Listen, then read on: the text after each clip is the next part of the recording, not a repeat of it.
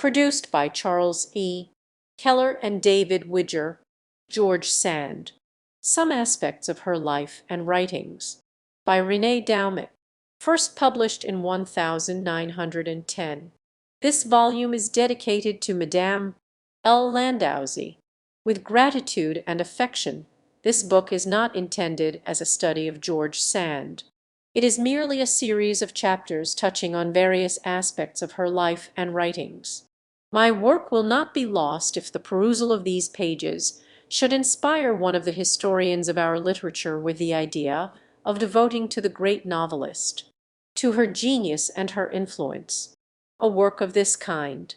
Contents: I Aurore de Pan, I Baron du Devant, a feminist of 1832 of the Romantic Escapade, the friend of Michel de Bourges, by A Case of Maternal Affection in Love, by The Humanitarian Dream, the 1848 X the Bonne Dame of Nohant, X the Genius of the Writer, List of Illustrations, George Sand from a Photogravure by N. Desmerdil, after a painting by M. Charpentier, George Sand from an engraving by L. Calamatia, Jules Sandy from an etching by M. Despoutins, Alfred de Musset from a lithograph facsimile, an autograph, letter of George Sand written from Venice to him. Chatterin, George Sand from a lithograph F. Chopin from a photograph, Pierre Leroux from a lithograph by A. Colette, George Sand from a lithograph, George Sand. I. Aurore de Pan. Psychology of a Daughter of Rousseau. In the whole of French literary history, there is perhaps no subject of such inexhaustible and modern interest as that of George Sand. Of what use is literary history? It is not only a kind of museum, in which a few masterpieces are preserved for the pleasure of beholders. It is this certainly, but it is still more than this. Fine books are, before anything else, living works. They not only have lived, but they continue to live. They live within us, underneath those ideas which form our conscience and those sentiments which inspire our actions. There is nothing of greater importance for any society than to make an inventory of the ideas and the sentiments which are composing its moral atmosphere every instant that it exists. For every individual, this work is the very condition of his dignity. The question is, should we have these ideas and these sentiments? If, in the times before us, there had not been some exceptional individuals who seized them, as it were, in the air and made them viable and durable, these exceptional individuals were capable of thinking more vigorously, of feeling more deeply, and of expressing themselves more forcibly than we are. They bequeathed these ideas and sentiments to us. Literary history is then, above and beyond all things, the perpetual examination of the conscience of humanity. There is no need for me to repeat what every one knows. The fact that our epoch is extremely complex, agitated, and disturbed.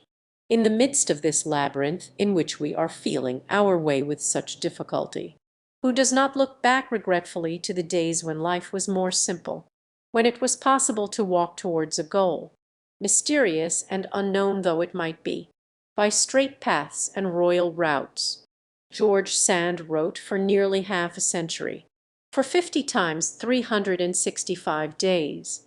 She never let a day pass by without covering more pages than other writers in a month. Her first books shocked people. Her early opinions were greeted with storms. From that time forth she rushed headlong into everything new. She welcomed every chimera and passed it on to us with more force and passion in it. Vibrating with every breath, electrified by every storm, she looked up at every cloud behind which she fancied she saw a star shining. The work of another novelist has been called a repertory of human documents. But what a repertory of ideas her work was! She has said what she had to say on nearly every subject: on love, the family, social institutions, and on the various forms of government. And with all this she was a woman. Her case is almost unique in the history of letters. It is intensely interesting to study the influence of this woman of genius on the evolution of modern thought. I shall endeavor to approach my subject conscientiously and with all due respect. I shall study biography where it is indispensable for the complete understanding of works. I shall give a sketch of the original individuals I meet on my path, portraying these only at their point of contact with the life of our authors.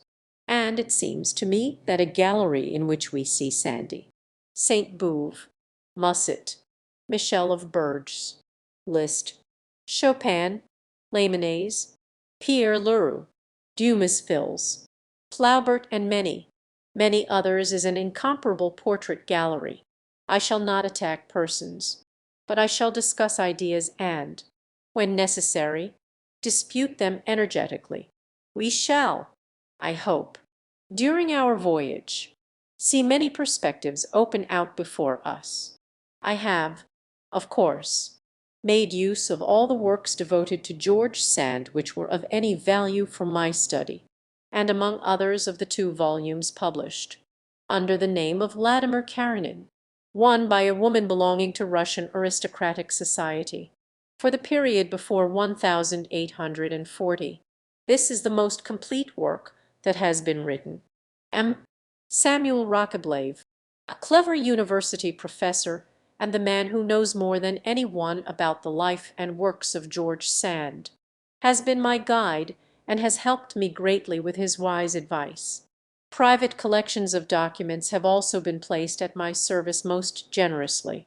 I am therefore able to supply some hitherto unpublished writings.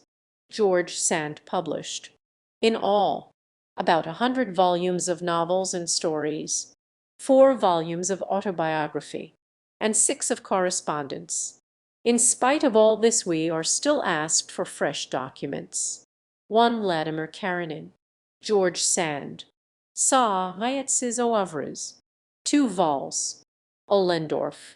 It is interesting, as a preliminary study, to note the natural gift and the first impressions of Aurore Dupin as a child and young girl, and to see how these predetermined the woman and the writer known to us as George Sand. Lucille Amandine Aurore Dupin, legitimate daughter of Maurice Dupin and of Sophie Victoire Delabert, was born in Paris, at 15 Rue Meslay, in the neighborhood of the Temple, on the 1st of July, 1804. I would call attention at once to the special phenomenon which explains the problem of her destiny. I mean by this her heredity, or rather the radical and violent contrast of her maternal and paternal heredity. By her father she was an aristocrat, and related to the reigning houses. Her ancestor was the King of Poland, Augustus I, the lover of the beautiful Countess Aurora von Königsmarck. George Sand's grandfather was Maurice de Saxe. He may have been an adventurer and a condottiere, but France owes to him Fontenoy, that brilliant page of her history. All this takes us back to the 18th century with its brilliant, gallant, frivolous, artistic, and profligate episodes. Maurice de Saxe adored the theatre, either for itself or for the sake of the women connected with it. On his campaign, he took with him a theatrical company which gave a representation the evening before a battle. In this company was a young artist named Moule de Verreres, whose father was a certain M. Rinty. Maurice de Saxe admired the young actress, and a daughter was born of this liaison, who was later unrecognized by her father and named Marie Aurore de Saxe. This was George Sand's grandmother. At the age of 15 the young girl married Comte de Horn, a bastard son of Louis. This husband was obliging enough to his wife, who was only his wife in name, to die as soon as possible. She then returned to her mother, the opera lady, an elderly nobleman, Dupin de Franqueville, who had been the lover of the other Moule Verreres, now fell in love with her and married her. Their son, Maurice Dupin, was the father of our novelist. The astonishing part of this series of adventures is that Marie Aurore should have been the eminently respectable woman that she was, on her mother's side, though, or Dupin belonged to the people. She was the daughter of Sophie Victoire Delaborde milliner, the grandchild of a certain bird seller on the Quai du Oiseau, who used to keep a public house, and she was the great-granddaughter of Mere Cloquart. This double heredity was personified in the two women who shared George Sand's childish affection. We must therefore study the portraits of these two women. The grandmother was, if not a typical grand dame, at least a typical elegant woman of the latter half of the 18th century.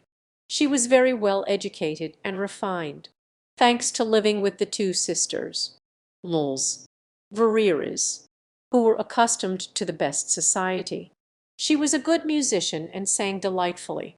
When she married Dupin de Franqueville, her husband was 62, just double her age.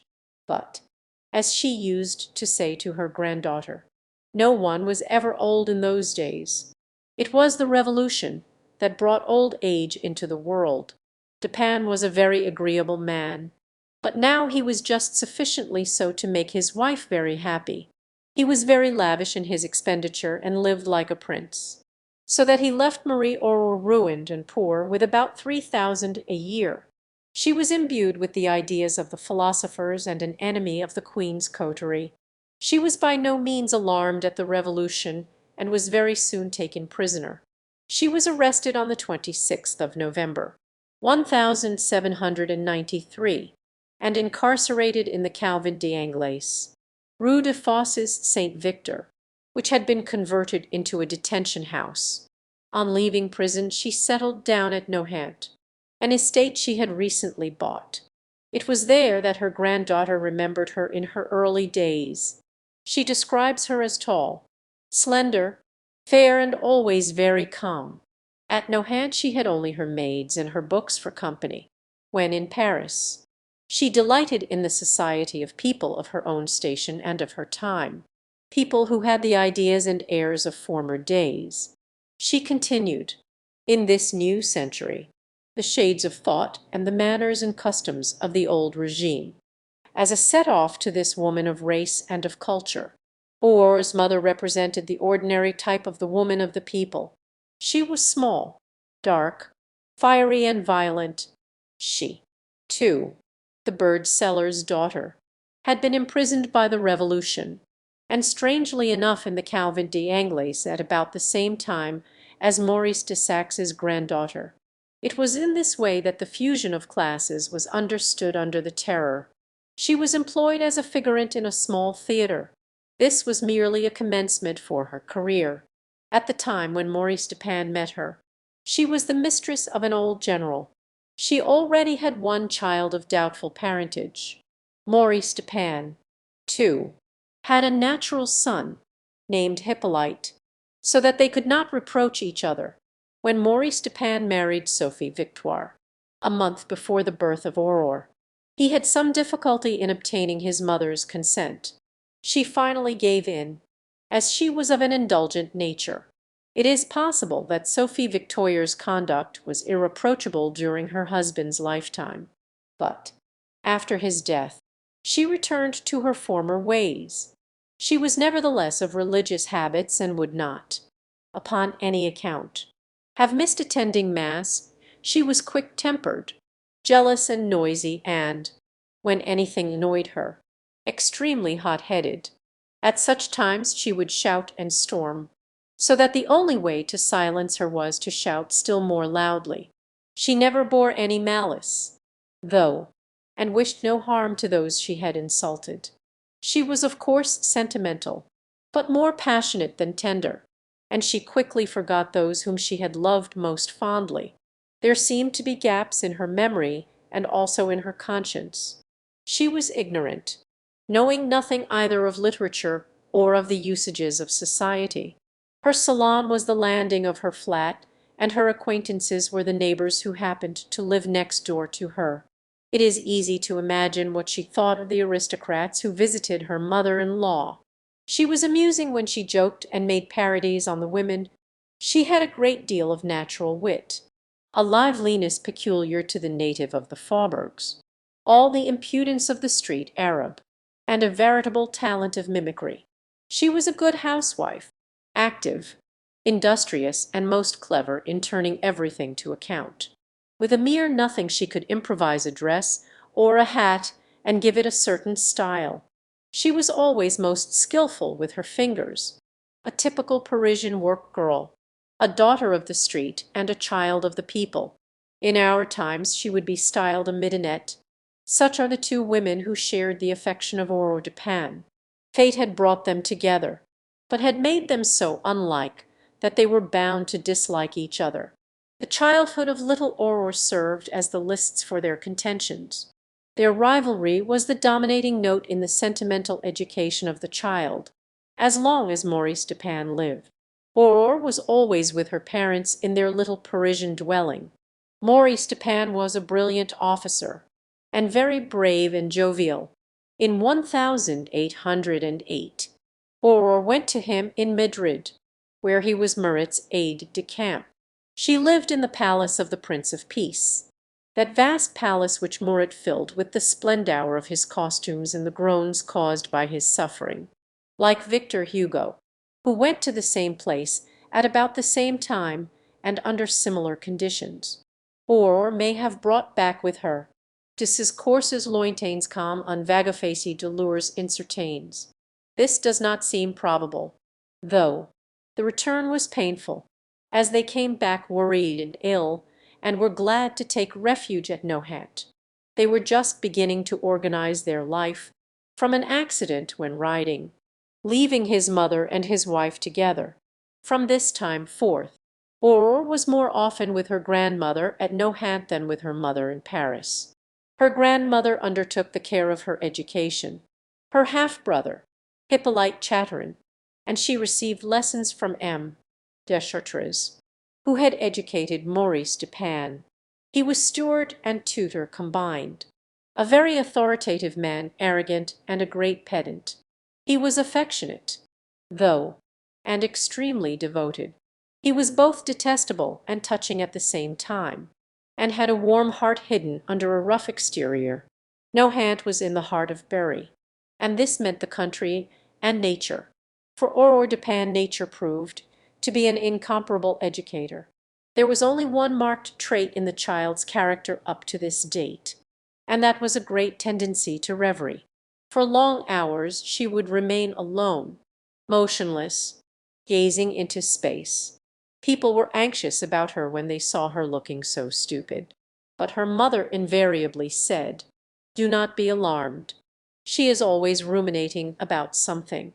Country life, while providing her with fresh air and plenty of exercise, so that her health was magnificent, gave fresh food and another turn to her reveries. 10 years earlier Alphonse de Lamartine had been sent to the country at Milly, and allowed to frequent the little peasant children of the place. Or Dupin's existence was now very much the same as that of Lamartine. Nohant is situated in the centre of the Black Valley. The ground is dark and rich. There are narrow, shady paths. It is not a hilly country, and there are wide, peaceful horizons, at all hours of the day and at all seasons of the year. Aurore wandered along the berry roads with her little playfellows, the farmers' children. There was Marie who tended the flock, Solange who collected leaves, and Lysette and Placer who minded the pigs. She always knew in what meadow or in what place she would find them. She played with them amongst the hay, climbed the trees and dabbled in the water. She minded the flock with them, and in winter, when the herdsmen talked together, assembled round their fire, she listened to their wonderful stories. These credulous country children had seen with their own eyes Georgian, the evil spirit of the Black Valley. They had also seen will-o'-the-wisps, ghosts, the white greyhound, and the big beast. In the evenings, she sat up listening to the stories told by the hemp weaver. Her fresh young soul was thus impregnated at an early age with the poetry of the country, and it was all the poetry of the country, that which comes from things, such as the freshness of the air and the perfume of the flowers, but also that which is to be found in the simplicity of sentiments, and in that candour and surprise face to face with those sights of nature which have remained the same and have been just as incomprehensible ever since the beginning of the world. The antagonism of the two mothers increased, though we will not go into detail with regard to the various episodes, but will only consider the consequences. The first consequence was that the intelligence of the child became more keen through this duality, placed as she was, in these two different worlds, between two persons with minds so unlike, and, obliged as she was to go from one to the other, she learnt to understand and appreciate them both, contrasts though they were. She had soon reckoned each of them up, and she saw their weaknesses, their faults, their merits and their advantages. A second consequence was to increase her sensitiveness. Each time that she left her mother, the separation was hair-trending. When she was absent from her, she suffered on account of this absence, and still more because she fancied that she would be forgotten. She loved her mother, just as she was, and the idea that any one was hostile or despised her caused the child much silent suffering. It was as though she had an ever-open wound. Another consequence, and by no means the least important one, was to determine in a certain sense the immense power of sympathy within her. For a long time she only felt a sort of awe, when with her reserved and ceremonious grandmother. She felt nearer to her mother, as there was no need to be on ceremony with her. She took a dislike to all those who represented authority, rules, and the tyranny of custom. She considered her mother and herself. A love for the people sprang up in the heart of the daughter of Sophie Victoire. She belonged to them through her mother, and she was drawn to them now through the humiliations she underwent. In this little enemy of reverences and of society people, we see the dawn of that instinct which, later on, was to cause her to revolt openly. George Sand was quite right in saying, later on, that it was of no use seeking any intellectual reason as the explanation of her social preferences. Everything in her was due to sentiment. Her socialism was entirely the outcome of her suffering and torments as a child.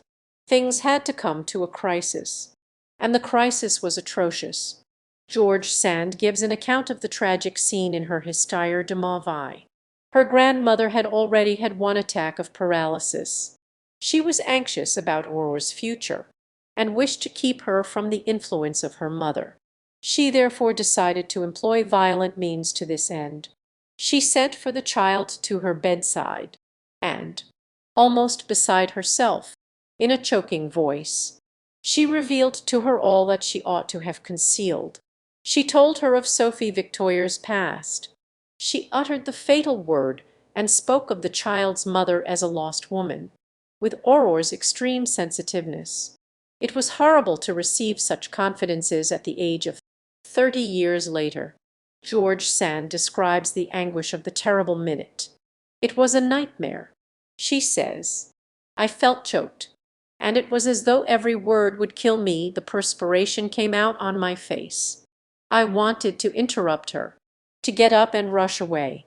I did not want to hear the frightful accusation.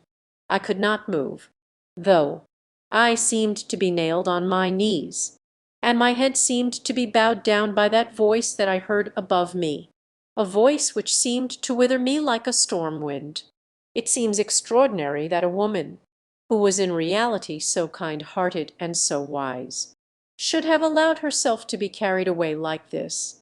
Passion has these sudden and unexpected outbursts, and we see here a most significant proof of the atmosphere of passion in which the child had lived, and which gradually insinuated itself within her.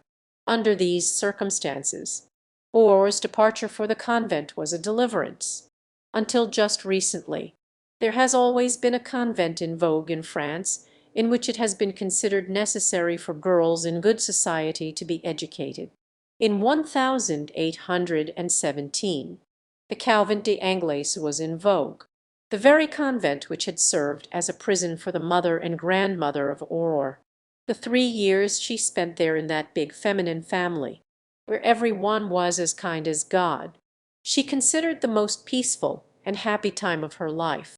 The pages she devotes to them in her Histoire de ma vie have all the freshness of an oasis. She describes most lovingly this little world, apart, exclusive and self-sufficing, in which life was so intense. The house consisted of a number of constructions, and was situated in the neighborhood given up to convents. There were courtyards and gardens enough to make it seem like a small village. There was also a labyrinth of passages above and underground, just as in one of Anne Radcliffe's novels. There were old walls overgrown with vine and jasmine. The cock could be heard at midnight, just as in the heart of the country, and there was a bell with a silvery tone like a woman's voice. From her little cell, Aurora looked over the tops of the great chestnut trees on to Paris, so that the air so necessary for the lungs of a child accustomed to wanderings in the country was not lacking in her convent home. The pupils had divided themselves into three categories: the diables, the good girls, who were the specially pious ones, and the silly ones. Aurora took her place at once among the diables. The great exploit of these convent girls consisted in descending into the cellars, during recreation, and in sounding the walls, in order to deliver the victim. There was supposed to be an unfortunate victim imprisoned and tortured by the good, kind-hearted sisters. Alas! all the diables sworn to the task in the Convent d'Angles never succeeded in finding the victim, so that she must be there still, very soon, though a sudden change took place in Aurore's soul. It would have been strange had it been otherwise. With so extraordinarily sensitive an organization, the new and totally different surroundings could not fail to make an impression. The cloister, the cemetery, the long services, the words of the ritual, murmured in the dimly lighted chapel, and the piety that seems to hover in the air in houses where many prayers have been offered up. All this acted on the young girl. One evening in August she had gone into the church, which was dimly lighted by the sanctuary lamp. Through the open window came the perfume of honeysuckle and the songs of the birds. There was a charm, a mystery, and a solemn calm about everything, such as she had never before experienced. "I do not know what was taking place within me," she said, when describing this, later on, "but I breathed an atmosphere that was indescribably delicious, and I seemed to be breathing it in my very soul. Suddenly I felt a shock through all my being. A dizziness came over me, and I seemed to be enveloped in a white light.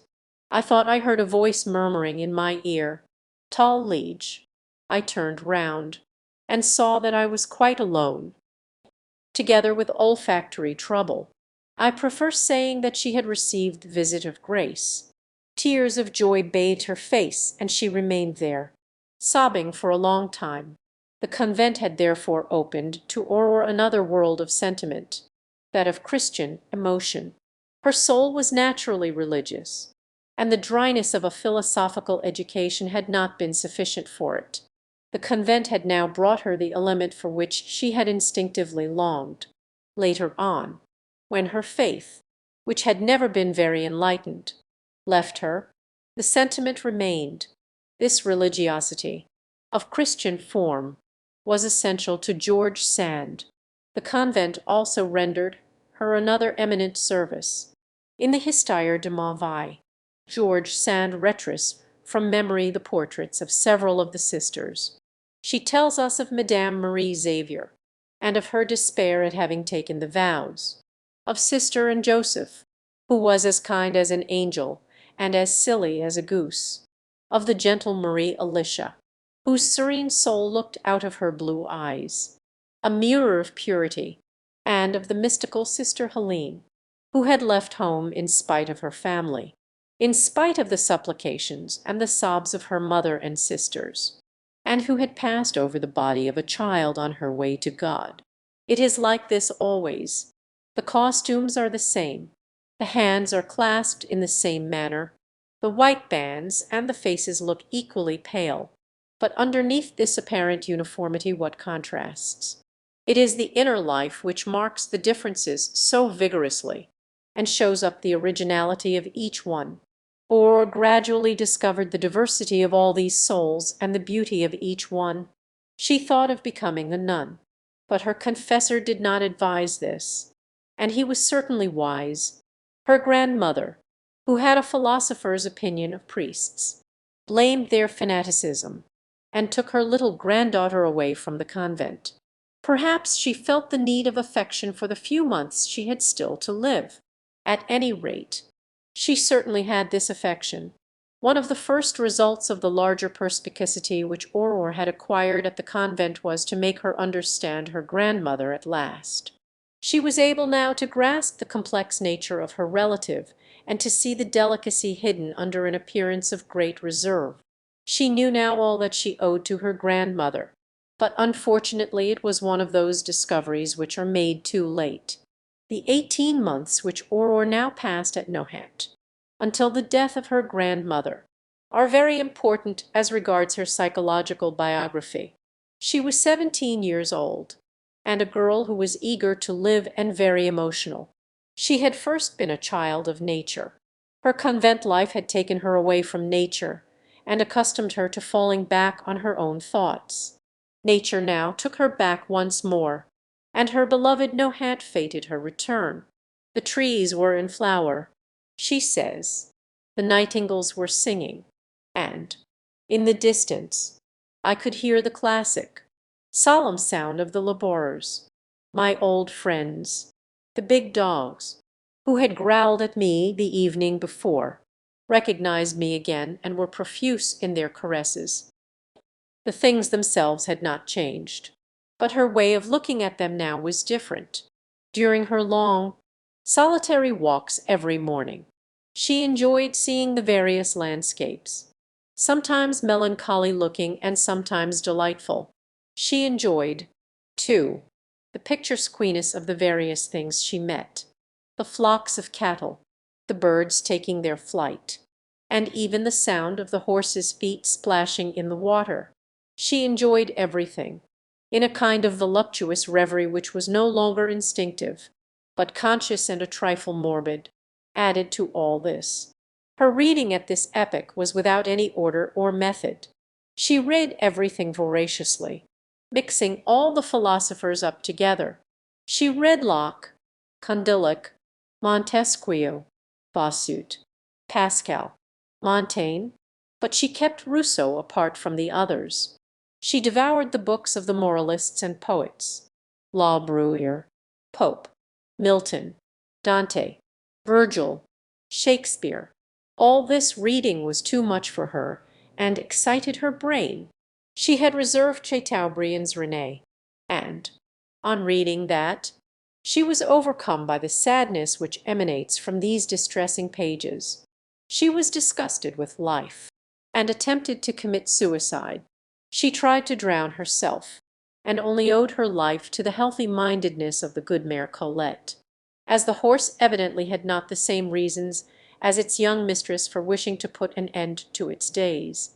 All this time Aurore was entirely free to please herself. Deschartres, who had always treated her as a boy, encouraged her independence. It was at his instigation that she dressed in masculine attire to go out shooting. People began to talk about her eccentricities at Landerney, and the gossip continued as far as La Chatterie. Added to this, Aurore began to study ostology with a young man who lived in the neighbourhood, and it was said that this young man, Stéphane Jassin de Grand Seine, gave her lessons in her own room. This was the climax. We have a curious testimony as regards the state of the young girl's mind at this epoch.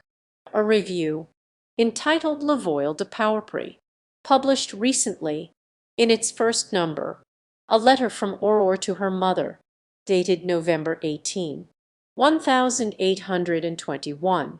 Her mother had evidently written to her on hearing the gossip about her, and had probably enlarged upon it. "You reproach me, mother, with neither having timidity, modesty, nor charm?"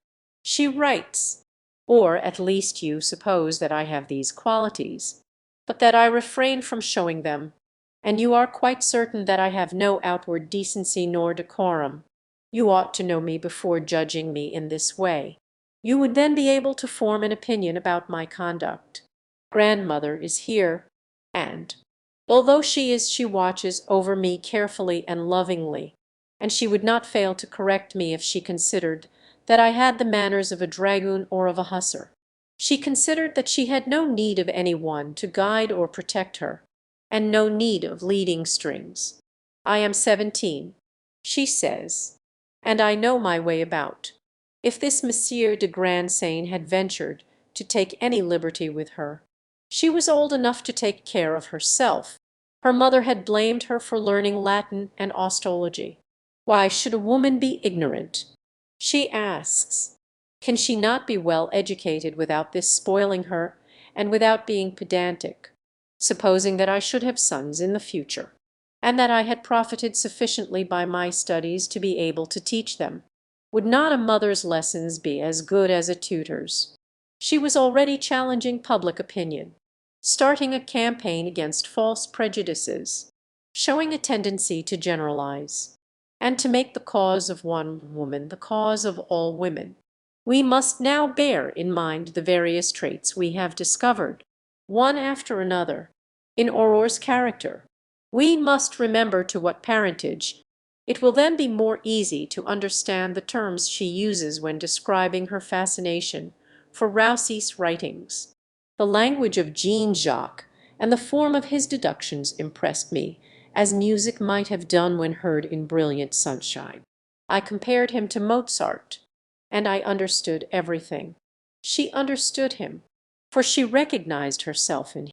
She sympathized with that predominance of feeling and imagination, that exaggeration of sentiment, that preference for life according to nature, that emotion on beholding the various sights of the country, that distrust of people, those effusions of religious sentimentality, those solitary reveries, and that melancholy which made death seem desirable to him.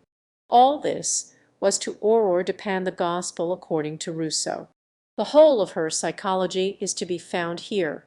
She was an exceptional being undoubtedly, but in order to be a genial exception one must have within oneself, and then personify with great intensity all the inspirations which, at a certain moment, are dispersed in the atmosphere. Ever since the great agitation which had shaken the moral world by Rousseau's preaching, there had been various vague currents and a whole crowd of confused aspirations floating about.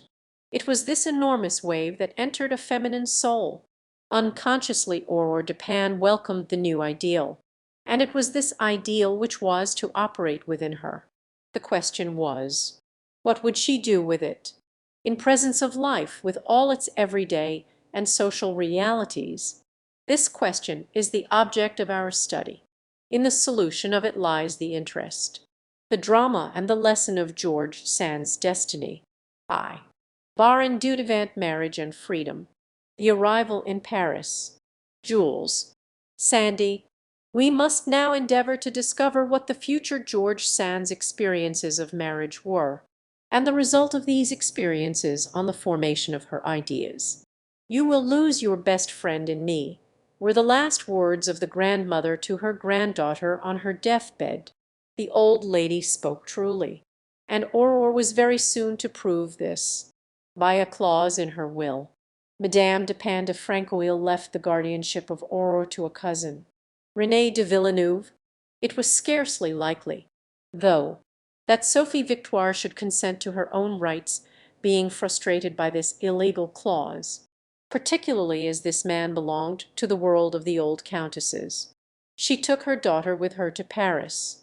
Unfortunately for her, Aurore's eyes were now open, and she was cultured enough to have been in entire sympathy with her exquisite grandmother. It was no longer possible for her to have the old passionate affection and indulgence for her mother, especially as she felt that she had hitherto been deserted by her. She saw her mother now just as she was, a light woman belonging to the people, a woman who could not resign herself to growing old. If only Sophie Victoire had been of a tranquil disposition! She was most restless, on the contrary, wanting to change her abode and change her restaurant every day. She would quarrel with people one day, make it up the next, wear a different shaped hat every day, and change the color of her hair continually.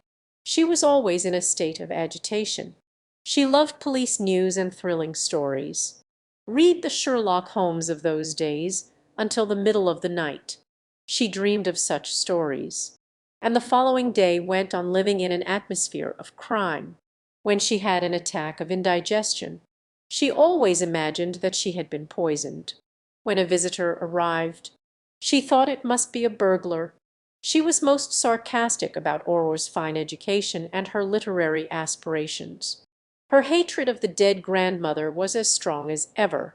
She was constantly insulting her memory, and in her fits of anger said unheard of things. Aurore's silence was her only reply to these storms, and this exasperated her mother. She declared that she would correct her daughter's sly ways, or began to wonder with terror whether her mother's mind were not beginning to give way. The situation finally became intolerable. Sophie Victoire took her daughter to spend 2 or 3 days with some friends of hers, and then left her there.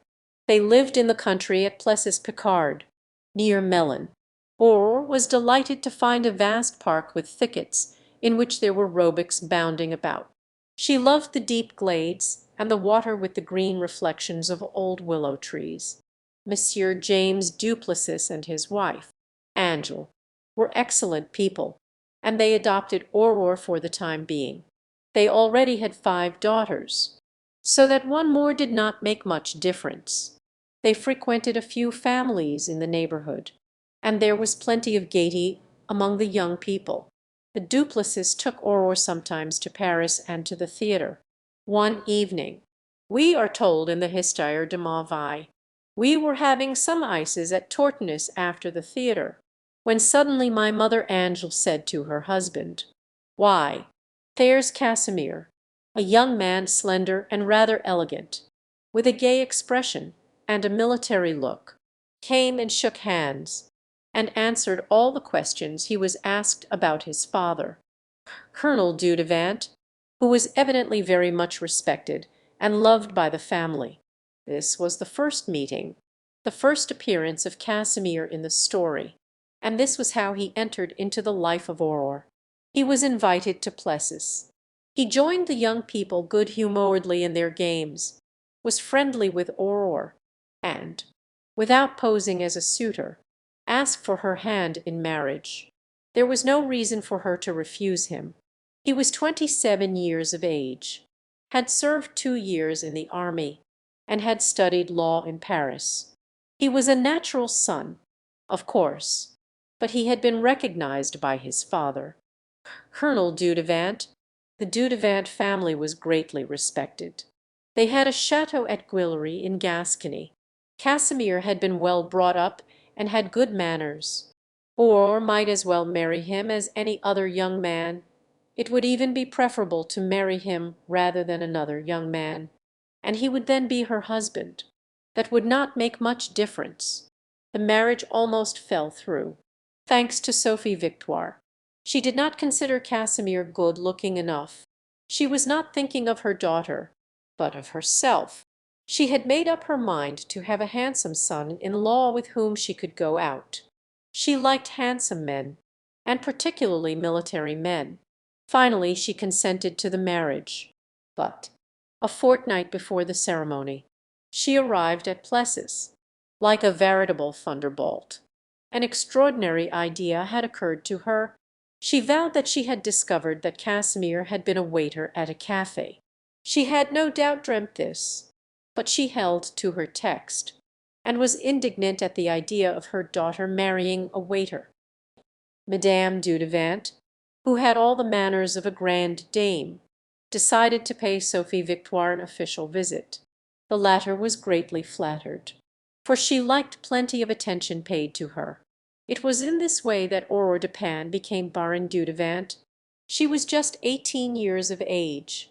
It is interesting to read her description of herself at this time, in her Voyage en Auvergne, which was her first writing, dated 1827. She traces the following portrait, which certainly is not exaggerated. When I was 16, she says, and left the convent, every one could see that I was a pretty girl. I was fresh-looking, though dark. I was like those wild flowers which grow without any art or culture, but with gay, lively coloring. I had plenty of hair, which was almost black, on looking at myself in the glass, though I can truthfully say that I was not very well pleased with myself. I was dark. My features were well cut, but not finished. People said that it was the expression of my face that made it interesting. I think this was true. I was gay but dreamy, and my most natural expression was a meditative one. People said, too, that in this absent-minded expression there was a fixed look which resembled that of the serpent when fascinating his prey. That, at any rate, was the far-fetched comparison of my provincial adorers. They were not very far wrong, these provincial adorers. The portraits of Aurore at this date show us a charming face of a young girl, as fresh-looking as a child. She has rather long features, with a delicately shaped chin. She is not exactly pretty, but fascinating, with those great dark eyes, which were her prominent feature, eyes which, when fixed on any one, took complete possession of them, dreamy, passionate eyes, somber because the soul reflected in them had profound depth. It is difficult to define that soul, for it was so complex, to judge by appearances. It was a very peaceful soul, and perhaps, too, it was in reality peaceful.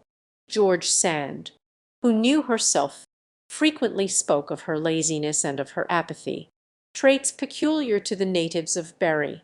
Superficial observers looked no further, and her mother used to call her Saint Tranquillity.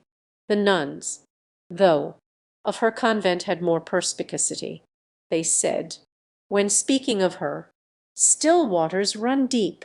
Under the smooth surface they fancied that storms were gathering.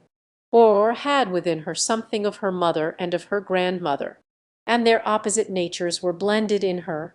She had the calmness of Marie Aurore, but she also had the impetuousness of Sophie Victoire, and undoubtedly, too, something of the free and easy good humour of her father, the breakneck young officer.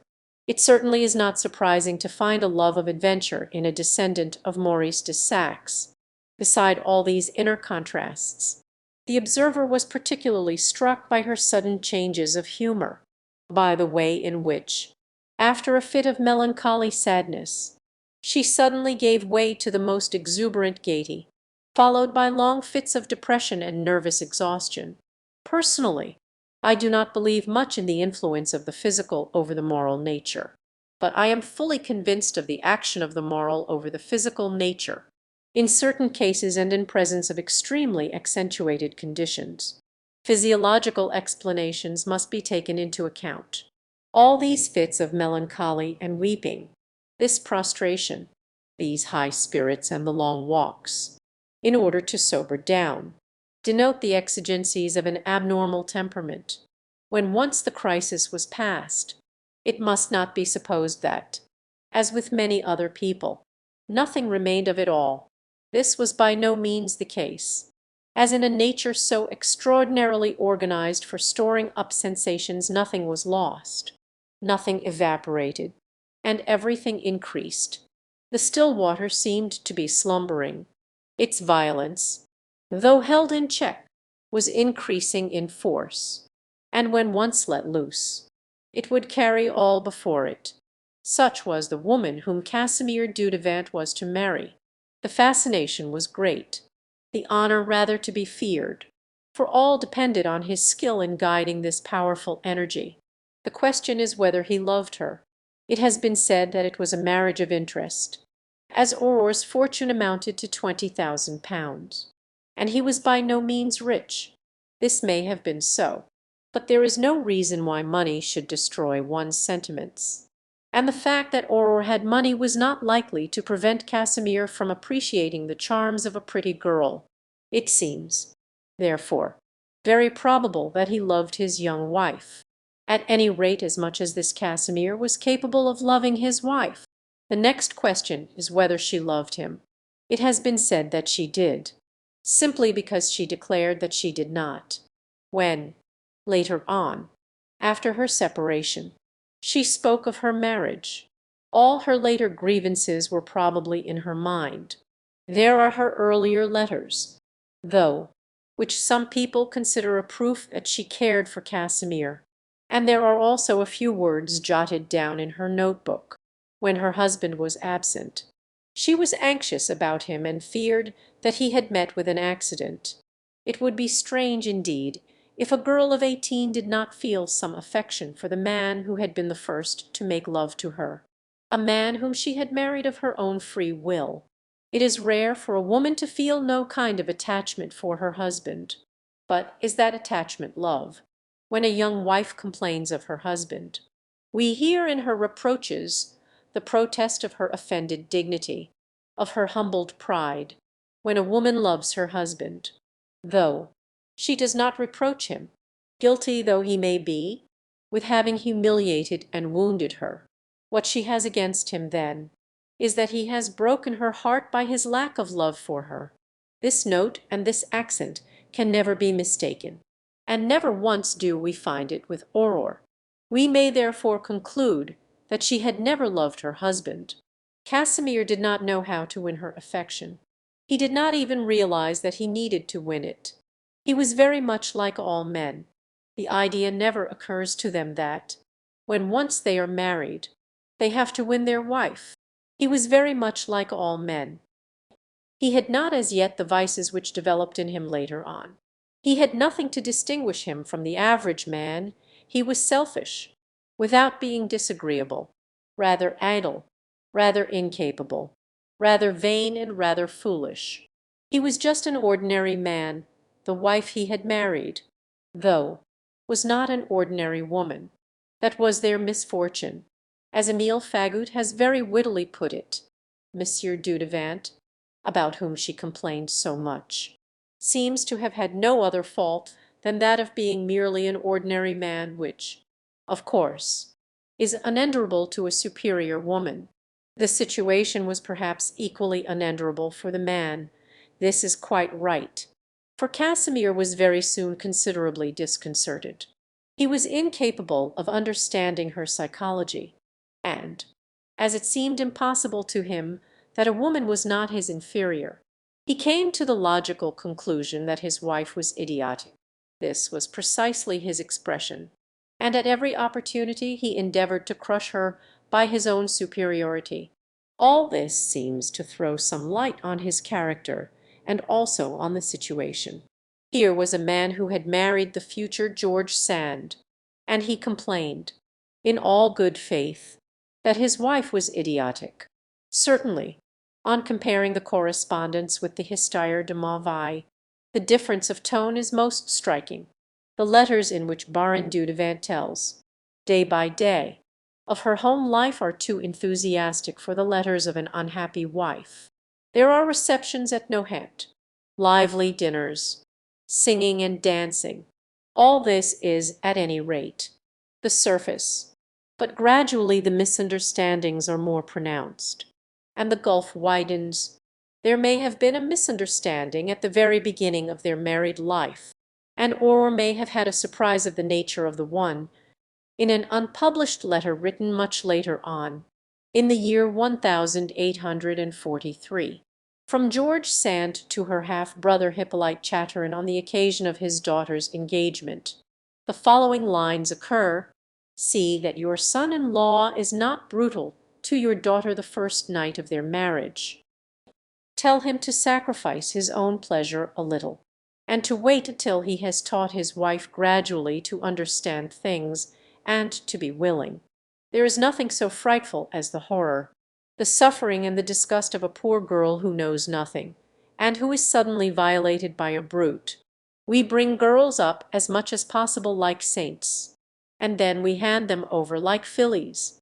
If your son-in-law is an intelligent man, and if he really loves your daughter, he will understand his role, and will not take it amiss that you should speak to him beforehand. 2 communicated by M.S. Rockablave. Is George Sand recalling here any hidden and painful memories? Casimir had, at bottom, a certain brutality, which, later on, was very evident. The question is whether he had shown proofs of it at a time when it would have been wiser to have refrained. However that may be, the fundamental disagreement of their natures was not long in making itself felt between the husband and wife. He was matter of fact, and she was romantic. He only believed in facts, and she in ideas. He was of the earth, a thee, whilst she aspired to the impossible.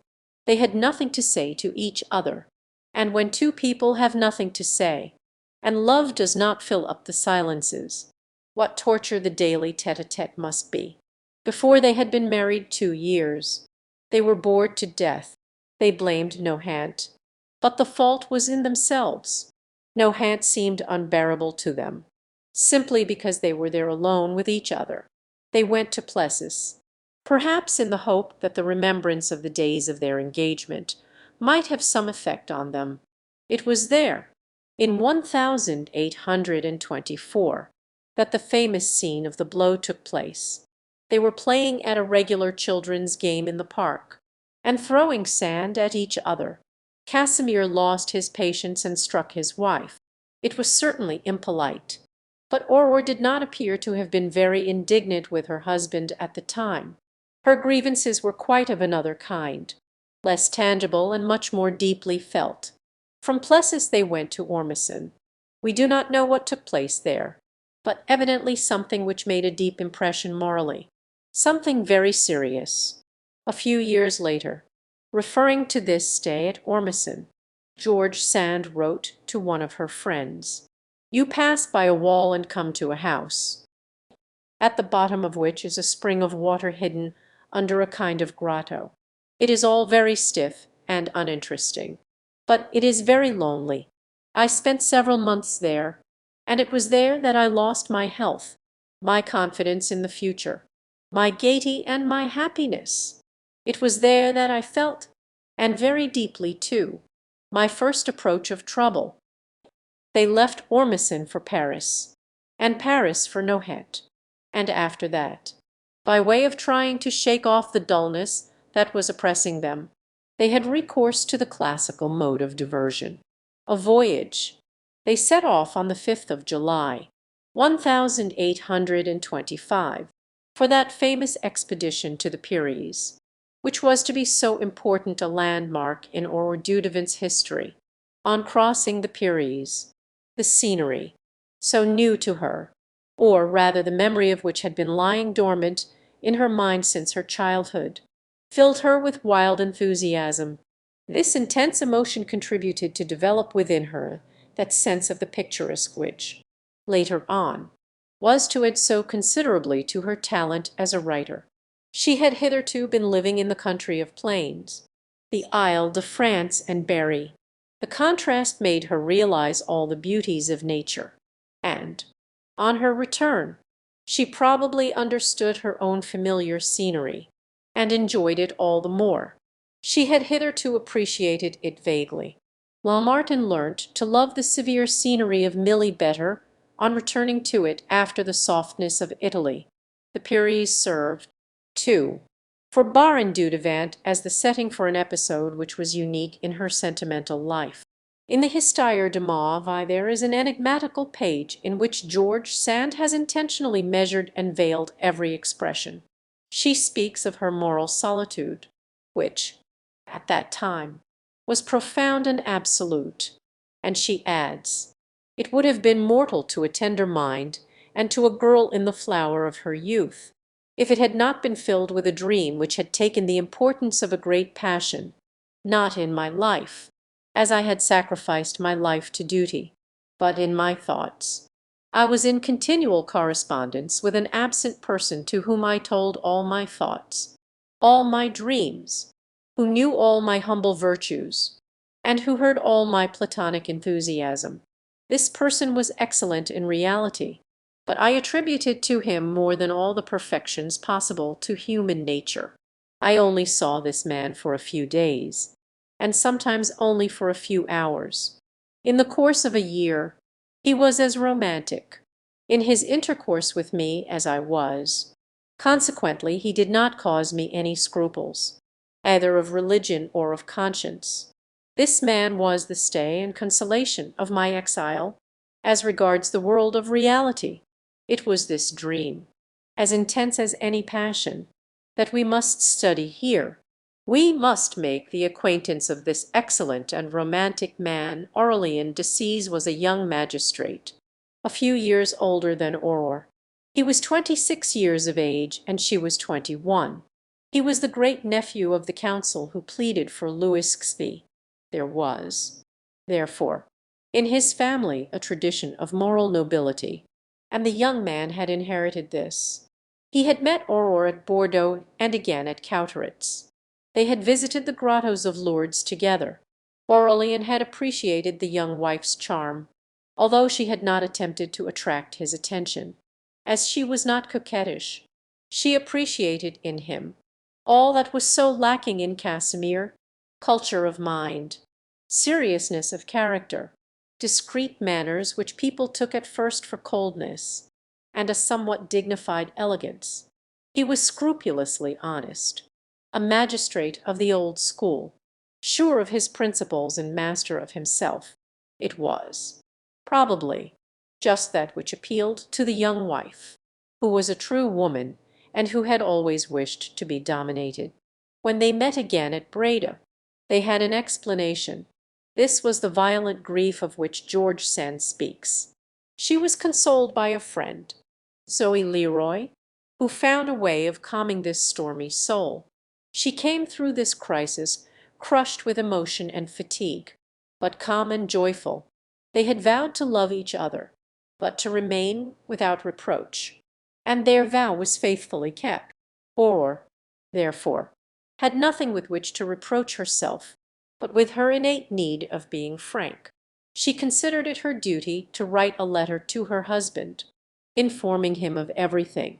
This was the famous letter of November 8, 1825.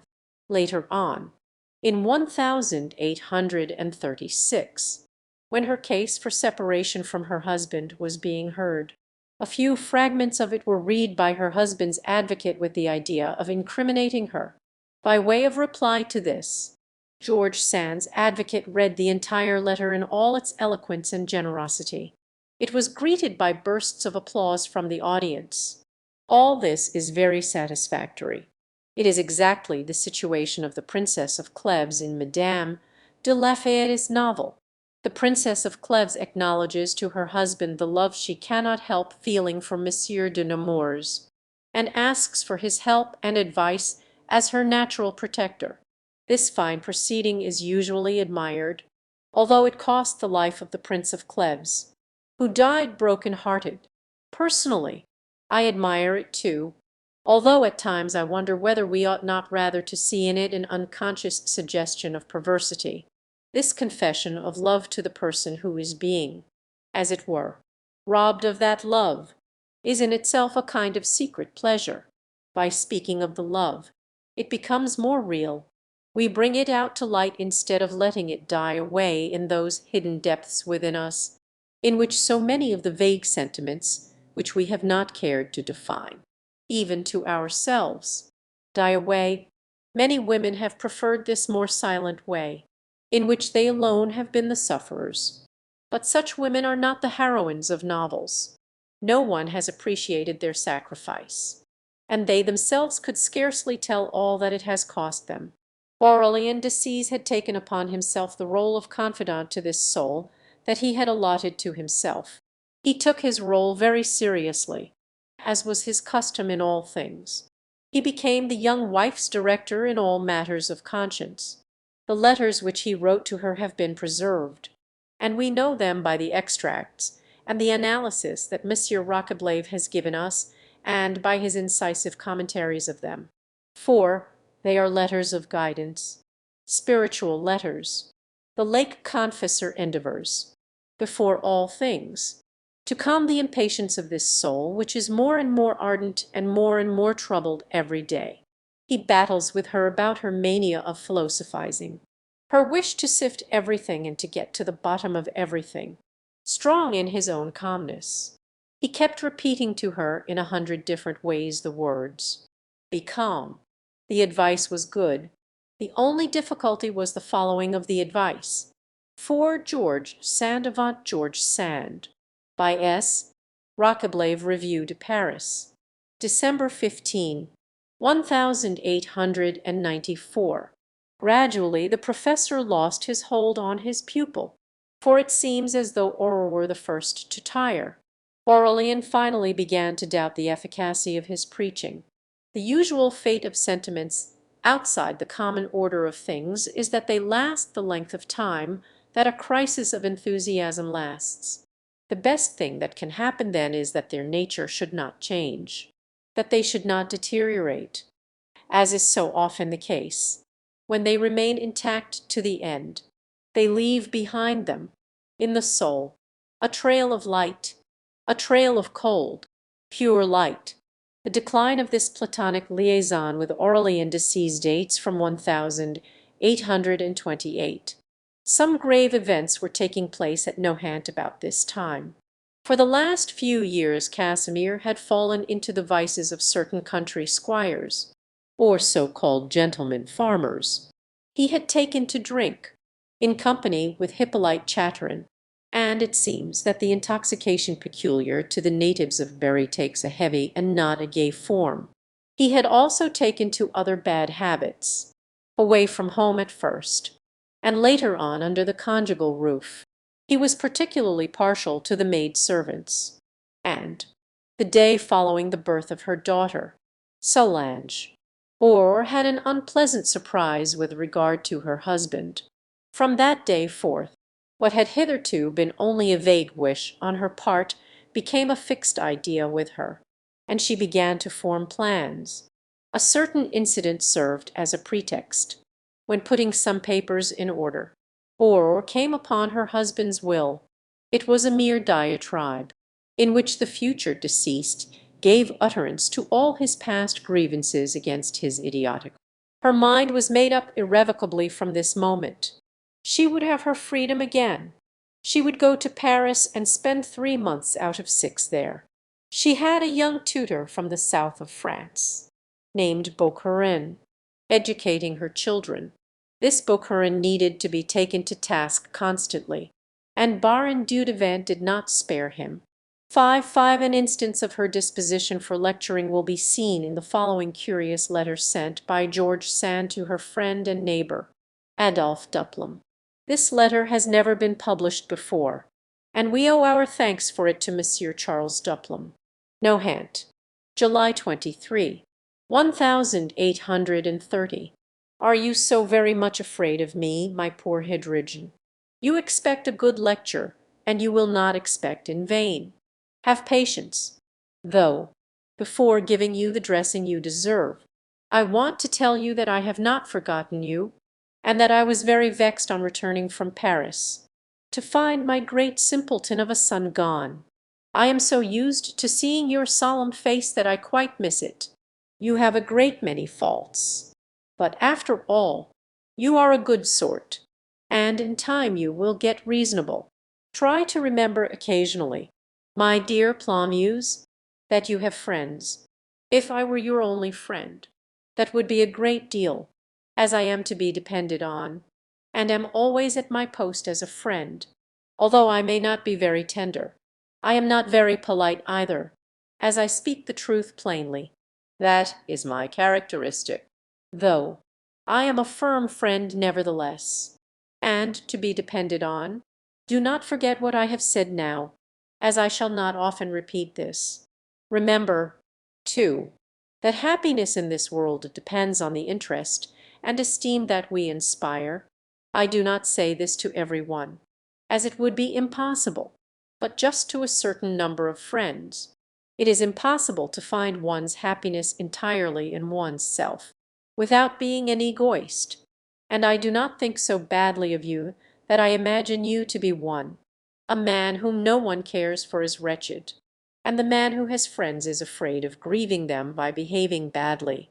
As Polite says, all this is for the sake of letting you know that you must do your best to behave well. If you want to prove to me that you are not ungrateful for my interest in you, you ought to get rid of the bad habit of boasting that you have adopted through frequenting young men as foolish as yourself.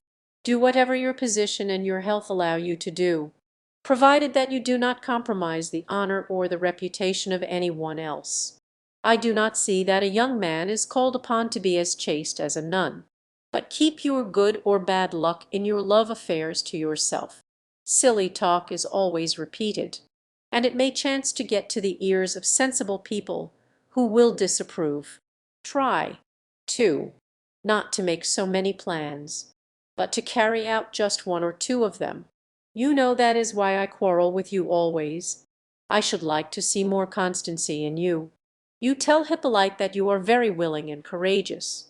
As to physical courage, of the kind that consists in enduring illness and in not fearing death, I dare say you have that, but I doubt very much whether you have the courage necessary for sustained work, unless you have very much altered. Everything fresh delights you, but after a little time you only see the inconveniences of your position. You will scarcely find anything without something that is annoying and troublesome.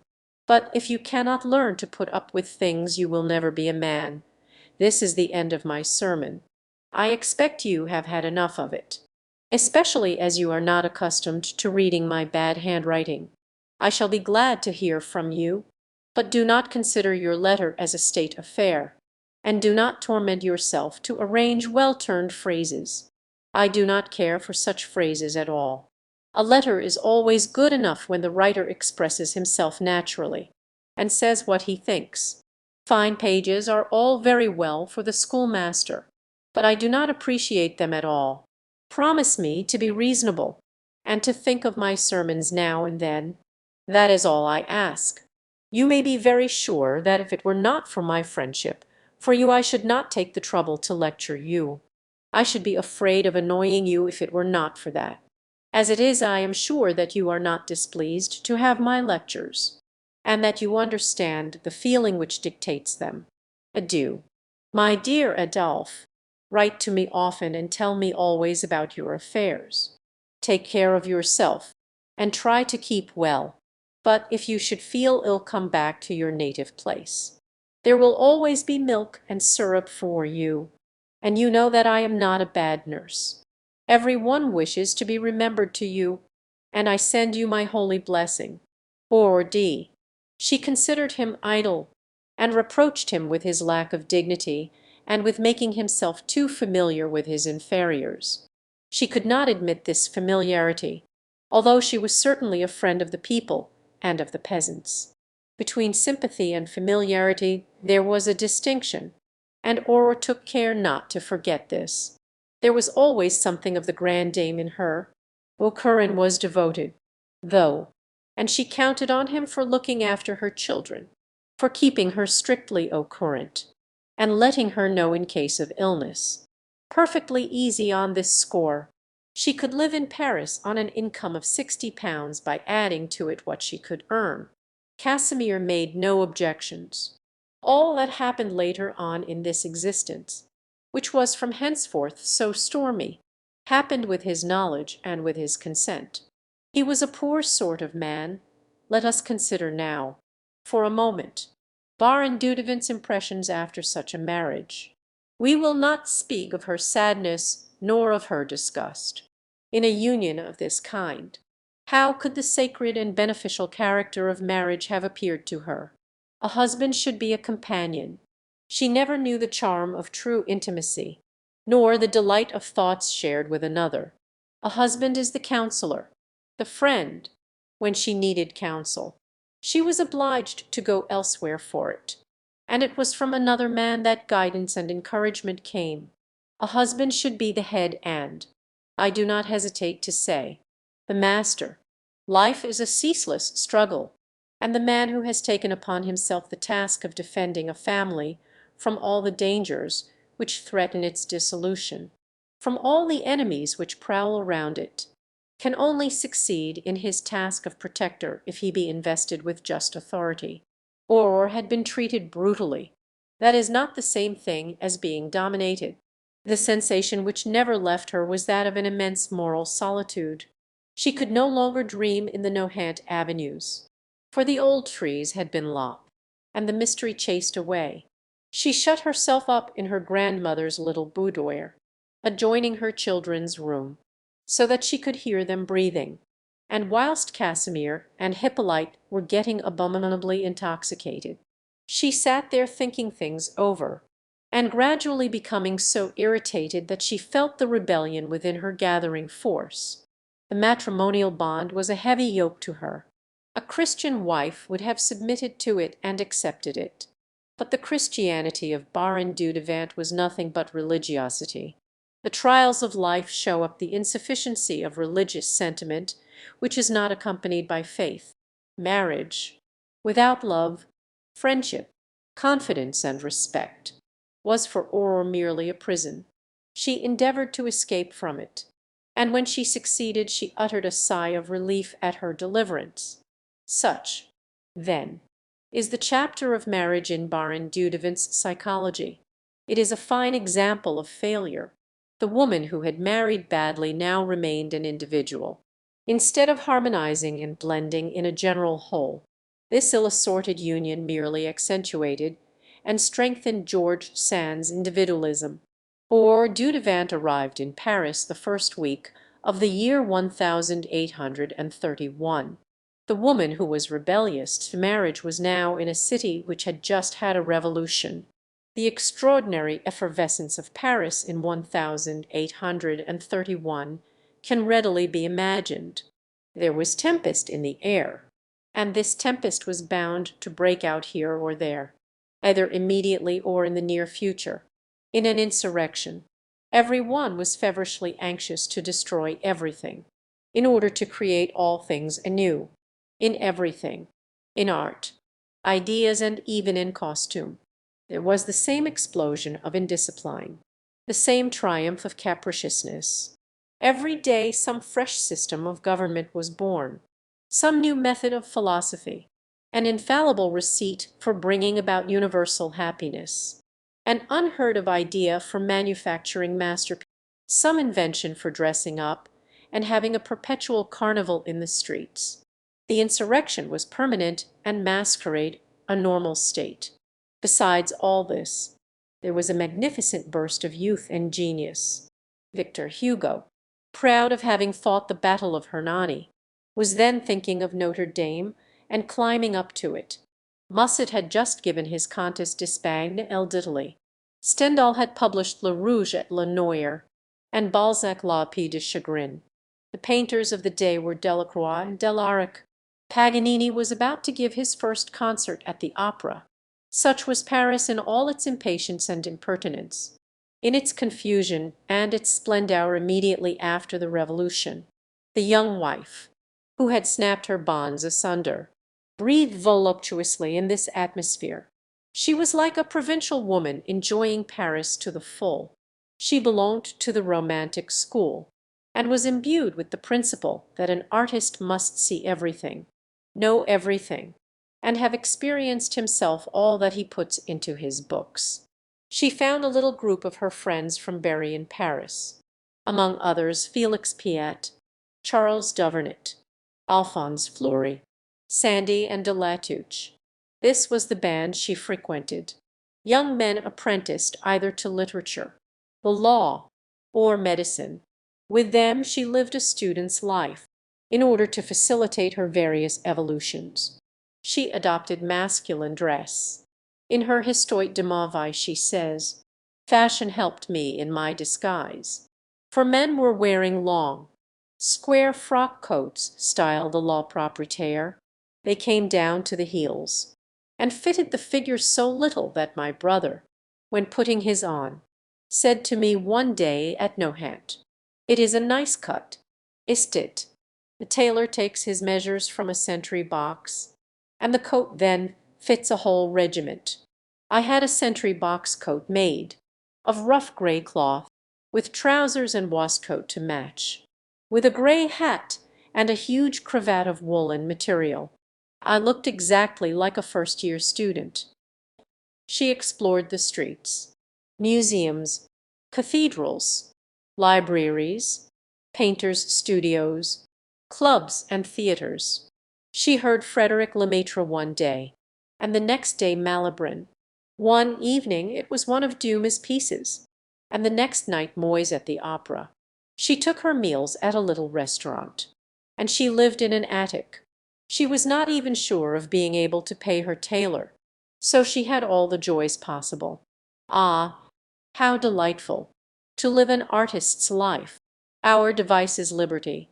She wrote. 6. She lived in a perpetual state of delight, and, in February, wrote to her son Maurice as follows: "Every one is at loggerheads.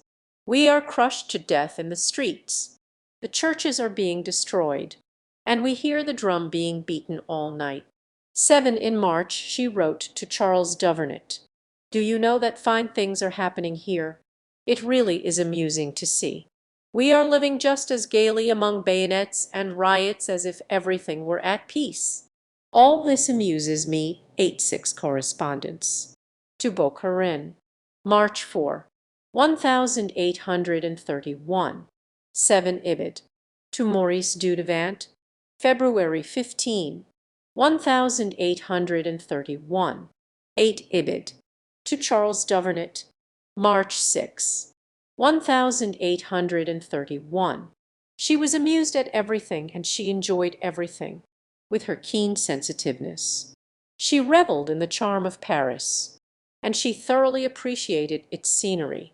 Paris, she wrote, with its vaporous evenings, its pink clouds above the roofs, and the beautiful willows of such a delicate green around the bronze statue of our old Henry. And then, too, the dear little slate-coloured pigeons that make their nests in the old masks of the Pont Neuf. She loved the Paris sky, so strange-looking, so rich in colouring, so variable. 10-10 Ibid. She became unjust with regard to Berry. As for that part of the world which I used to love so dearly, and where I used to dream my dreams, she wrote, "I was there at the age of 15, when I was very foolish, and at the age of 17, when I was dreamy and disturbed in my mind. It has lost its charm for me now." 11-11 Ibid. She loved it again later on, certainly, but just at this time she was over-excited with the joy of her newly found liberty. It was that really which made her so joyful, and which intoxicated her.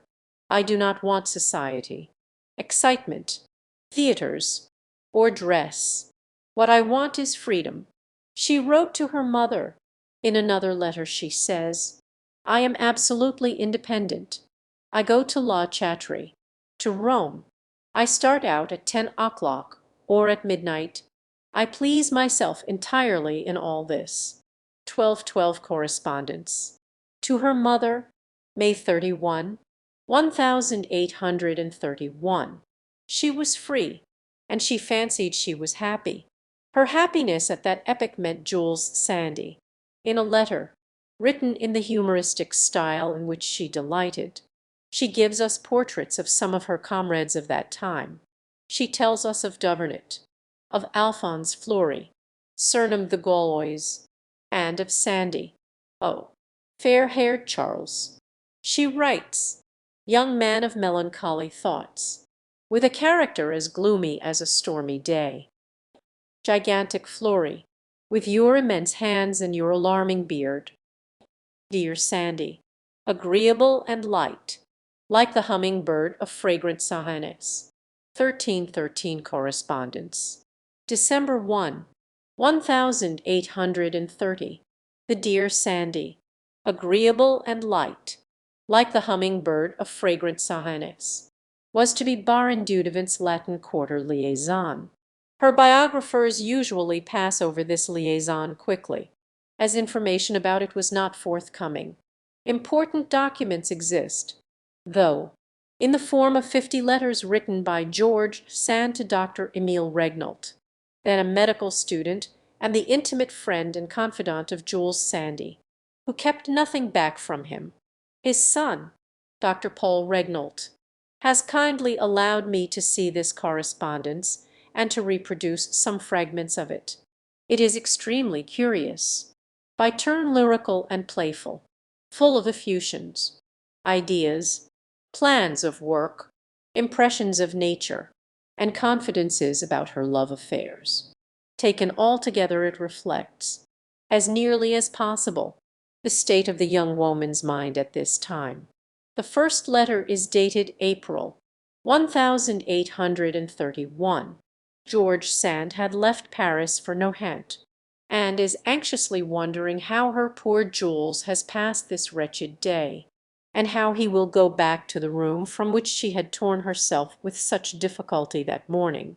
In her letter she gives utterance to the gratitude she owes to the young man who has reconciled her once more to life. "My soul," she says, eager itself for affection, needed to inspire this in a heart capable of understanding me thoroughly, with all my faults and qualities. A fervent soul was necessary for loving me in the way that I could love, and for consoling me after all the ingratitude which had made my earlier life so desolate. And although I am now old, I have found a heart as young as my own, a lifelong affection which nothing can discourage and which grows stronger every day. Jules has taught me to care once more for this existence, of which I was so weary, and which I only endured for the sake of my children. I was disgusted beforehand with the future, but it now seems more beautiful to me full as it appears to me of him, of his work, his success, and of his upright, modest conduct. If you only knew how I love him. 1414. This quotation and those that follow are borrowed from the unpublished correspondence with Emile Regnault. When I first knew him I was disillusioned about everything, and I no longer believed in those things which make us happy. He has warmed my frozen heart and restored the life that was dying within me. She then recalls their first meeting. It was in the country, at Coudray, near Nohant. She fell in love with her dear Sandy, thanks to his youthfulness, his timidity, and his awkwardness. He was just 20, in 1831. On approaching the bench where she was awaiting him, he concealed himself in a neighboring avenue, and I could see his hat and stick on the bench. She writes, everything, even to the little red ribbon threaded in the lining of his gray hat, thrilled me with joy. But everything connected with this young Jules seems absurd. Later on we get the following statement. Until the day when I told him that I loved him, I had never acknowledged as much to myself. I felt that I did, but I would not own it even to my own heart. Jules therefore learnt it at the same time as I did myself. People at La Chatterie took the young man for her lover. The idea of finding him again in Paris was probably one of her reasons for wishing to establish herself there. Then came her life, as she describes it herself, in the little room looking on to the quay. I can see Jules now in a shabby, dirty-looking artist's frock coat, with his cravat underneath him and his shirt open at the throat, stretched out over 3 chairs, stamping with his feet or breaking the tongs in the heat of the discussion. The Gaulois used to sit in a corner weaving great plots, and you would be seated on a table. All this must certainly have been charming. The room was too small, though, and George Sand commissioned Emile Regnault to find her a flat, the essential condition of which should be some way of egress for Jules at any hour. A little flat was discovered on the Quai Saint-Michel. There were 3 rooms, one of which could be reserved. "This shall be the dark room," wrote George Sand, "the mysterious room, the ghost's retreat, the monster's den, the cage of the performing animal, the hiding place for the treasure, the vampire's cave, or whatever you like to call it." It was Jules' room, and then follows some touching eloquence about the dear boy she worshipped who loved her so dearly. This is the beginning of things. But later on the tone of the correspondence changes. The letters become less frequent, and are also not so gay. George Sand speaks much less of Jules in them, and much more of little Solange, whom she intended to bring back to Paris with her. She is beginning to weary of Jules and to esteem him at his true value. He is lazy, and has fits of depression and all the capriciousness of a spoiled child. She has had enough of him. And then, too, it is very evident from the letters that there has been some division among the lively friends who had sworn to be comrades for life. There are explanations and justifications. George Sand discovers that there are certain inconveniences connected with intimacies in which there is such disproportion of age and of social position. Finally, there are the following desperate letters, written in fits of irritation. My dear friend, go to Jules and look after him. He is broken-hearted, and you can do nothing for him in that respect. It is no use trying. I do not ask you to come to me yet, as I do not need anything. I would rather be alone today. Then, too, there is nothing left for me in life. It will be horrible for him for a long time, but he is so young. The day will come, perhaps, when he will not be sorry to have lived.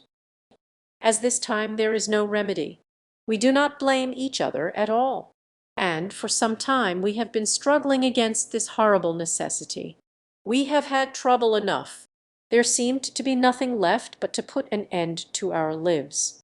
And if it had not been for my children, we should have done this. The question is, was George Sand blameless in the matter? It appears that she had discovered that her dear Jules was faithless to her, and that, during her absence, he had deceived her. She would not forgive him, but sent him off to Italy, and refused to see him again. The last of these letters is dated June 15, 1833. I shall make a parcel of a few of Jules' things that he left in the wardrobe, she says, and I will send them to you. I do not want anything to do with him when he comes back. And, according to the last words of the letter you showed me, his return may be soon. For a long time I have been very much hurt by the discoveries I made with regard to his conduct, and I could not feel anything else for him now but affectionate compassion. His pride, I hope, would refuse this. Make him clearly understand, if necessary, that there can never be anything more between us. If this hard task should not be necessary, that is, if Jules should himself understand that it could not be otherwise, spare him the sorrow of hearing that he has lost everything, even my respect. He must undoubtedly have lost his own self-esteem, so that he is punished enough. Thus ended this great passion. This was the first of George Sand's errors, and it certainly was an immense one. She had imagined that happiness reigns in students' rooms. She had counted on the passing fancy of a young man of good family, who had come to Paris to sow his wild oats, for giving her fresh zest, and for carving out for herself a fresh future. It was a most commonplace adventure, utterly destitute of psychology, and by its very bitterness it contrasted strangely with her elevated sentimental romance with Aurélien de Cise. That was the quintessence of refinement. All that is interesting about this second adventure is the proof that it gives us of George Sand's wonderful illusions, of the intensity of the mirage of which she was a dupe, and of which we have so many instances in her life. Baron Dudevant had tried conjugal life, and she had now tried free love. She had been unsuccessful in both instances. It is to these adventures, though, to these trials, errors and disappointments, that we owe the writer we are about to study. George Sand was now born to literature. A feminist of 1832, the first novels, and the question of marriage, when Baron Dudevant arrived in Paris in 1831. Her intention was to earn her living with her pen. She never really counted seriously on the income she might make by her talent. She arrived from her province with the intention of becoming a writer, like most authors who commence. She first tried journalism. On the 4th of March, she wrote as follows to the faithful Bokharin: "In the meantime I must live, and for the sake of that, I have taken up the worst of trades. I am writing articles for the Figaro. If only you knew what that means! They are paid for, though, at the rate of 7 francs a column." She evidently found it worth while to write for the Figaro, which at that time was quite a small newspaper, managed by Henry de Latouche, who also came from Berry.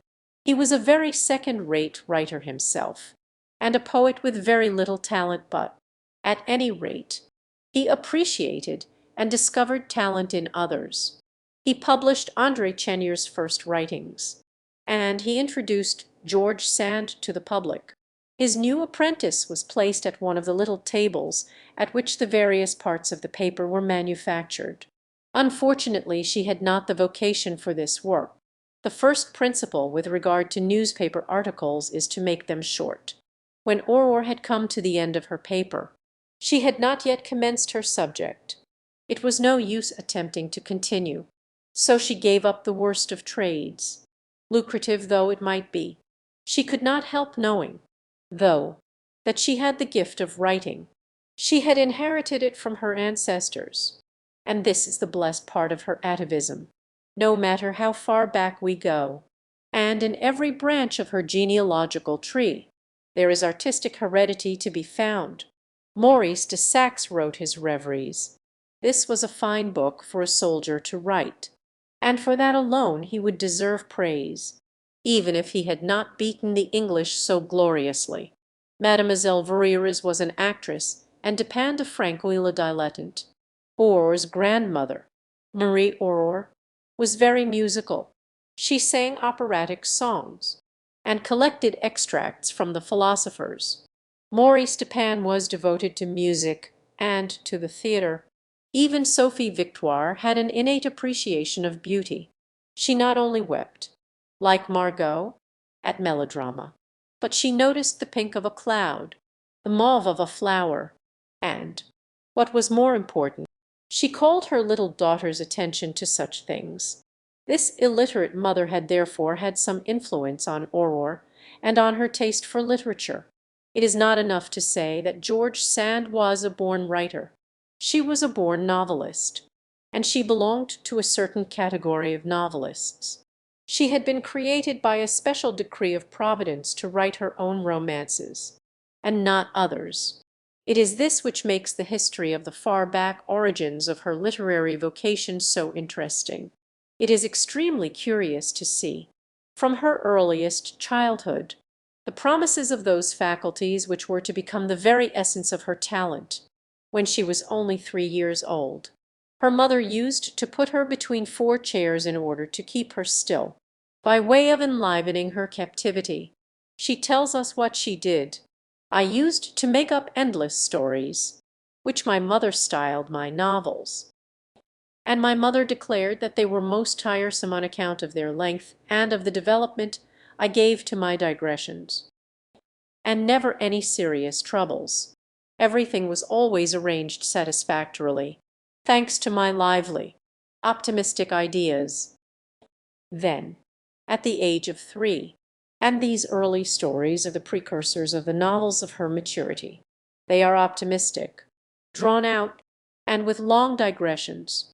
Something similar is told about Walter Scott. There is evidently a primordial instinct in those who are born story-tellers, and this urges them on to invent fine stories for amusing themselves. A little later on we have another phenomenon, almost as curious, with regard to Aurore. We are apt to wonder how certain descriptive writers proceed in order to give us pictures, the various features of which stand out in such intense relief that they appear absolutely real to us. George Sand tells us that when Berquin's stories were being read to her at Nohant, she used to sit in front of the fire, from which she was protected by an old green silk screen. She used gradually to lose the sense of the phrases, but pictures began to form themselves in front of her on the green screen. I saw woods, meadows, rivers, towns of strange and gigantic architecture. And I asked my mother whether she could see them. With hallucinations like these a writer can be picturesque. He has in front of him, although it may be between four walls, a complete landscape. He has only to follow the lines of it and to reproduce the colors. So that in painting imaginary landscapes he can paint them from nature, from this model that appears to him, as though by enchantment. He can, if he likes, count the leaves of the trees and listen to the sound of the growing grass. Still later on, vague religious or philosophical conceptions began to mingle with the fiction that Aurora always had in her mind. To her poetical life was added a moral life. She always had a romance going on, to which she was constantly adding another chapter. Like so many links in a never-ending chain, she now gave a hero to her romance, a hero whose name was Coram. He was her ideal, a man whom she had made her god, whilst blood was flowing freely on the altars of barbarous gods. On Coramb's altar life and liberty were given to a whole crowd of captive creatures, to a swallow, to a robin redbreast, and even to a sparrow. We see already in all this her tendency to put moral intentions into her romantic stories, to arrange her adventures in such a way that they should serve as examples for making mankind better. These were the novels, with a purpose, of her 12th year. Let us now study a striking contrast, by way of observing the first signs of vocation in two totally different novelists. In the beginning of Facino Cane, Balzac tells us an incident of the time when, as an aspiring writer, he lived in his attic in the Rue Lesdiguieres.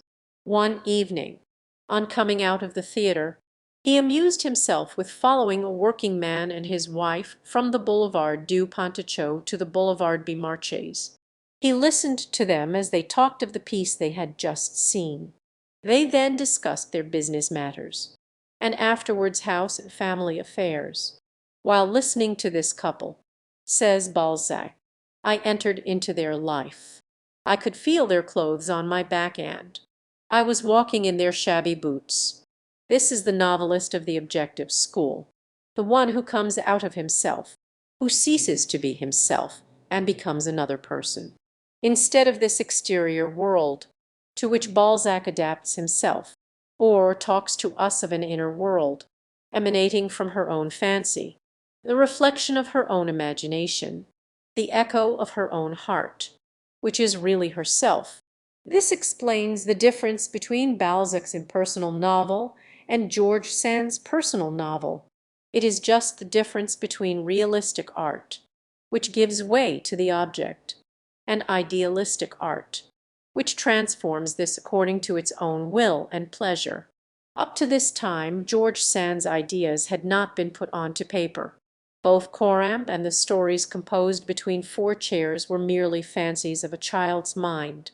Aurora soon began to write, though she had composed two novels while in the convent, one of which was religious and the other a pastoral story. She was wise enough to tear them both up. On leaving the convent she wrote another novel for Rene de Villeneuve, and this shared the same fate. In 1827 she wrote her Voyage en Auvergne, and in 1829 another novel. In her Histoire de ma vie she says of this, after reading it, I was convinced that it was of no value, but at the same time I was sure I could write a better one. And without feeling any fatigue, the ideas that were lying dormant in my mind were quickened and became connected, by my deductions. As I wrote, with my meditative life, I had observed a great deal, and had understood the various characters which fate had put in my way, so that I really knew enough of human nature to be able to depict it. She now had that facility, that abundance of matter, and that nonchalance which were such characteristic features of her writing. When George Sand began to publish, she had already written a great deal. Her literary formation was complete. We notice this same thing whenever we study the early work of a writer. Genius is revealed to us, perhaps with a sudden flash, but it has been making its way for a long time underground, so that what we take for a spontaneous burst of genius is nothing but the final effort of a sap. George Sand had to go through the inevitable period of feeling her way. We are glad to think that the first book she published was not written by herself alone, so that the responsibility of that execrable novel does not lie solely with her. On the 9th of March, 1831, George Sand wrote to Bokharin as follows: "Monstrosities are in vogue, so we must invent monstrosities. I am bringing forth a very pleasant one just at present." This was the novel written in collaboration with Sandy, which appeared under the signature of Jules Sand towards the end of 1831. It was entitled Rose et Blanche, La comédienne et la religieuse. It begins by a scene in a coach, rather like certain novels by Balzac, but accompanied by insignificant details in the worst taste imaginable. Two girls are travelling in the same coach. Rose is a young comedian, and Sister Blanche is about to become a nun. They separate at Tarbes, and the scene of the story is laid in the region of the Pyrenees, in Tarbes Auch, Neric, the lands, and finishes with the return to Paris. Rose, after an entertainment which is a veritable orgy, is handed over by her mother to a licentious young man. He is ashamed of himself, and, instead of leading Rose astray, he takes her to the convent of the Augustins, where she finds Sister Blanche once more. Sister Blanche has not yet pronounced her vows, and the proof of this is that she marries Horace. But what a wedding! As a matter of fact, Sister Blanche was formerly named Denise. She was the daughter of a seafaring man of Bordeaux, and was both pretty and foolish. She had been dishonoured by the young libertine whom she is now to marry. The memory of the past comes back to Blanche, and makes her live over again her life as Denise. In the meantime Rose had become a great singer. She now arrives, just in time to be present at her friend's deathbed. She enters the convent herself, and takes the place left vacant by Sister Blanche. The whole of this is absurd, and frequently very disagreeable. It is quite easy to distinguish the parts due to the two collaborators, and to see that George Sand wrote nearly all the book. There are the landscapes, Tarbes Auch, Neric, the lands, and a number of recollections of the famous journey to the Pyrenees and of her stay at Guillery with the Dudevant family. The convent of the Augustins in Paris, with its English nuns and its boarders belonging to the best families, is the one in which Aurore spent 3 years. The cloister can be recognized, the garden planted with chestnut trees, and the cell from which there was a view over the city. All her dreams seemed so near heaven there, for the rich, cloudy sky was so near, that most beautiful and ever-changing sky, perhaps the most beautiful in the world, of which we read in Rose et Blanche. But together with this romance of religious life is a libertine novel with stories of orgies, of a certain private house, and of very risky and unpleasant episodes. This is the collaborators' share in the work. The risky parts are Sandy's. Such, then, is this hybrid composition. It was, in reality, the monstrosity announced by George Sand. It had a certain success, but the person who was most severe in her judgment of it was Sophie Victoire, George Sand's mother, who had very prudish tastes in literature. This woman is perfectly delightful, and every time we come across her it is a fresh joy. Her daughter was obliged to make some excuse for herself, and this she did by stating that the work was not entirely her own. "I do not approve of a great deal of the nonsense," she writes, "and I only let certain things pass to please my publisher, who wanted something rather lively." She adds, "There is nothing of the kind in the book I am writing now, and I am using nothing of my collaborators in this, except his name. 1515 correspondence.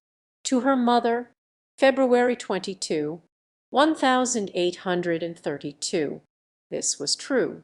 Jules Sand had had his day, and the book of which she now speaks was Indiana.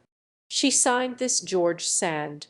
The unpublished correspondence with Emile Regnault, some fragments of which we have just read, contains a most interesting letter concerning the composition of Indiana.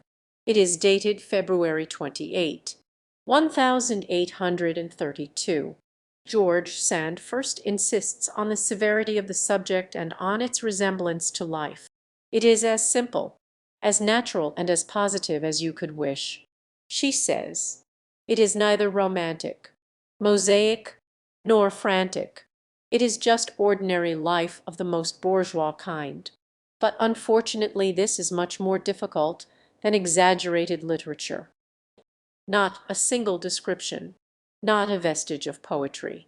There are no unexpected, extraordinary, or amazing situations, but merely 4 volumes on 4 characters, with only just these characters, that is, with hidden feelings, everyday thoughts, with friendship, love, selfishness, devotion, self-respect, persistency, melancholy, sorrow, ingratitude, disappointment, hope, and all the mixed-up medley of the human mind. Is it possible to write 4 volumes which will not bore people? I am afraid of boring people, of boring them as life itself does. And yet what is more interesting than the history of the heart? When it is a true history, the main thing is to write true history, and it is just that which is so difficult. We might ask whether what was natural in 1832 would be natural in 1910. That is not the question which concerns us, though. The important fact to note is that George Sand was no longer attempting to manufacture monstrosities. She was endeavoring to be true, and she wanted above everything else to present a character of woman. Nomi, this name was afterwards left to Sandy, who had used it in Mariana. George Sand changed it to that of Indiana is a typical woman, strong and weak, tired even by the weight of the air, but capable of holding up the sky, timid in everyday life, but daring in days of battle, shrewd and clever in seizing the loose threads of ordinary life, but silly and stupid in distinguishing her own interests when it is a question of her happiness, caring little for the world at large, but allowing herself to be duped by one man, but watching over that of the object of her choice, despising the vanities of the times as far as she is concerned, but allowing herself to be fascinated by the man who is full of these vanities. This, I believe, she says, is the usual woman, an extraordinary mixture of weakness and energy, of grandeur and of littleness, a being ever composed of 2 opposite natures, at times sublime and at times despicable, clever in deceiving and easily deceived herself. This novel, intended to present to us the modern woman, ought to be styled a feminist novel. It was also. As regards other points of view, Indiana appeared in May 1832, Valentine in 1833, and Jacques in 1834. In these 3 books I should like to show our present feminism, already armed, and introduced to us according to George Sand's early ideas. Indiana is the story of a woman who had made an unfortunate marriage. At the age of 19 she had married Colonel Delmar. Colonels were very much in vogue in those days, and the fact that he had attained that rank proves that he was much older than she was. Colonel Delmar was an honest, straightforward man in the pharisaical sense of the word. This simply means that he had never robbed or killed any one. He had no delicacy and no charm, and, fond as he was of his own authority, he was a domestic tyrant. Indiana was very unhappy between this execrable husband and a cousin of hers, Ralph, a man who is twice over English. In the first place, because his name is Brown, and then because he is phlegmatic. Ralph is delightful and most excellent, and it is on his account that she is insensible to the charms of Raymond de Ramirez, an elegant and distinguished young man who is a veritable lady killer. Space forbids us to go into all the episodes of this story, but the crisis is that Colonel Delmar is ruined, and his business affairs call him to the Isle of Bourbon. He intends to take Indiana with him, but she refuses to accompany him. She knows quite well that Raymond will do all he can to prevent her going. She hurries away to him, offers herself to him, and volunteers to remain with him always. It is unnecessary to give Raymond's reply to this charming proposal. Poor Indiana receives a very wet blanket on a cold winter's night. She therefore starts for the Isle of Bourbon, and, some time after her arrival there, she gets a letter from Raymond which makes her think that he is very unhappy. She accordingly hastens back to him, but is received by the young wife whom Raymond has just married. It is a very brilliant marriage, and Raymond could not have hoped for anything more satisfactory. Poor Indiana, the Seine, however, is quite near, and she throws herself into it. This was quite safe, as Ralph was there to fish her out again. Ralph was always at hand. He is her appointed rescuer, her Newfoundland dog, in the country or in the town, on terra firma or on the boat which takes Indiana to the Isle of Bourbon. We always see Ralph turn up, phlegmatic as usual. Unnecessary to say that Ralph is in love with Indiana. His apparent calmness is put on purposely. It is the snowy covering under which a volcano is burning. His awkward and unprepossessing appearance conceals an exquisite soul. Ralph brings Indiana good news. Colonel Delmar is dead, so that she is free. What will she do now with her liberty? After due deliberation, Ralph and Indiana decide to commit suicide, but they have to agree about the kind of death they will die. Ralph considers that this is a matter of certain importance. He does not care to kill himself in Paris. There are too many people about, so that there is no tranquillity. The Isle of Bourbon seems to him a pleasant place for a suicide. There was a magnificent horizon there. Then, too, there was a precipice and a waterfall. But the couple set out nevertheless for the Isle of Bourbon in search of a propitious waterfall. A sea voyage, under such circumstances, would be an excellent preparation. When once there, they carry out their plans, and Ralph gives his beloved wise advice at the last moment. She must not jump from the side, as that would be bad. Throw yourself into the white line that the waterfall makes.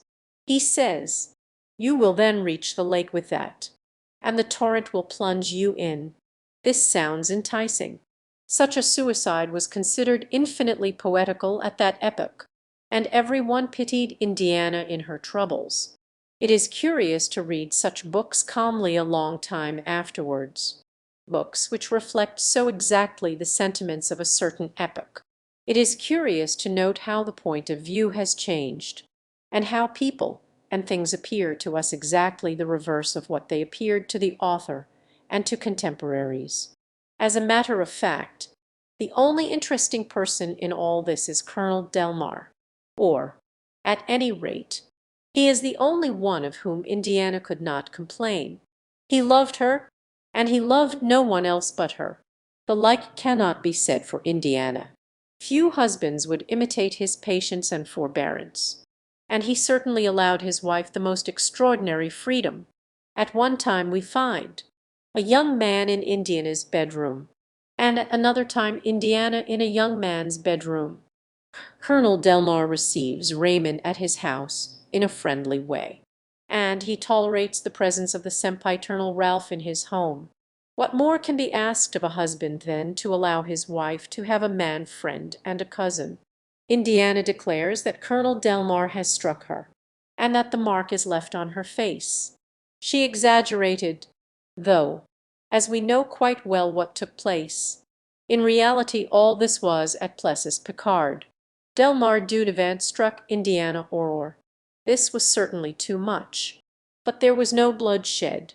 As to the other personage, Raymond is a wretched little rascal, who was first the lover of Indiana's maid.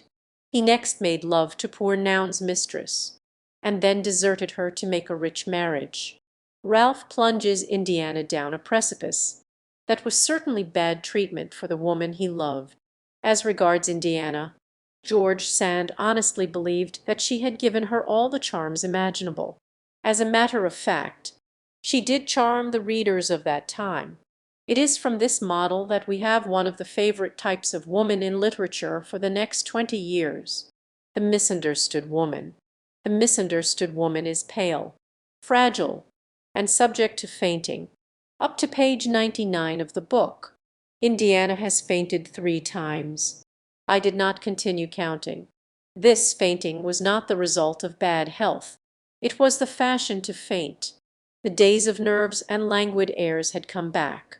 The women whose grandmothers had walked so firmly to the scaffold, and whose mothers had listened bravely to the firing of the cannon under the Empire, were now depressed and tearful. Like so many plaintive elegies, it was just a matter of fashion. The misunderstood woman was supposed to be unhappy with her husband, but she would not have been any happier with another man. Indiana does not find fault with Colonel Delmar for being the husband that he is, but simply for being the husband. She did not love her husband, for the mere reason, perhaps, that she was told it was her duty to love him, and that it had become her second nature, a principle and a law of her conscience, to resist inwardly all moral constraint. She affected a most irritating gentleness, an exasperating submissiveness. When she put on her superior, resigned airs, it was enough to unhinge an angel. Besides, what was there to complain about? And why should she not accommodate herself to conditions of existence with which so many others fall in? She must not be compared to others, though she is eminently a distinguished woman, and she asks without shrinking, "Do you know what it means to love a woman such as I am?" In her long silences and her persistent melancholy, she is no doubt thinking of the love appropriate to a woman such as she is. That is why the one in question took refuge in her homesick sorrow. All this is what people will not understand. Instead of rising to such sublimities, or of being lost in fogs, they judge from mere facts, and on coming across a young wife, dark young man to a husband, who is turning gray, they are apt to conclude, well, this is not the first time we have met with a similar case. It is hardly worth while making such a fuss about a young plague of a woman who wants to go to the bad. It would be very unjust, though, not to recognize that Indiana is a most remarkable novel. There is a certain relief in the various characters. Colonel Delmar, Raymond, Ralph, and Indiana. We ought to question the husbands who married wives belonging to the race of misunderstood women brought into vogue by Indiana. Valentine, too, is the story of a woman unhappily married. This time the chief role is given to the lover, and not to the woman, instead of the misunderstood woman, though we have the typical frenzied lover, created by the romantic school. Louise Valentine de Raimbolt is about to marry Norbert Evarist de Lancec, when suddenly this young person, who is accustomed to going about in the country round and to the village fêtes, falls in love with the nephew of one of her farmers. The young man's name is Benedict, and he is a peasant who has had some education. His mentality is probably that of a present-day elementary school teacher. Valentine cannot resist him, although we are told that Benedict is not very handsome. It is his soul which Valentine loves in him. Benedict knows very well that he cannot marry Valentine, but he can cause her a great deal of annoyance by way of proving his love. On the night of the wedding he is in the nuptial chamber, from which the author has taken care to banish the husband for the time being. Benedict watches over the slumber of the woman he loves, and leaves her an epistle in which he declares that, after hesitating whether he should kill her husband, her, or himself, or whether he should kill all three, or only select two of the three, and after adopting in turn each of these combinations, he has decided to only kill himself. He is found in a ditch in a terrible plight. But we are by no means rid of him. Benedict is not dead, and he has a great deal of harm to do yet.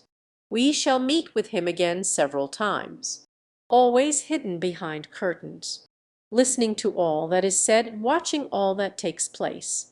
At the right moment he comes out with his pistol in his hand. The husband is away during all this time. No one troubles about him, though he is a bad husband, or rather he is a husband, and Benedict has nothing to fear as far as he is concerned. But one day a peasant, who does not like the looks of Benedict, attacks him with his pitchfork and puts an end to this valuable life. The question arises, by what right Benedict disturbs Valentine's tranquillity? The answer is by the right of his passion for her. He has an income of about £20 a year. It would be impossible for him to marry on that. What has he to offer to the woman whose peace of mind he disturbs and whose position he ruins? He offers himself. Surely that should be enough. Then, too, it is impossible to reason with individuals of his temperament. We have only to look at him, with his sickly pallor and the restless light in his eyes. We have only to listen to the sound of his voice and his excited speeches. At times he goes in for wild declamation, and immediately afterwards for cold irony and sarcasm. He is always talking of death. When he attempts to shoot himself he always misses. But when Adele Derby resists him, at the time he has taken the name of Antony, he kills her. He is therefore a dangerous madman. We now have two fresh personages for novels, the misunderstood woman and the frenzied lover. It is a pity they do not marry each other, and so rid us of them. We must not lose sight, though, of the fact that, contestable as Valentine certainly is as a novel of passion, there is a pastoral novel of the highest order contained in this book. The setting of the story is delightful. George Sand has placed the scene in that black valley which she knew so well, and loved so dearly. It is the first of her novels in which she celebrates her birthplace. There are walks along the country pathways, long meditations at night, village weddings and fêtes. All the poetry and all the picturesqueness of the country transform and embellish the story. In Jacques we have the history of a man unhappily married, and this, through the reciprocity which is inevitable under the circumstances, is another story of a woman unhappily married, at the age of 35, after a stormy existence, in which years count double. Jacques marries Fernand, a woman much younger than he is. After a few unhappy months he sees the first clouds appearing in his horizon. He sends for his sister Sylvia to come and live with himself and his wife. Sylvia, like Jacques, is an exceptional individual. She is proud, haughty, and reserved. It can readily be imagined that the presence of this Pythons does not tend to restore the confidence which has become somewhat shaken between the husband and wife. A young man named Octave, who was at first attracted by Sylvia, soon begins to prefer Fernand, who is not a romantic, ironical and sarcastic woman like her sister-in-law. He fancies that he should be very happy with the gentle Fernand. Jacques discovers that Octave and his wife are in love with each other. There are various alternatives for him. He can dismiss his rival, kill him, or merely pardon him. Each alternative is a very ordinary way out of the difficulty, and Jacques cannot resign himself to anything ordinary. He therefore asks his wife's lover whether he really cares for his wife, whether he is in earnest, and also whether this attachment will be durable. Quite satisfied with the result of this examination, he leaves Fernand to Octave. He then disappears and kills himself, but he takes all necessary precautions to avert the suspicion of suicide, in order not to sadden Octave and Fernand in their happiness. He had not been able to keep his wife's love, but he does not wish to be the jailer of the woman who no longer loves him. Fernand has a right to happiness and, as he has not been able to ensure that happiness, he must give place to another man, it is a case of suicide as a duty. There are instances when a husband should know that it is his duty to disappear. George Sand has a great admiration for such characters.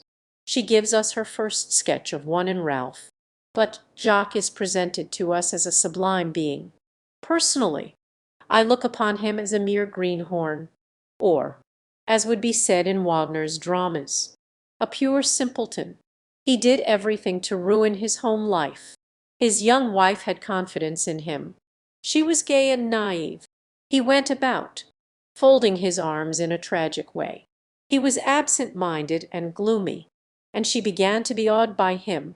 One day, when, in her sorrow for having displeased him, she flung herself on her knees, sobbing, instead of lifting her up tenderly, he broke away from her caresses, telling her furiously to get up and never to behave in such a way again in his presence.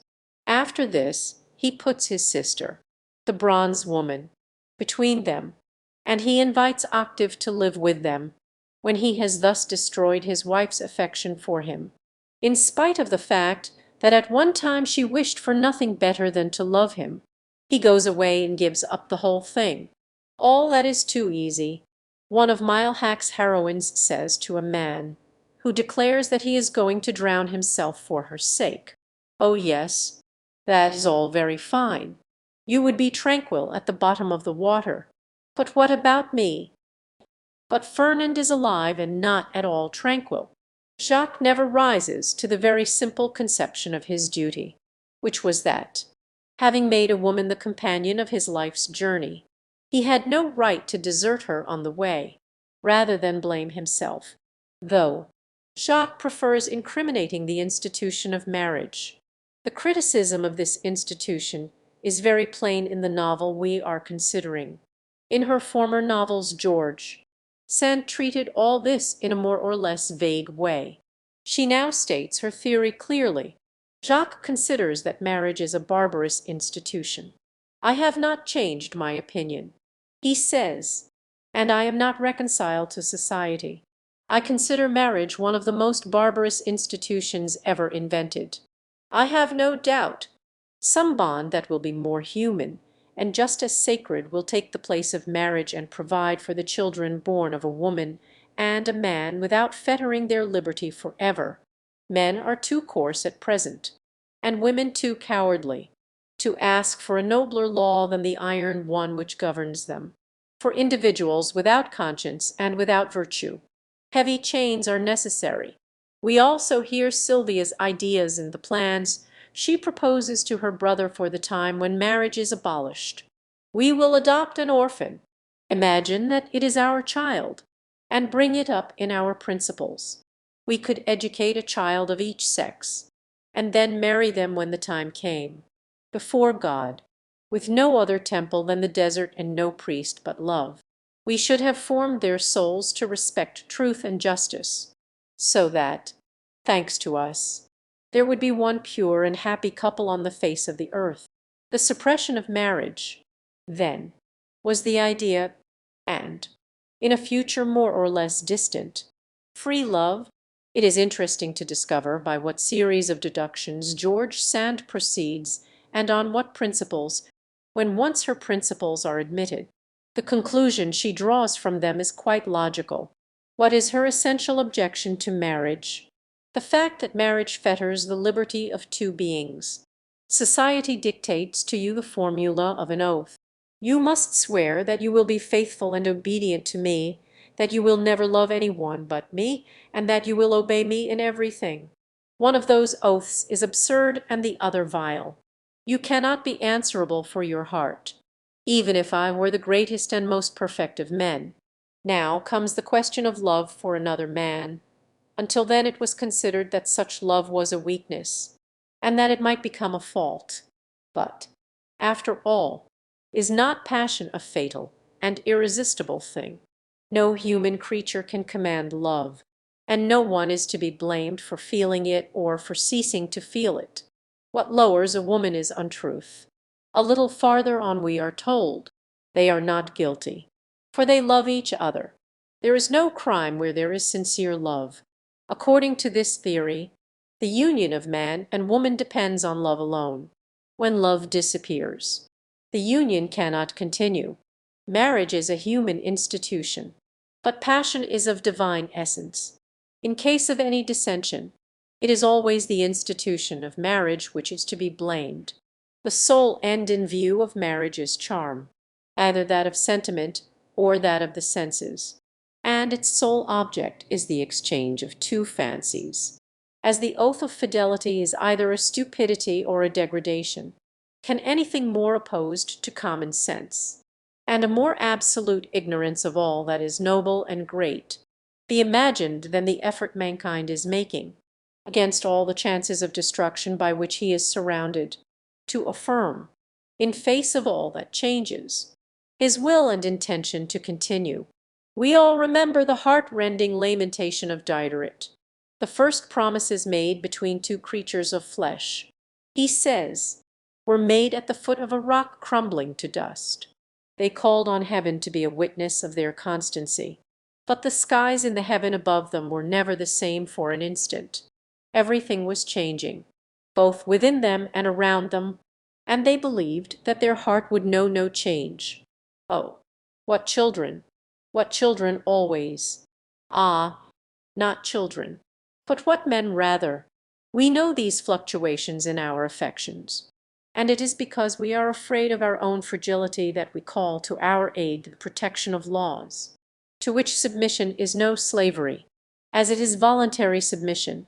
Nature does not know these laws, but it is by them that we distinguish ourselves from nature and that we rise above it. The rock on which we tread crumbles to dust.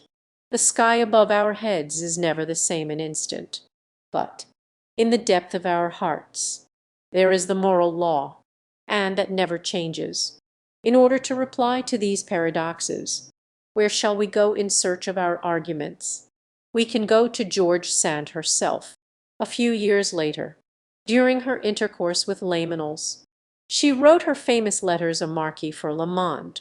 She addresses herself to an imaginary correspondent, to a woman supposed to be suffering from that agitation and impatience which she had experienced herself. "You are sad," says George Sand to her, "you are suffering, and you are bored to death." We will now take note of some of the advice she gives to this woman. She no longer believes that it belongs to human dignity to have the liberty of changing. The one thing to which man aspires, the thing which makes him great, is permanence in the moral state, all which tends to give stability to our desires, to strengthen the human will and affections, tends to bring about the reign of God on earth, which means love and the practice of truth. She then speaks of vain dreams. Should we even have time to think about the impossible if we did all that is necessary? Should we despair ourselves if we were to restore hope in those people who have nothing left them but hope? With regard to feminist claims, she says, women are crying out that they are slaves. Let them wait until men are free. There is no doubt that women have certain rights, and that they are suffering injustice. They ought to lay claim to a better future, to a wise independence, to a greater participation in knowledge, and to more respect, interest, and esteem from men. This future, though, is in their own hands. This is wisdom itself. It would be impossible to put it more clearly, and to warn women in a better way, that the greatest danger for their cause would be the triumph of what is called by an ironical term feminism. These retractions, though, have very little effect. There is a certain piquancy in showing up an author who is in contradiction with himself, in showing how he refutes his own paradoxes. But these are striking paradoxes which are not readily forgotten. What I want to show is that in these first novels by George Sand we have about the whole of the feminist program of today. Everything is there. The right to happiness, the necessity of reforming marriage, the institution, in a more or less near future, of free unions. Our feminists of today, French, English, or Norwegian authoresses, and Thoricians like Ellen Key, with her book on love and marriage. All these rebels have invented nothing. They have done nothing but take up once more the theories of the great feminist of 1832, and expose them with less lyricism, but with more cynicism. George Sand protested against the accusation of having aimed at attacking institutions in her feminist novels. She was wrong in protesting, as it is just this which gives her novels their value and significance. It is this which dates them, and which explains the enormous force of expansion that they have had. They came just after the July Revolution, and we must certainly consider them as one of the results of that. A throne had just been overturned, and, by way of pastime, churches were being pillaged and an archbishop's palace had been sackaged. Literature was also attempting an insurrection. By way of diversion, for a long time it had been feeding the revolutionary ferment which it had received from Romanticism. Romanticism had demanded the freedom of the individual, and the writers at the head of this movement were Chateaubriand, Victor Hugo, and Dumas. They claimed this freedom for Rene, for Herman, and for Antony, who were men. An example had been given, and women meant to take advantage of it. Women now began their revolution, under all these influences, and in the particular atmosphere now created. The matrimonial mishap of Bar and Dudevant appeared to her of considerable importance. She exaggerated and magnified it until it became of social value, taking this private mishap as her basis. She puts into each of her heroines something of herself. This explains the passionate tone of the whole story, and this passion could not fail to be contagious for the women who read her stories, and who recognized in the novelist's cause their own cause and the cause of all women. This, then, is the novelty in George Sand's way of presenting feminist grievances. She had not invented these grievances. They were already contained in Madame de Staël's books, and I have not forgotten her. Delphine and Corinne, though, were women of genius, and presented to us as such, in order to be pitied by Madame de Staël. It was absolutely necessary to be a woman of genius for a woman to be defended by George Sand. It was only necessary that she should not love her husband, and this was a much more general thing. George Sand had brought feminism within the reach of all women. This is the characteristic of these novels, the eloquence of which cannot be denied. They are novels for the vulgarization of the feminist theory. If the romantic escapade, the Venice adventure, George Sand did not have to wait long for success. She won fame with her first book. With her second one she became rich, or what she considered rich. She tells us that she sold it for £160.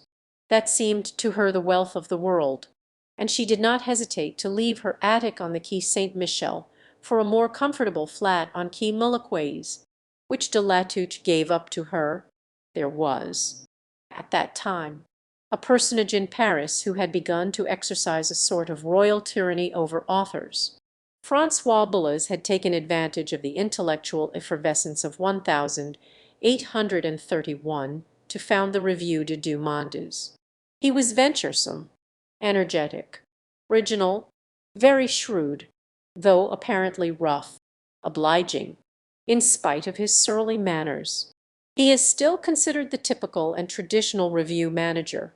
He certainly possessed the first quality necessary for this function. He discovered talented writers, and he also knew how to draw from them and squeeze out of them all the literature they contained. Tremendously headstrong, he has been known to keep a contributor under lock and key until his article was finished. Authors abused him, and then came back to him again.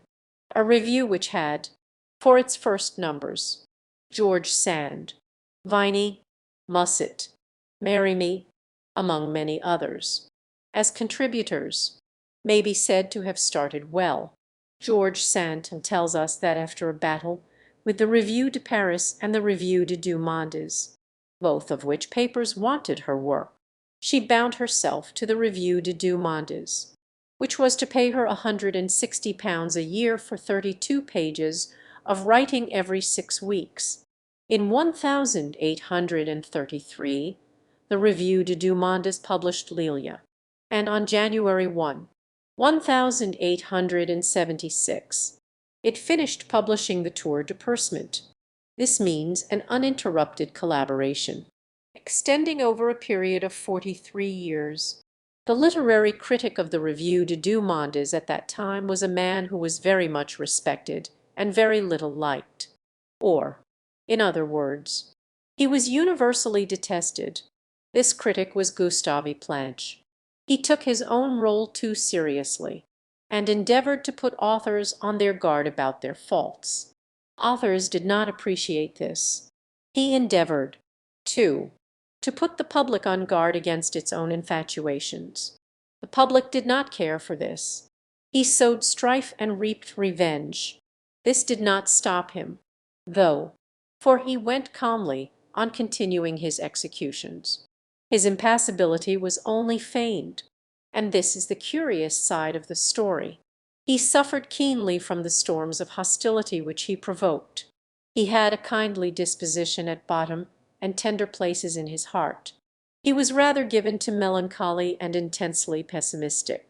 To relieve his sadness, he gave himself up to hard work, and he was thoroughly devoted to art. In order to comprehend this portrait and to see its resemblance, we, who knew our great Brunetier, have only to think of him.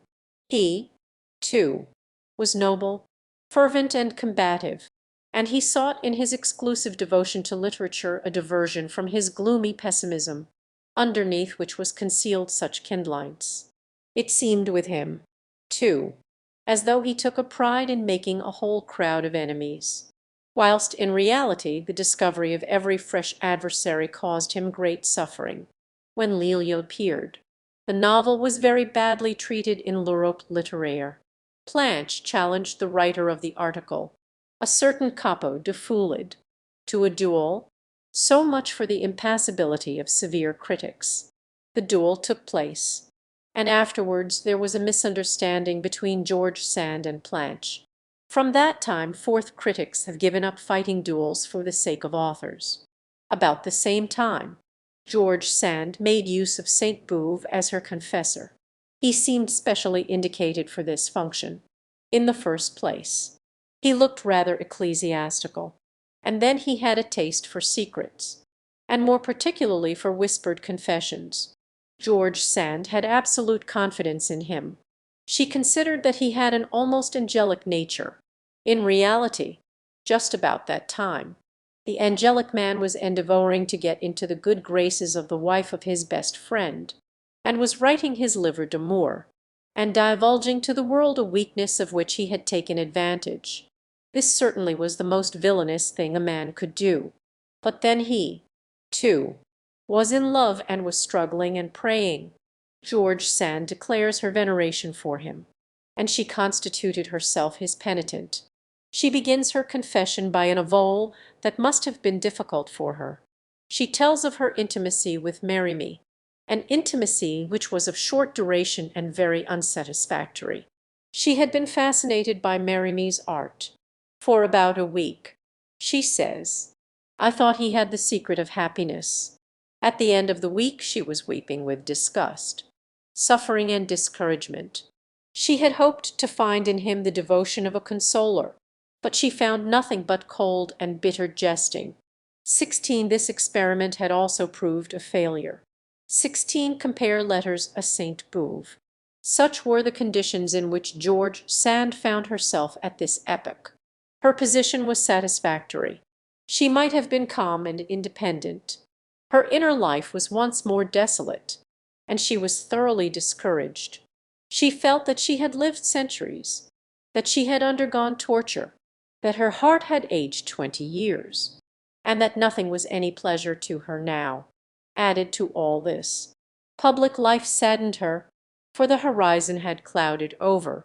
The boundless hopes and the enthusiasm of 1831 were things of the past. The Republic, as it was dreamed of in July, she writes, has ended in the massacres of Warsaw and in the Holocaust of the St. Mary cloister. The cholera has just been raging. St. Simonism has fallen through before it had settled the great question of love. 1717 Histoire de ma vie. Depression had come after over-excitement. This is a phenomenon frequently seen immediately after political convulsions. It might be called the perpetual failure of revolutionary promises. It was under all these influences that George Sand wrote Lelia. She finished it in July, and it appeared in August. 1833. It is absolutely impossible to give an analysis of Lelia. There really is no subject. The personages are not beings of flesh and blood. They are allegories strolling about in the garden of abstractions. Lelia is a woman who has had her trials in life. She has loved and been disappointed, so that she can no longer love at all. She reduces the gentle poet Stennio to despair. He is much younger than she is, and he has faith in life and in love. His ingenuous soul begins to wither and to lose its freshness, thanks to the skepticism of the beautiful, disdainful, ironical, and world-weary Lelia. This strange person has a sister Pulcheri, a celebrated courtesan, whose insolent sensuality is a set-off to the other one's mournful complaints. We have here the opposition of intelligence and of the flesh, of mind and matter. Then comes Magnus, the priest, who has lost his faith, and for whom Lelia is a temptation. And after him we have Trenmer, Lelia's great friend. Trenmer, the sublime convict. As a young man he had been handsome. He had loved and been young. He had known what it was to be only 20 years of age. The only thing was, he had known this at the age of 16.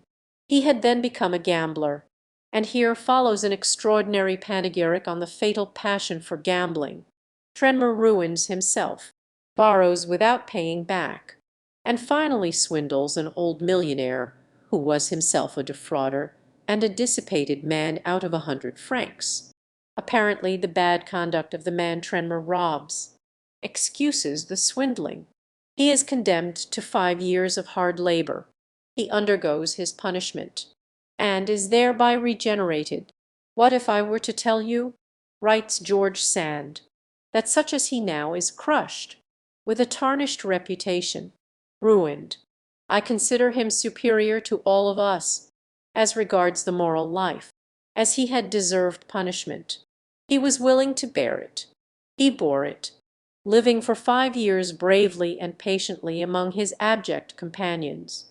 He has come back to us out of that abominable sewer holding his head up, calm, purified, pale as you see him, but handsome still, like a creature sent by God. We all know how dear convicts are to the hearts of romantic people. There is no need for me to remind you how they have come to us recently, encircled with halos of suffering and of purity. We all remember Dostoevsky's Crime and Punishment and Tolstoy's Resurrection. When the virtue of expiation and the religion of human suffering came to us from Russia, we should have greeted them as old acquaintances. If certain essential works in our own literature, of which these books are the issue, had not been unknown to us. The last part of the novel is devoted to Stennio, hurt by Lelia's disdain, which has thrown him into the arms of her sister Pulcheri. He gives himself up to debauch. We find him at a veritable orgy in Pulcheri's house. Later on he is in a monastery at Camaldules, talking to Trenmer and Magnus. In such books we must never be astonished. Addressed to Don Juan, whom he regrets to have taken as his model. The poor young man of course commits suicide. He chooses drowning as the author evidently prefers that mode of suicide. Lelia arrives in time to kneel down by the corpse of the young man who has been her victim. Magnus then appears on the scene, exactly at the right moment, to strangle Lelia. Pious hands prepare Lelia and Stenio for their burial. They are united and yet separated up to their very death. The summing up we have given is the original version of Lelia.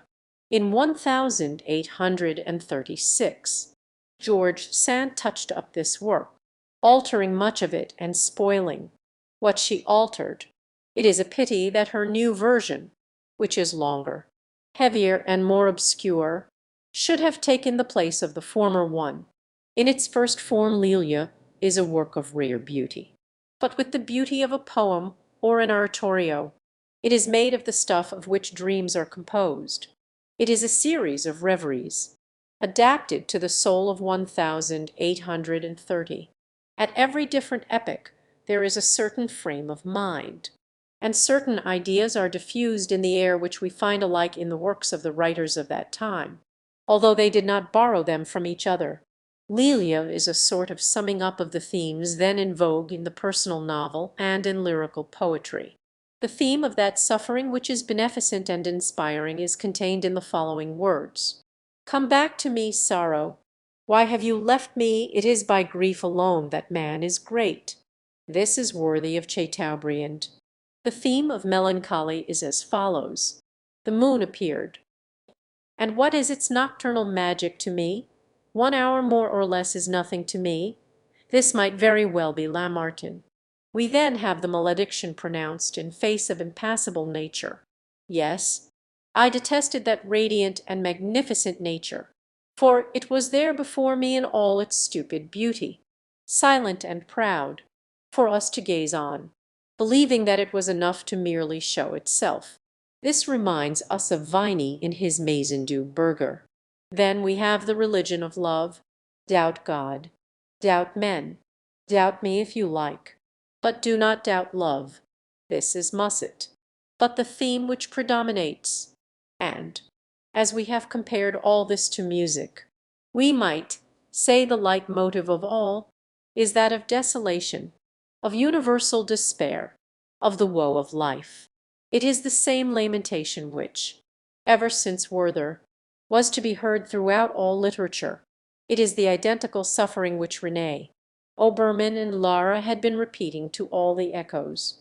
The elements of it were the same, pride which prevents us from adapting ourselves to the conditions of universal life, an abuse of self-analysis which opens up our wounds again and makes them bleed, the wild imagination which presents to our eyes the deceptive mirage of promised lands from which we are ever exiles. Lelia personifies, in her turn, the mal du siècle. Stenio reproaches her with only singing grief and doubt.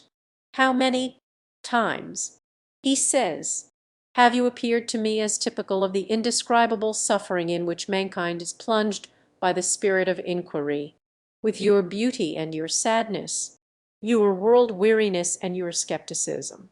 Do you not personify the excess of grief produced by the abuse of thought? He then adds, there is a great deal of pride in this grief. Lelia. It was undoubtedly a malady, for Lelia had no reason to complain of life any more than her brothers in despair. It is simply that the general conditions of life which all people have to accept seem painful to them.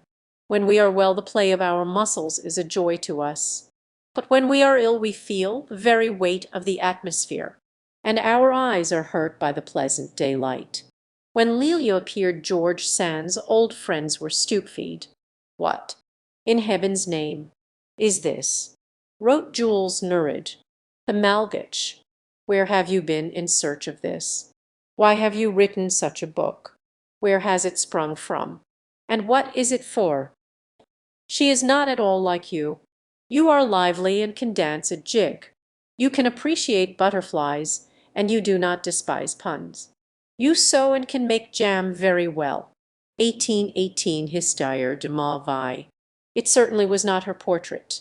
She was healthy and believed in life, in the goodness of things and in the future of humanity, just as Victor Hugo and Dumas per, those other forces of nature, did. At about the same time, a soul foreign to her own had entered into her, and it was the romantic soul, with the magnificent power of receptivity which she possessed. George Sand welcomed all the winds which came to her from the four quarters of romanticism. She sent them back with unheard of fullness, sonorous depth and wealth of orchestration. From that time forth a woman's voice could be heard, added to all the masculine voices which railed against life. And the woman's voice dominated them all. In George Sand's psychological evolution, Lelia is just this, the beginning of the invasion of her soul by romanticism. It was a borrowed individuality, undoubtedly, but it was not something to be put on and off at will like a mask. It adhered to the skin. It was all very fine for George Sand to say to Sainte Beuve, "Do not confuse the man himself with the suffering, and do not believe in all my satanical airs. I assure you," and the confessor was quite right in his surmises, the crisis of romanticism had commenced. It was to take an acute form and to reach its paroxysm during the Venice escapade. It is from this point of view that we will study the famous episode, which has already been studied by so many other writers. No subject, perhaps, has excited the curiosity of readers like this one, and always without satisfying that curiosity. A library could be formed of the books devoted to this subject, written within the last 10 years. Monsieur Roqueblave, Monsieur Maurice Cloward, Dr. Cobbens, Monsieur Mariton, the enthusiastic Spolberg de Lovenjoul, and Monsieur de Cory have all given us their contributions to the debate. 19 thanks to them. We have the complete correspondence of George Sand and Musset, the diary of George Sand and Pagello's diary, 19 consult. Roqueblave, La fin d'une légende. Maurice Cloward, Documents inédits sur de Musset, Dr. Cobbens. Musset et le Dr. Pagello. Paul Mariton, Un histoire d'amour. Vicomte Spolberg de Lovenjoul, La vraie histoire d'elle et lui. De Cory, Letters de George Sand et Musset. With the aid of all these documents, Monsieur Charles Maurras has written a book entitled Les Amants de Venus. It is the work of a psychologist and of an artist. The only fault I have to find with it is that the author of it seems to see calculation and artifice everywhere, and not to believe sufficiently in sincerity. We must not forget, either, that as early as the year 1893, all that is essential had been told us by that shrewd writer and admirable woman, Arved Borin. The chapter which she devotes to the Venice episode, in her biography of Alfred de Musset, is more clear and simple, and at the same time deeper than anything that had yet been written. It is a subject that has been given up to the curiosity of people and to their disputes. The strange part is the zeal which at once animates every one who takes part in this controversy. The very atmosphere seems to be impregnated with strife, and those interested become, at once, the partisans of George Sand or the partisans of Musset. The two parties only agree on one point, and that is to throw all the blame on the client favored by their adversary. I must confess that I cannot take a passionate interest in a discussion, the subject of which we cannot properly judge. According to Mussetistus, it was thanks to George Sand that the young poet was reduced to the despair which drove him to debauchery. On the other hand, if we are to believe the Sandistus, George Sand's one idea in interesting herself in Musset was to rescue him from debauchery and convert him to a better life. I listen to all such pious interpretations, but I prefer others for myself. I prefer seeing the physiognomy of each of the two lovers standing out, as it does, in powerful relief. It is the custom, too, to pity these two unfortunates, who suffered so much. At the risk of being taken for a very heartless man, I must own that I do not pity them much. The two lovers wished for this suffering. They wanted to experience the incomparable sensations of it, and they got enjoyment and profit from this. They knew that they were working for posterity. Posterity will repeat our names like those of the immortal lovers whose two names are only one at present. Like Romeo and Juliet, like Heloise and Abelard, people will never speak of one of us without speaking of the other. Juliet died at the age of 15 and Heloise entered a convent. The Venice lovers did not have to pay for their celebrity as dearly as that. They wanted to give an example, to light a torch on the road of humanity. People shall know my story, writes George Sand. I will write it. Et nunc erudimini. Let us see for ourselves, and learn. Their liaison dates from August 1833. George Sand was 29 years of age. It was the time of her greatest charm. We must try to imagine the enchantress as she then was. She was not tall, and she was delightfully slender, with an extraordinary-looking face of dark, warm coloring. Her thick hair was very dark, and her large eyes, haunted Musset for years after. Haute moi, memoire impertun. Haute moi, says UQG voice Tugers. He writes, and this woman, who could have been loved passionately, merely for her charm as a woman, was a celebrity. She was a woman of genius. Alfred de Musset was 23 years old. He was elegant, witty, a flirt, and when he liked he could be irresistible. He had won his reputation by that explosion of gaiety and imagination, Les Contes d'Espagne Eldatal. He had written some fine poetry, dreamy, disturbing, and daring. He had also given Les Caprices de Marianne, in which he figures twice over himself, for he was both Octave the skeptic, the disillusioned man, and Collio, the affectionate, candid Collio. He imagined himself Rolla. It was he, and he alone, who should have been styled the sublime boy, and so here they both are. We might call them Lelia and Stenio, but Lelia was written before the Venice adventure. She was not the reflection of it, but rather the presentiment. This is worthy of notice, but not at all surprising. Literature sometimes imitates reality, but how much more often reality is modelled on literature. It was as though George Sand had foreseen her destiny, for she had feared to meet Musset. On the 11th of March, she writes as follows to Sainte Beuve. On second thoughts, I do not want you to bring Alfred de Musset. He is a great dandy. We should not suit each other, and I was really more curious to see him than interested in him. A little later on, though, at a dinner at the Frères Provença, to which Boulez invited his collaborators, George Sand found herself next Alfred de Musset. She invited him to call on her, and when Lelia was published, with the following dedication written in the first volume, a Monsieur Mongamin Dallard, and in the second volume, a Monsieur le Vicomte Alred de Musset. Homage respectu de son devout serviteur George Sand. Musset replied by giving his opinion of the new book. Among the letters which followed, there is one that begins with these words: "My dear George, I have something silly and ridiculous to tell you. I am foolishly writing, instead of telling you, as I ought to have done, after our walk. I am heartbroken tonight that I did not tell you. You will laugh at me, and you will take me for a man who simply talks nonsense. You will show me the door, and fancy that I am not speaking the truth."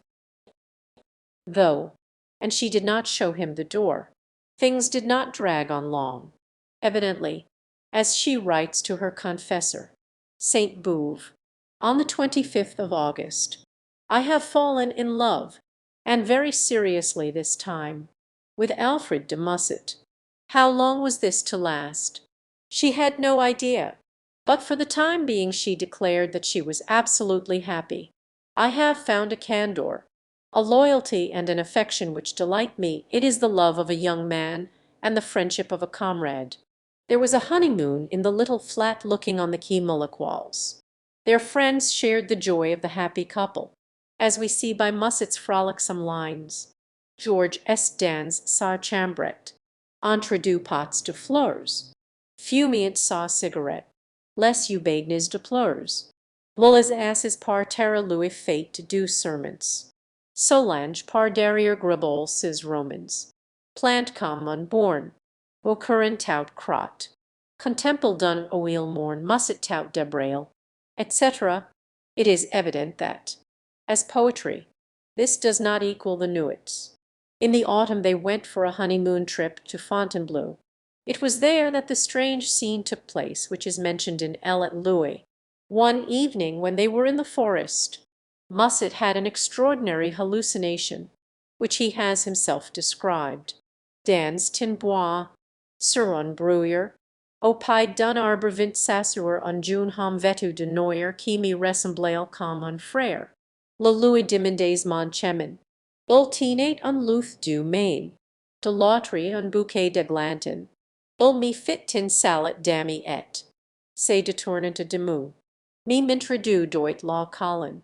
He really saw this double, dressed in black, which was to visit him again later on.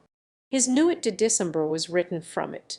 They now wanted to see Italy together. Musset had already written on Venice. He now wanted to go there. Madame de Musset objected to this. But George Sand promised so sincerely that she would be a mother to the young man that finally his own mother gave her consent. On the evening of December 12, 1833, Paul de Musset accompanied the two travellers to the mail coach. On the boat from Lyons to Avignon they met with a big, intelligent-looking man. This was Biles Stendhal, who was then consul at Civitavecchia. He was on his way to his post. They enjoyed his lively conversation, although he made fun of their illusions about Italy and the Italian character. He made fun, though, of everything and of every one, and they felt that he was only being witty and trying to appear unkind. At dinner he drank too much, and finished by dancing round the table in his great fur-lined boots. Later on he gave them some specimens of his obscene conversation, so that they were glad to continue their journey without him.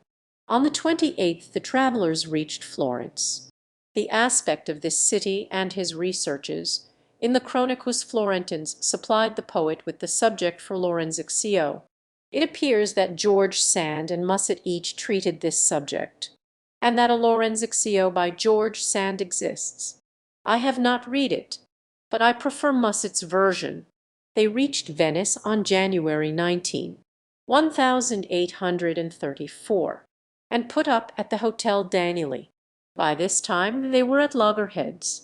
The cause of their quarrel and disagreement is not really known, and the activity of retrospective journalists has not succeeded in finding this out. George Sand's letters only give details about their final quarrel. On arriving, George Sand was ill, and this exasperated Musset. He was annoyed, and declared that a woman out of sorts was very trying. There are good reasons for believing that he had found her very trying for some time. He was very elegant, and she a learned white blackbird. He was capricious, and she a placid, steady bourgeois woman, very hard-working and very regular in the midst of her irregularity. He used to call her personified boredom, the dreamer, the silly woman, the nun, when he did not use terms which we cannot transcribe. The climax was when he said to her, "I was mistaken, George, and I beg your pardon, for I do not love you," wounded and offended. She replied, "We do not love each other any longer, and we never really loved each other." They therefore took back their independence. This is a point to note, as George Sand considered this fact of the greatest importance, and she constantly refers to it. She was from henceforth free, as regarded her companion. Illness kept them now at Venice. George Sand's illness first, and then Musset's alarming malady. He had high fever, accompanied by chest affection and attacks of delirium which lasted 6 consecutive hours, during which it took 4 men to hold him. George Sand was an admirable nurse. This must certainly be acknowledged. She sat up with him at night, and she nursed him by day, and, astonishing woman that she was, She was also able to work and to earn enough to pay their common expenses. This is well known, but I am able to give another proof of it. In the letters which George Sand wrote, these letters have been communicated to me by Madame Peylerin, Niebelez, and by Madame Landausi, Vieuve-Boulez, whom I thank for the public and for myself. The following are a few of the essential passages. February 4. Read this when you are alone. My dear Boulez, your reproaches reach me at a miserable moment. If you have received my letter, you already know that I do not deserve them. A fortnight ago I was well again and working. Alfred was working too, although he was not very well and had fits of feverishness. About 5 days ago we were both taken ill almost at the same time. I had an attack of dysentery, which caused me horrible suffering. I have not yet recovered from it, but I am strong enough, anyhow, to nurse him. He was seized with a nervous and inflammatory fever, which has made such rapid progress that the doctor tells me he does not know what to think about it. We must wait for the 13th or 14th day before knowing whether his life is in danger. And what will this 13th or 14th day be? Perhaps his last one. I am in despair, overwhelmed with fatigue, suffering horribly, and awaiting who knows what future. How can I give myself up to literature or to anything in the world at such a time? I only know that our entire fortune, at present, consists of 60 francs, that we shall have to spend an enormous amount at the chemist's, for the nurse and doctor, and that we are at a very expensive hotel. We were just about to leave it and go to a private house. Alfred cannot be moved now, and even if everything should go well, he probably cannot be moved for a month. We shall have to pay one term's rent for nothing, and we shall return to France. Please God, if my ill luck continues, and if Alfred should die, I can assure you that I do not care what happens after to me if God allows Alfred to recover. I do not know how we shall pay the expenses of his illness and of his return to France. The 1,000 francs that you are to send me will not suffice, and I do not know what we shall do. At any rate, do not delay sending that, as, by the time it arrives, it will be more than necessary. I am sorry about the annoyance you are having with the delay for publishing, but you can now judge whether it is my fault. If only Alfred had a few quiet days, I could soon finish my work, but he is in a frightful state of delirium and restlessness. I cannot leave him an instant. I have been 9 hours writing this letter. Adieu, my friend, and pity me, George, above everything. Do not tell anyone, not anyone in the world, that Alfred is ill. If his mother heard, and it only needs 2 persons for telling a secret to all Paris, she would go mad. If she has to be told, let who will undertake to tell her. But if in a fortnight Alfred is out of danger, it is useless for her to grieve now. Adieu. February 13, 1834. My friend, Alfred is saved. There has been no fresh attack, and we have nearly reached the 14th day without the improvement having altered. After the brain affection, inflammation of the lungs declared itself, and this rather alarmed us for 2 days. And he wanders occasionally. He has to be nursed night and day. Do not imagine, therefore, that I am only making pretexts for the delay in my work. I have not undressed for 8 nights. I sleep on a sofa, and have to get up at any minute. In spite of this, ever since I have been relieved in my mind about the danger, I have been able to write a few pages in the mornings while he is resting. You may be sure that I should like to be able to take advantage of this time to rest myself. Be assured, my friend, that I am not short of courage, nor yet of the will to work. You are not more anxious than I am that I should carry out my engagements. You know that a debt makes me smart like a wound, but you are friend enough to make allowances for my situation, and not to leave me in difficulties. I am spending very wretched days here at this bedside. For the slightest sound, the slightest movement causes me constant terror. In this disposition of mind I shall not write any light works. They will be heavy. On the contrary, like my fatigue and my sadness, do not leave me without money, I beseech you, or I do not know what will happen to me. I spend about 20 francs a day in medicine of all sorts. We do not know how to keep him alive. And I too, thanks to these letters, shall have put an end to a legend. In the second volume of Latimer Karenin's work on George Sand, on page 61, we have the following words. Monsieur Plauchet tells us that, according to Belize, Musset had been enticed into a gambling hell during his stay in Venice, and had lost about £400 there. The imprudent young man could not pay this debt of honour, and he never would have been able to do so. He had to choose between suicide or Dishonor. George Sand did not hesitate a moment. She wrote at once to the manager of the Review, asking him to advance the money, and this debt was on her shoulders for a long time. The facts of the case are as follows. According to a letter from George Sand to Belize, I beseech you, as a favour, to pay Alfred's debt and to write to him that it is all settled. You cannot imagine the impatience and the disturbance that this little matter cause him. He speaks to me of it every minute, and begs me every day to write to you about it. He owes these 360 francs 14/8s to a young man he knows very little and who might talk of it to people. He has always paid you back, and you are not afraid that this would make you bankrupt. If, through his illness, he should not be able to work for a long time, my work could be used for that, so be at ease. I beseech you, and write him a short letter to ease his mind at once. I will then read it to him, and this will pacify one of the torments of his poor head.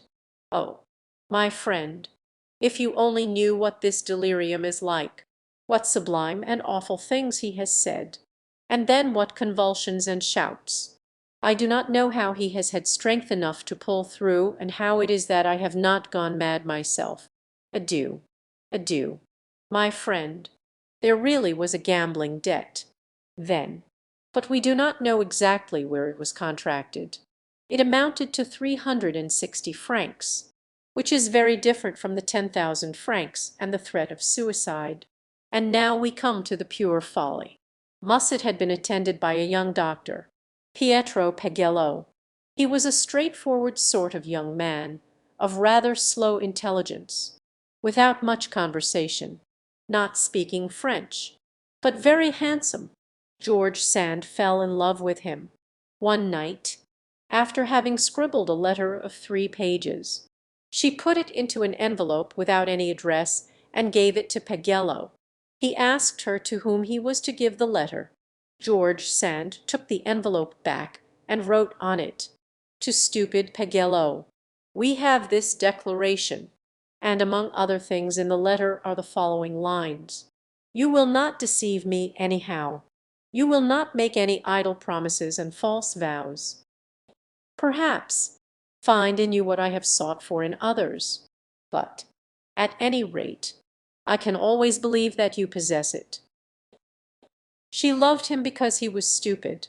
The next questions are, when did they become lovers? And how did Musset discover their intimacy?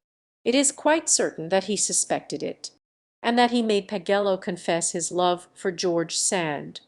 A most extraordinary scene then took place between the 3 of them, according to George Sand's own account. Adieu. Then she wrote to Musset.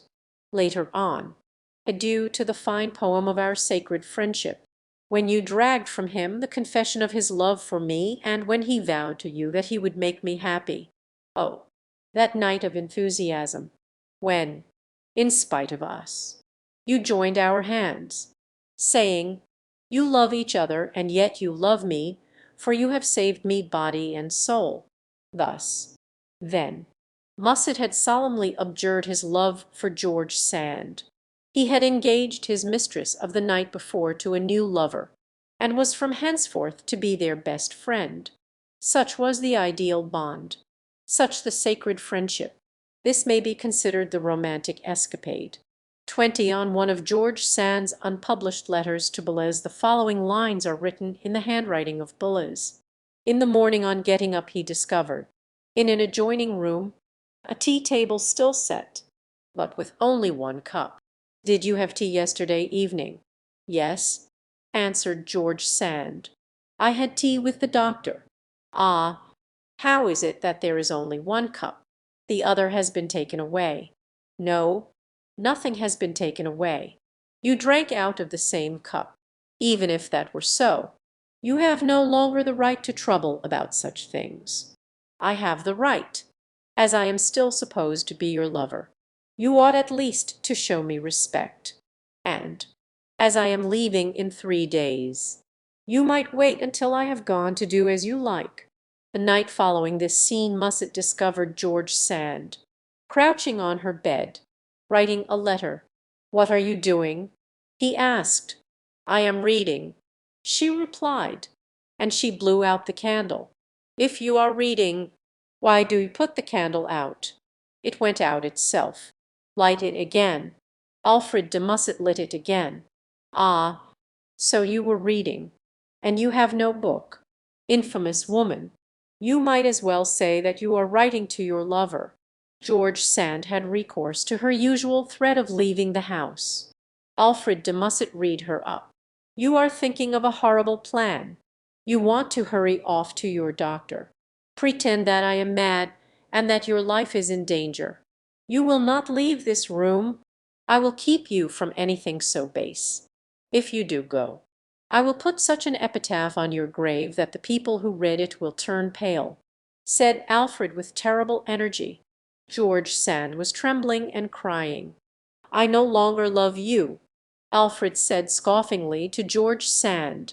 "It is the right moment to take your poison or to go and drown yourself." Confession to Alfred of her secret about the doctor. Reconciliation. Alfred's departure. George Sand's affectionate and enthusiastic letters. Such are the famous episodes of the teacup and the letter as Boles heard them told at the time. Musset returned in March 1834, leaving George Sand with Pagello in Venice. The sentimental exaggeration continued, as we see from the letters exchanged between Musset and George Sand. When crossing the Simplon the immutable grandeur of the Alps struck Alusset with admiration, and he thought of his two great friends. His head was evidently turned by the heights from which he looked at things. George Sand wrote to him, "I am not giving you any message from Pagello, except that he is almost as sad as I am at your absence." "He is a fine fellow," answered Musset. "Tell him how much I like him, and that my eyes fill with tears when I think of him." Later on he writes, "When I saw Pagello, I recognized in him the better side of my own nature, but pure and free from the irreparable stains which have ruined mine. Always treat me like that," writes Musset again. "It makes me feel proud. My dear friend, the woman who talks of her new lover in this way to the one she has given up, but who still loves her, gives him a proof of the greatest esteem that a man can receive from a woman, and another one out of that in the Precieuse's ridicules. Excels in taking tragically situations that belong to comedy and in turning them into the sublime."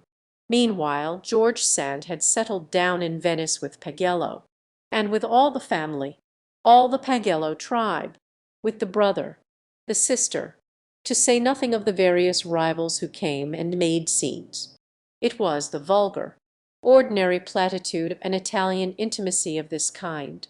In spite of everything, she continued congratulating herself on her choice. "I have my love. My stay here with me he never suffers, for he is never weak or suspicious. He is happy without my having to suffer, without my having to make efforts for his happiness. It is just this suffering which nurtures my maternal solicitude," etc. It occurred to her to take him with her to Paris. And that was the climax. There are some things which cannot be transplanted from one country to another. When they had once set foot in Paris, the absurdity of their situation appeared to them. From the moment that Pagello landed in France, says George Sand, he could not understand anything. The one thing that he was compelled to understand was that he was no longer wanted. He was simply pushed out. George Sand had a remarkable gift for bringing out the characteristics of the persons with whom she had any intercourse. This Pagello, thanks to his adventure with her, has become in the eyes of the world a personage as comic as one of Molière's characters. Musset and George Sand still cared for each other. He beseeched her to return to him. "I am good for nothing," he says, "for I am simply steeped in my love for you. I do not know whether I am alive, whether I eat, drink, or breathe, but I know I am in love." George Sand was afraid to return to him, and Sainte Beuve forbade her. Love proved stronger than all other arguments, however, and she yielded. As soon as she was with him once more, their torture commenced again, with all the customary complaints, reproaches, and recriminations. I was quite sure that all these reproaches would begin again immediately after the happiness we had dreamed of and promised each other. Oh, God, to think that we have already arrived at this. She writes, what tortured them was that the past, which they had believed to be a beautiful poem, now seemed to them a hideous nightmare. All this, we read, was a game that they were playing, a cruel sort of game, of which Musset grew more and more weary, but which to George Sand gradually became a necessity. We see this, as from henceforth it was she who implored Musset. In her diary, dated December 24, 1834, we read, "And what if I rush to him when my love is too strong for me? What if I went and broke the bell-pull with ringing, until he opened his door to me? Or if I lay down across the threshold until he came out?" She cut off her magnificent hair and sent it to him. Such was the way in which this proud woman humbled herself. She was a prey to love, which seemed to her a holy complaint. It was a case of Venus entirely devoted to her prey. The question is, was this really love? "I no longer love you," she writes, "but I still adore you. I do not want you any more, but I cannot do without you." They had the courage to give each other up finally in March, 1835. It now remains for us to explain the singularity of this adventure, which, as a matter of fact, was beyond all logic, even the logic of passion. It is, however, readily understood if we treat it as a case of acute romanticism, the finest case of romanticism that has been actually lived, which the history of letters offers us. The romanticism consists first in exposing one's life to the public, in publishing one's most secret joys and sorrows. From the very beginning George Sand and Musset took the whole circle of their friends into their confidence. These friends were literary people. George Sand specially informs Sainte Beuve that she wishes her sentimental life from thenceforth to be known. They were quite aware that they were on show, as it were, subjects of an experiment that would be discussed by the gallery. Romanticism consists next in the writer putting his life into his books, making literature out of his emotions. The idea of putting their adventure into a story occurred to the two lovers before the adventure had come to an end. It was at Venice that George Sand wrote her first letters d'un voyageur, addressed to the poet, and to the subscribers of the Revue des Deux Mondes. Musset, to improve on this idea, decides to write a novel from the episode which was still unfinished. "I will not die," he says, "until I have written my book on you and on myself, more particularly on you.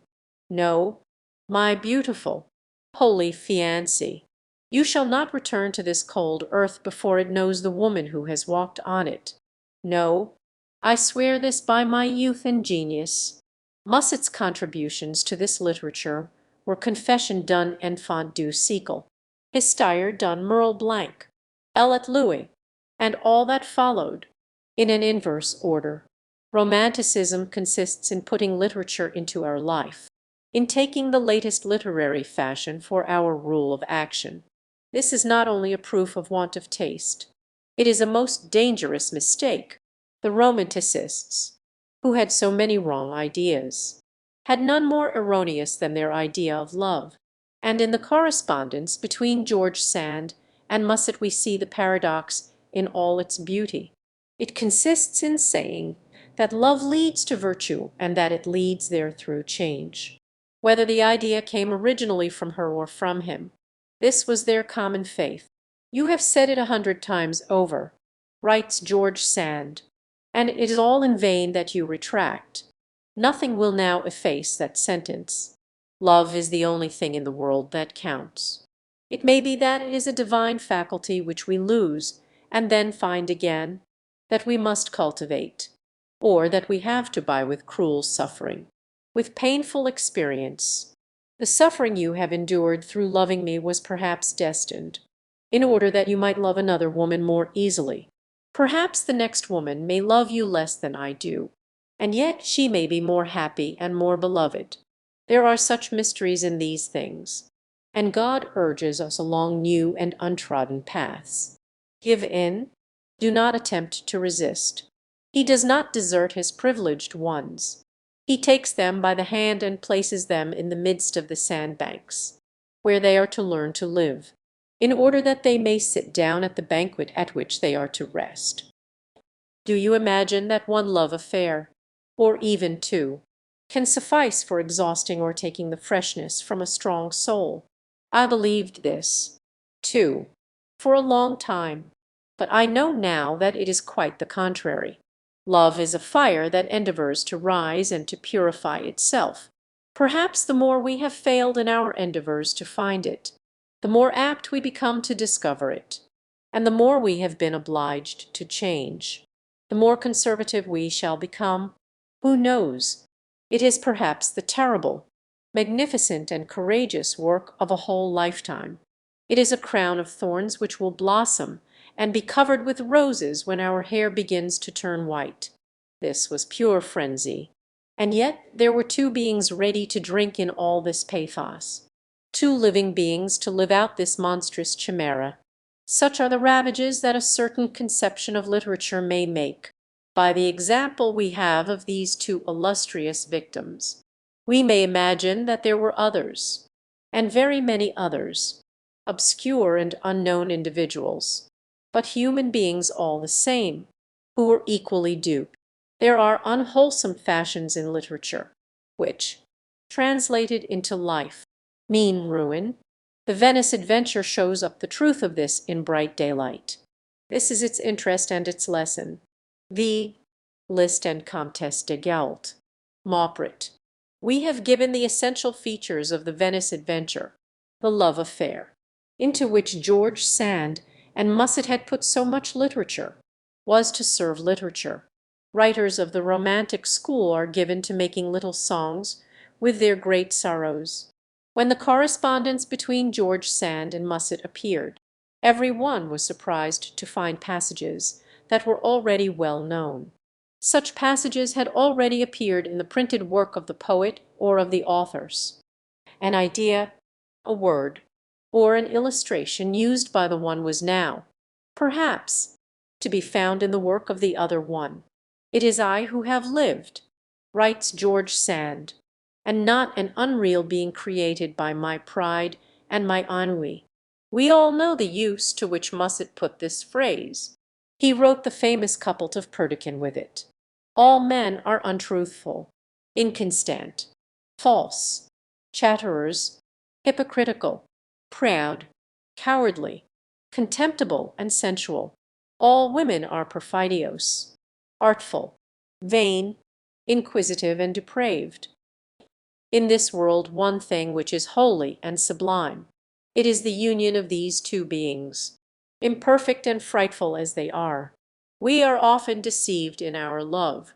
We are often wounded and often unhappy, but still we love, and when we are on the brink of the tomb, we shall turn round, look back, and say to ourselves, I have often suffered, I have sometimes been deceived, but I have loved.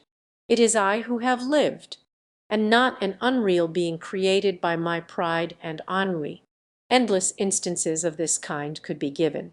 They are simply the sign of the reciprocal influence exercised over each other by George Sand and Musset, an influence to be traced through all their work. This influence was of a different kind and of unequal degree. It was George Sand who first made literature of their common recollections. Some of these recollections were very recent ones, and were impregnated with tears. The two lovers had only just separated when George Sand made the excursion described in the first letter done Voyager. She goes along the Brenta. It is the month of May, and the meadows are in flower. In the horizon she sees the snowy peaks of the Tyrol's Alps standing out. The remembrance of the long hours spent at the invalid's bedside comes back to her, with all the anguish of the sacred passion in which she thinks she sees God's anger. She then pays a visit to the Olero grottos, and once more her wounded love makes her heart ache. She returns through Passigno, whose beautiful women served as models for Canova. She then goes back to Venice, and the doctor gives her a letter from the man she has given up, the man she has sent away. These poetical descriptions, alternating with lyrical effusions, this kind of dialogue with two voices, one of which is that of nature and the other that of the heart, remind us of one of Musset's Nuits. The second of these letters done Voyager is entirely descriptive. It is springtime in Venice. The old balconies are gay with flowers. The nightingales stop singing to listen to the serenades. There are songs to be heard at every street corner, music in the wake of every gondola. There are sweet perfumes and love sighs in the air. The delights of the Venetian nights had never been described like this. The harmony of the three elements, water, sky, and marble, had never been better expressed, and the charm of Venice had never been suggested in so subtle and penetrating a manner. The second letter treats too of the gondoliers, and of their habits and customs. The third letter, telling us about the nobility and the women of Venice, completes the impression. Just as the Pyrenees had moved George Sand, so Italy now moved her. This was a fresh acquisition for her palate. More than once from henceforth Venice was to serve her for the wonderful scenery of her stories. This is by no means a fresh note, though in George Sand's work there is no essential difference. Then, in her inspiration, she had always been impressionable, but her taste was now getting purer.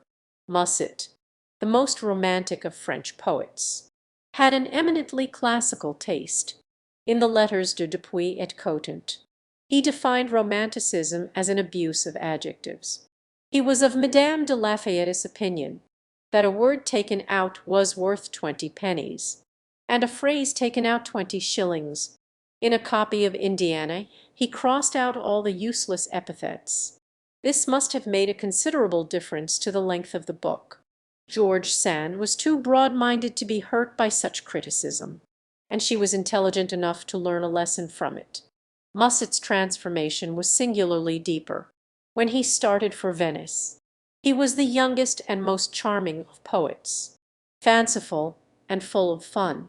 Monsieur Mongammon Dalford, George Sand called him at that time. When he returned from there, he was the saddest of poets. For some time he was, as it were, stunned.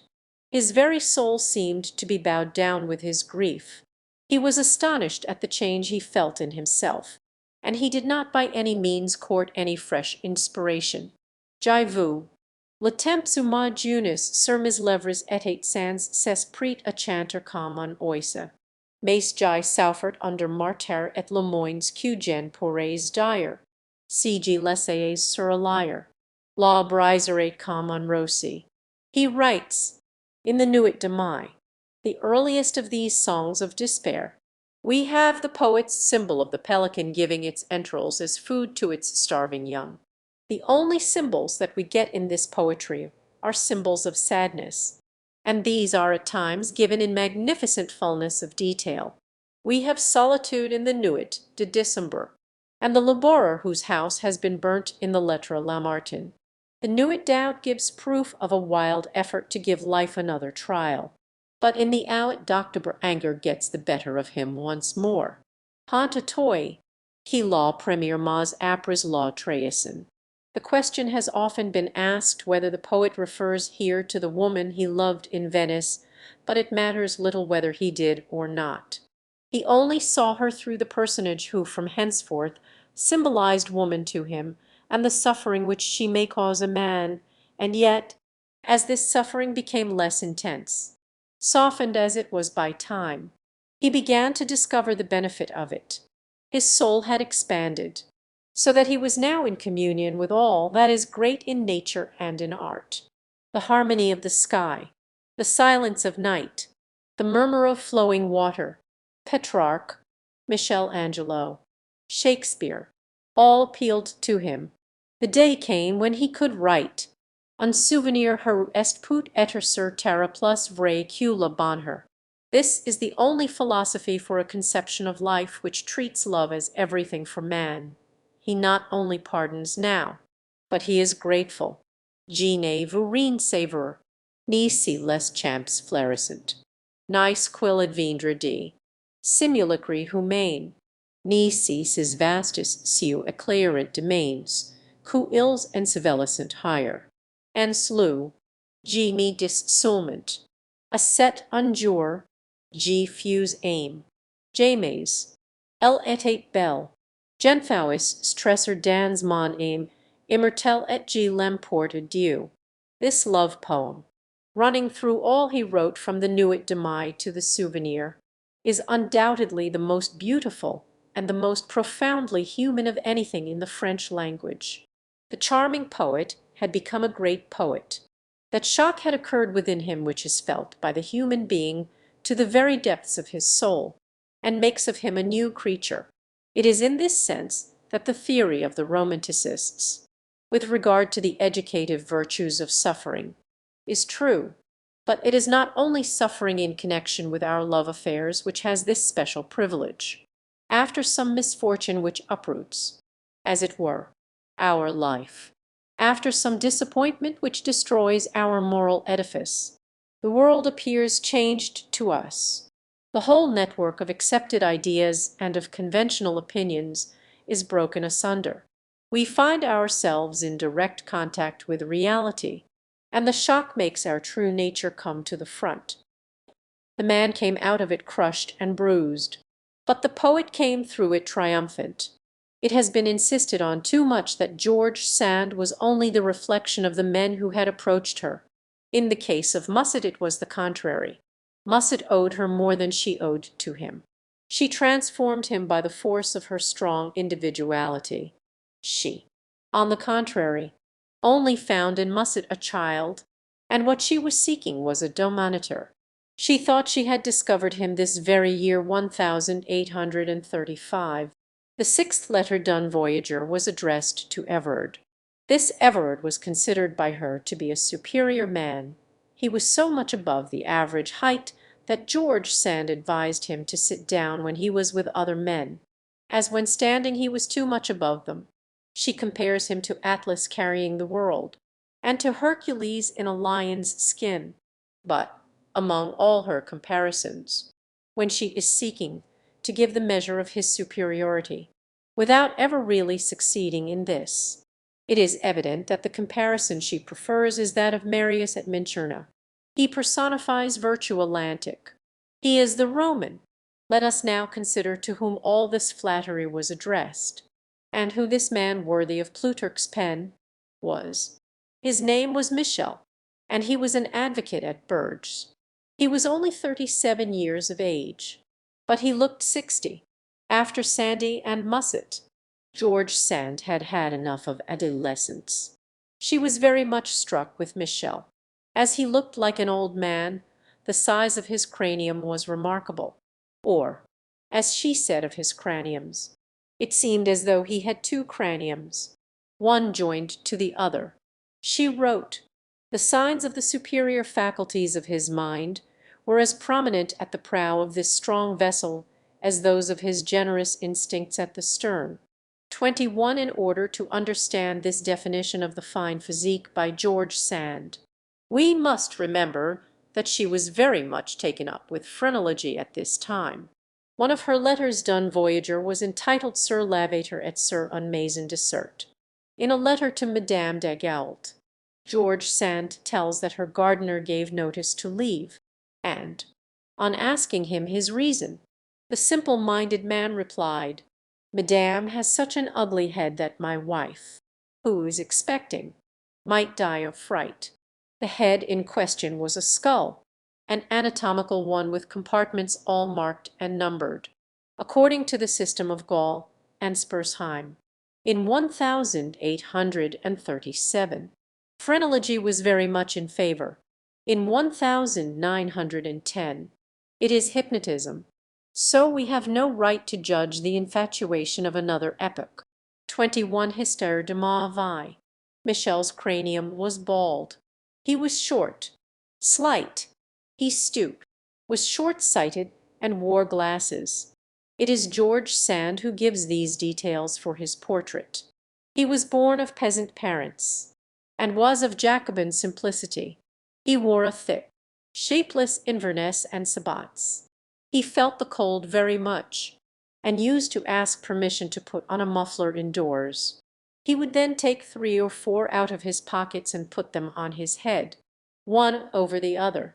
In the letter done Voyager, George Sand mentions this crown on Everard's head. Such are the illusions of love. The first time she met Michel was at Burges. She went with her 2 friends, Papet and Fleury, to call on him at the hotel.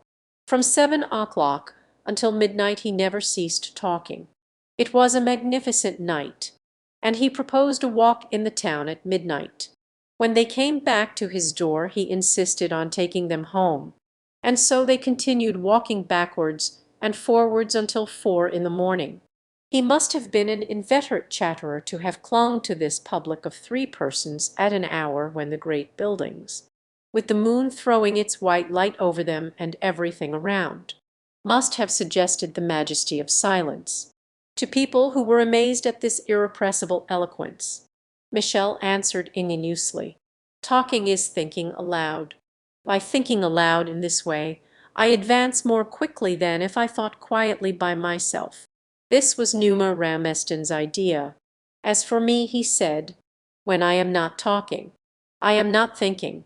As a matter of fact, Michel, like Numa, was a native of Provence.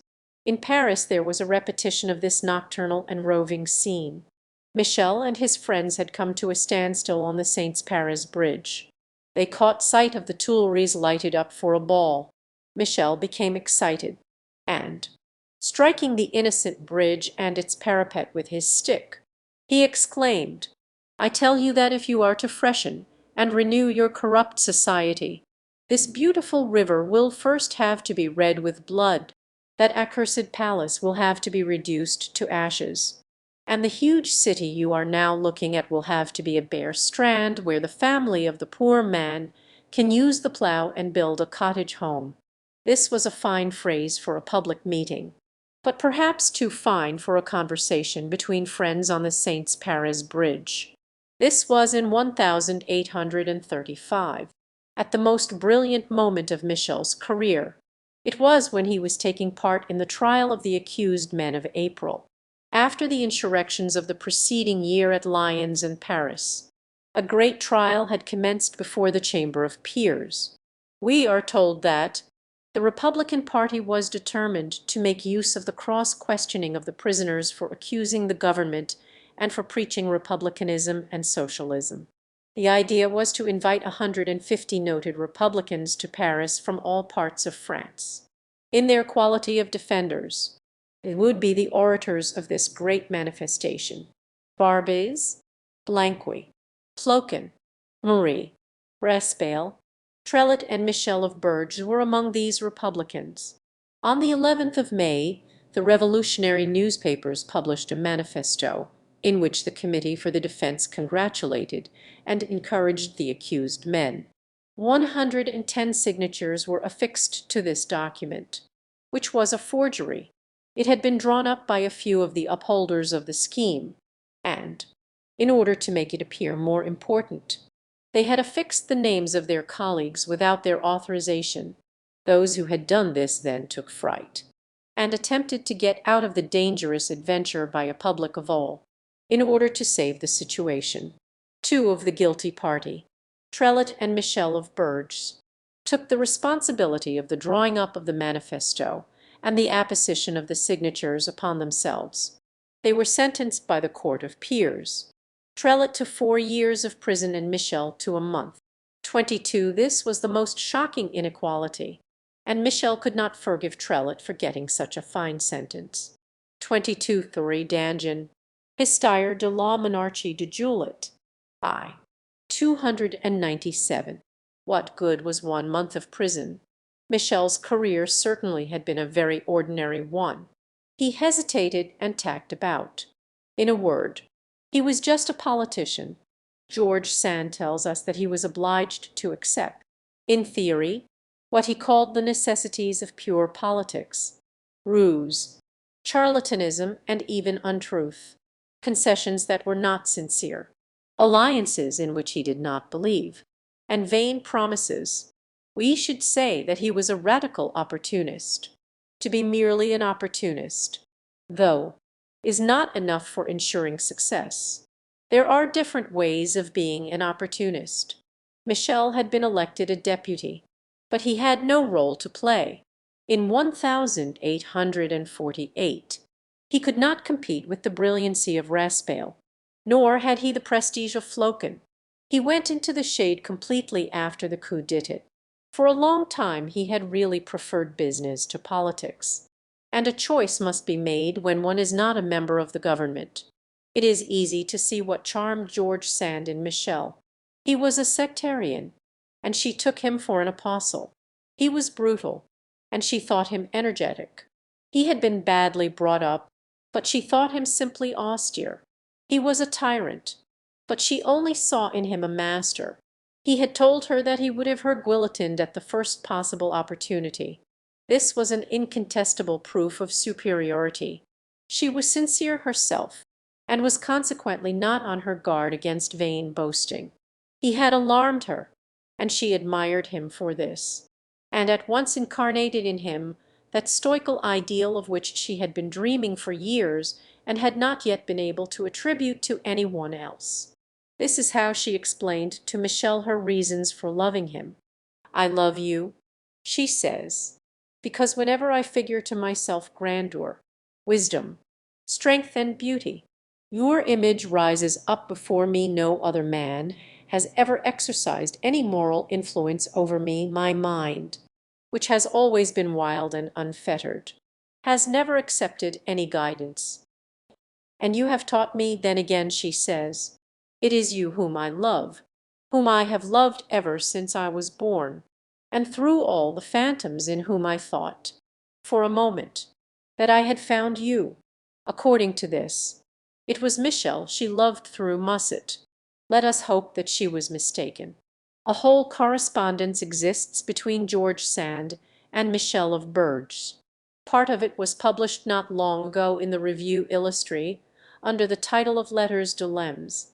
None of George Sand's letters surpass these epistles to Michel for fervent passion, beauty of form, and a kind of superb imputer. Let us take, for instance, this call to her beloved. George Sand, after a night of work, complains of fatigue, hunger, and cold. "Oh, my lover," she cries, "appear, and, like the earth on the return of the May sunshine, I should be reanimate, and would fling off my shroud of ice and thrill with love. The wrinkles of suffering would disappear from my brow, and I should seem beautiful and young to you, for I should leap with joy into your iron-strong arms. Come, come, and I shall have strength, health, youth, gaiety, hope, to her well-beloved. The well-beloved to whom this Shulamit would hasten was a bald-headed provincial lawyer who wore spectacles and 3 mufflers. But it appears that his beauty, veiled and unintelligible to the vulgar, revealed itself, like that of Jupiter hidden under human form, to the women whom he loved. We must not smile at these mythological comparisons. George Sand had, as it were, restored for herself that condition of soul to which the ancient myths are due. A great current of naturalist poetry circulates through these pages. In Thucydides and in Rauser there are certain descriptive passages. There is an analogy between them and that image of the horse which carries George Sand along on her impetuous course. As soon as he catches sight of me, he begins to paw the ground and rear impatiently. I have trained him to clear 100 fathoms a second. The sky and the ground disappear when he bears me along under those long vaults formed by the apple trees in blossom. The smallest bird makes him shudder and hurry along like a child with no experience. He is scarcely 5 years old, and he is timid and restive.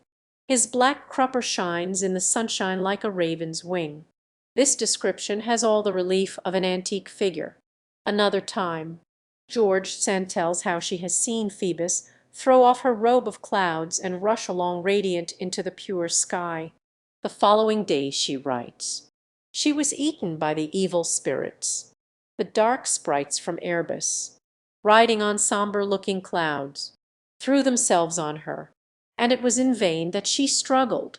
We might compare these passages with a letter of July 10, 1836, in which she tells how she throws herself, all dressed as she is, into the Indre, and then continues her course through the sunny meadows.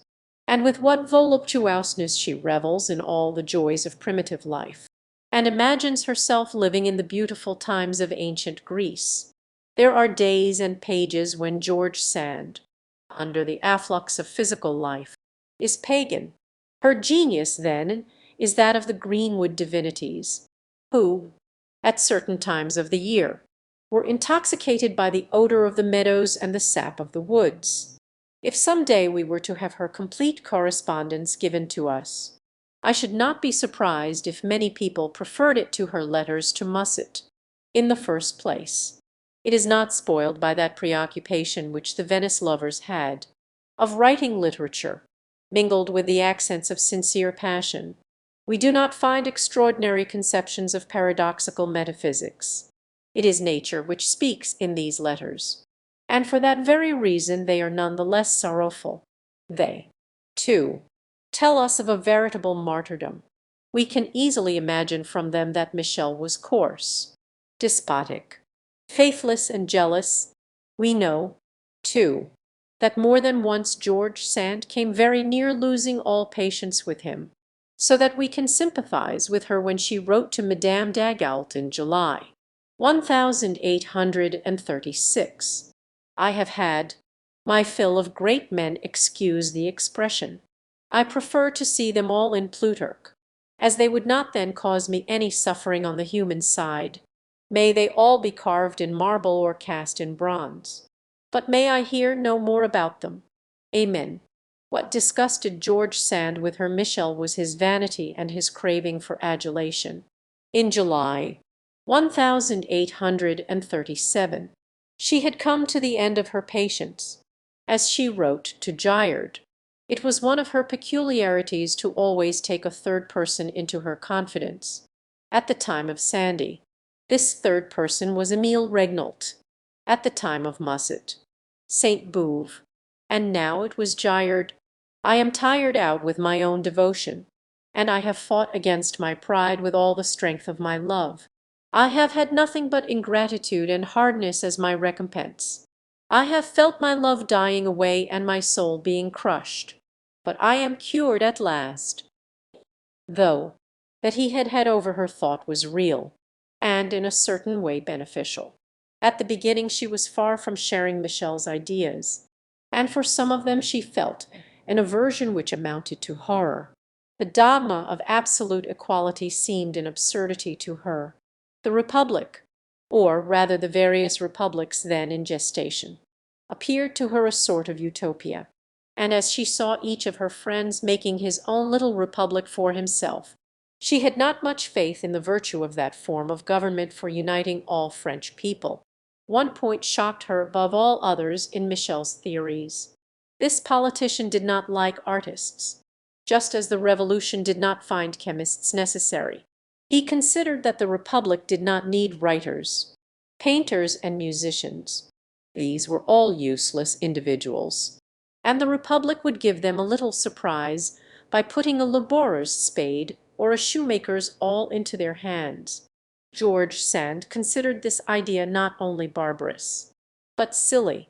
Time works wonders, for we have an indisputable proof that certain of his opinions soon became hers. This proof is the Republican catechism contained in her letters to her son Maurice, who was then 12 years of age. He was at the Lycée Henri Ive, in the same class as the princes of Orleans. It is interesting to read what his mother says to him concerning the father of his young school friends. In a letter written in December 1835, she says, "It is certainly true that Louis Philippe is the enemy of humanity." A little later, the enemy of humanity invites the young friends of his son Montpensier to his chateau for the Carnival holiday. Maurice is allowed to accept the invitation, as he wishes to, but he is to avoid showing that gratitude which destroys independence. "The entertainments that Montpensier offers you are favours," writes this mother of the Gracchi quite gravely, if he is asked about his opinions. The child is to reply that he is rather too young to have opinions yet, but not too young to know what opinions he will have when he is free to have them. "You can reply," says his mother, "that you are Republican by race and by nature." She then adds a few aphorisms. "Princes are our natural enemies," she says. And then again, "However good-hearted the child of a king may be, he is destined to be a tyrant." All this is certainly a great commotion to make about her little son, excepting a glass of fruit syrup and a few cakes at the house of a schoolfellow. But George Sand was then under the domination of Robespierre in person. Michel had brought George Sand over to republicanism, without wishing to exaggerate the service he had rendered her by this. It appears to me that it certainly was one, if we look at it in one way, rightly or wrongly. George Sand had seen in Michel the man who devotes himself entirely to a cause of general interest. She had learnt something in his school, and perhaps all the more thoroughly because it was in his school. She had learnt that love is in any case a selfish passion. She had learnt that another object must be given to the forces of sympathy of a generous heart, and that such an object may be the service of humanity, devotion to an idea. This was a turn in the road, and led the writer on to leave the personal style for the impersonal style. There was another service, too, which Michel had rendered to George Sand. He had pleaded for her in her petition for separation from her husband, and she had won her case. Ever since George Sand had taken back her independence in 1831, her intercourse with Dudevant had not been disagreeable. She and her husband exchanged cordial letters. When he came to Paris, he made no attempt to stay with his wife, lest he should inconvenience her. "I shall put up at Hippolyte's," he says in his letter to her. "I do not want to inconvenience you in the least, nor to be inconvenienced myself, which is quite natural." He certainly was a most discreet husband.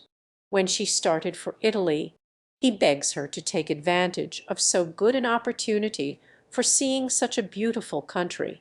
He was also a husband ready to give good advice. Later on, he invited Pagello to spend a little time at Nohant.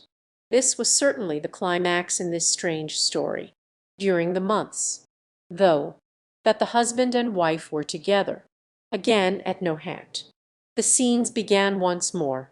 Dudevant's irritability was increased by the fact that he was always short of money, and that he was aware of his own deplorable shortcomings as a financial administrator. He had made speculations which had been disastrous. He was very credulous, as so many suspicious people are, and he had been duped by a swindler in an affair of maritime armaments. He had had all the more faith in this enterprise because a picture of the boat had been shown him on paper. He had spent 90,000 francs of the 100,000 he had had, and was now living on his wife's income. Something had to be decided upon. George Sand paid his debts first, and the husband and wife then signed an agreement to the effect that their respective property should be separated. Dudevant regretted having signed this afterwards, and it was torn up after a violent scene which took place before witnesses in October 1835. The pretext of this scene had been an order given to Maurice, in a series of letters, which have never hitherto been published. George Sand relates the various incidents of this affair. We give some of the more important passages. The following letter is to her half-brother Hippolyte, who used to be Casimir's drinking companion. To Hippolyte Chatteron, my friend, I am about to tell you some news which will reach you indirectly, and that you had better hear first from me instead of carrying out our agreement pleasantly and loyally. Casimir is acting with the most insane animosity towards me without my giving him any reason for such a thing, either by my conduct or my manner of treating him. He endeavoured to strike me. He was prevented by 5 persons, one of whom was Delisle, and he then fetched his gun to shoot me, as you can imagine. He was not allowed to do this, on account of such treatment and of his hatred, which amounts to madness. There is no safety for me in a house to which he always has the right to come. I have no guarantee, except his own will and pleasure, that he will keep our agreement, and I cannot remain at the mercy of a man who behaves so unreasonably and indelicately to me. I have therefore decided to ask for a legal separation, and I shall no doubt obtain this. Casimir made this frightful scene the evening before leaving for Paris. On his return here, he found the house empty, and me staying at Delisle's, by permission of the president of La Chatterie. He also found a summons awaiting him on the mantel shelf. He had to make the best of it, for he knew it was no use attempting to fight against the result of his own folly, and that, by holding out, the scandal would all fall on him. He made the following stipulations, promising to adhere to them. Duthel was our intermediary. I am to allow him a pension of 800 francs, which, with the 200 francs income that he now has, will make 50 francs a year for him. I think this is all straightforward, as I am paying for the education of the 2 children. My daughter will remain under my guidance, as I understand. My son will remain at the college where he now is until he has finished his education. During the holidays he will spend a month with his father and a month with me in this way. There will be no contest. Dudevant will return to Paris very soon, without making any opposition, and the court will pronounce the separation in default. 2323 communicated by M.S. Roqueblave. The following amusing letter on the same subject was written by George Sand to Adolphe Duplom in the patois peculiar to Berry. Dear Hydrogen, you have been misinformed about what took place at La Chatterie. Duthel never quarrelled with the Baron of Nohant-Vic. This is the true story. The Baron took it into his head to strike me. Delisle objected. Fleury and Papet also objected. The Baron went to search for his gun to kill every one. Every one did not want to be killed, and so the Baron said, "Well, that's enough then," and began to drink again. That was how it all happened. No one quarrelled with him, but I had had enough, as I do not care to earn my living and then leave my substance in the hands of the diable, and be bowed out of the house every year, while the village hussies sleep in my beds and bring their fleas into my house. I just said, I ain't going to have any more of that, and I went and found the big judge of La Chatterie, and I says I, That's how it is, and then he says he, all right, and so he unmarried us. And I am not sorry. They say that the Baron will make an appeal. I ain't knowin'. We shall see. If he does, he'll lose everything.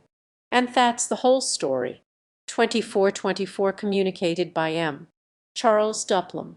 The case was pleaded in March 1836 at La Chatterie, and in July at Burges. The court granted the separation, and the care of the children was attributed to George Sand. This was not the end of the affair, though in September 1837 George Sand was warned that Dudevant intended to get Maurice away from her. She sent a friend on whom she could count to take her boy to Fontainebleau, and then went herself to watch over him. In the meantime, Dudevant, not finding his son at Nohant, took Solange away with him, in spite of the child's tears and the resistance of the governess. George Sand gave notice to the police, and, on discovering that her little daughter was sequestered at Guillery, near Nerac, she went herself in a post-chaise to the sub-prefect, a charming young man who was no other than Baron Haussmann. On hearing the story, he went himself with her, and, accompanied by the lieutenant of the constabulary and the sheriff's officer on horseback, laid siege to the house at Guillery in which the young girl was imprisoned. Dudevant brought his daughter to the door and handed her over to her mother, threatening at the same time to take Maurice from her by legal authority. The husband and wife then separated. According to George Sand, they very rarely met after this affair. Dudevant certainly did not impress people very favourably after the separation. When matters were being finally settled, he put in a claim for 15 pots of jam and an iron frying pan. All this seems very petty.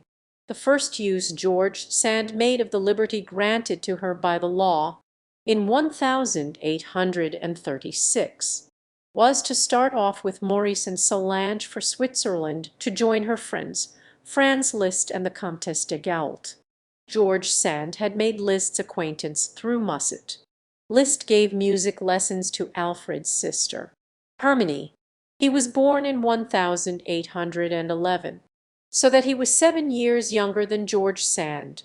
He was 23 at the time he first met her, and their friendship was always platonic. They had remarkable affinities of nature.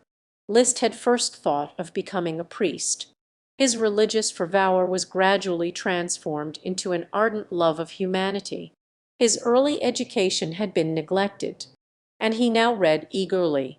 He once asked Monsieur Crémieux, the advocate, to teach him the whole of French literature. On relating this to someone, Crémieux remarked, "Great confusion seems to reign in this young man's mind." He had been wildly excited during the movement of 1830, greatly influenced by the St. Simon ideas, and was roused to enthusiasm by Laymenels, who had just published the Paroles d'un Croyant. After reading Léon Léonie, he became an admirer of George Sand. Léon Léonie is a transposition of Manon Lescaut into the romantic style. A young girl named Juliet has been seduced by a young signer, and then discovers that this man is an abominable swindler.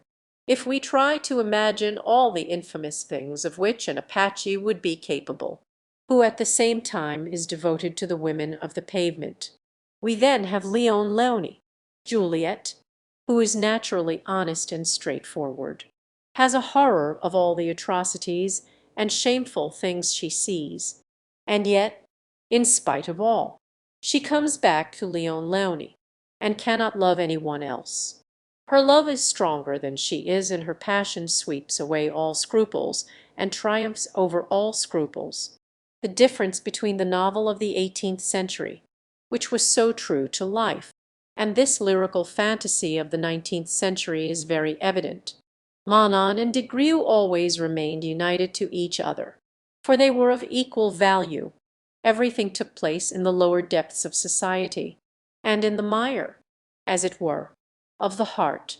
You have only to make a good man of Des Grieux, or a virtuous girl of Manon, and it is all over.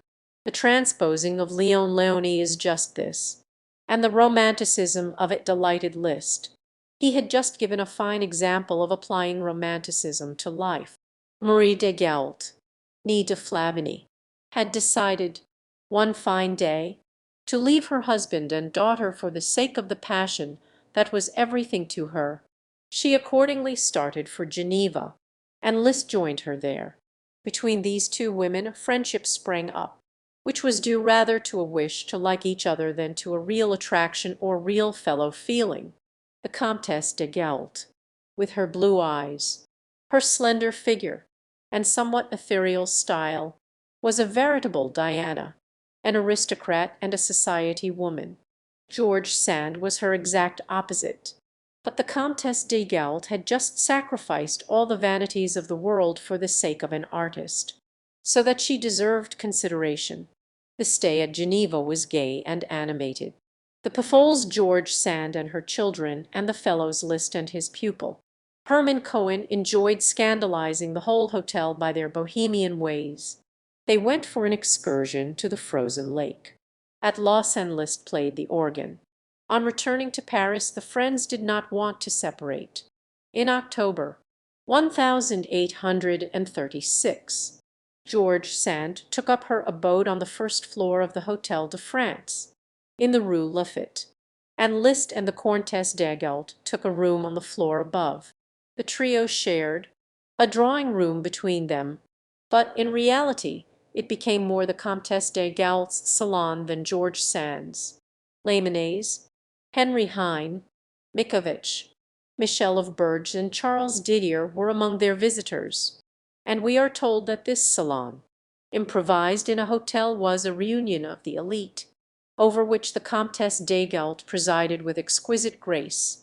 She was a true society woman, a veritable mistress of her home, one of those who could transform a room in a hotel, a travelling carriage, or even a prison into that exquisite thing, so dear to French polite society of yore, a salon. Among the habitués of Madame de Gault's salon was Chopin. This is a new chapter in George Sand's life, and a little later on we shall be able to consider, as a whole, the importance of this intercourse with great artists as regards her intellectual development. Before finishing our study of this epoch in her life, we must notice how much George Sand's talent had developed and blossomed out. Maupret was published in 1837, and is undoubtedly the first of her chefs d'oeuvre. In her uninterrupted literary production, which continued regularly in spite of and through all the storms of her private life, there is much that is strange and second-rate, and much that is excellent. Jacques is an extraordinary piece of work. It was written at Venice when she was with Pagello.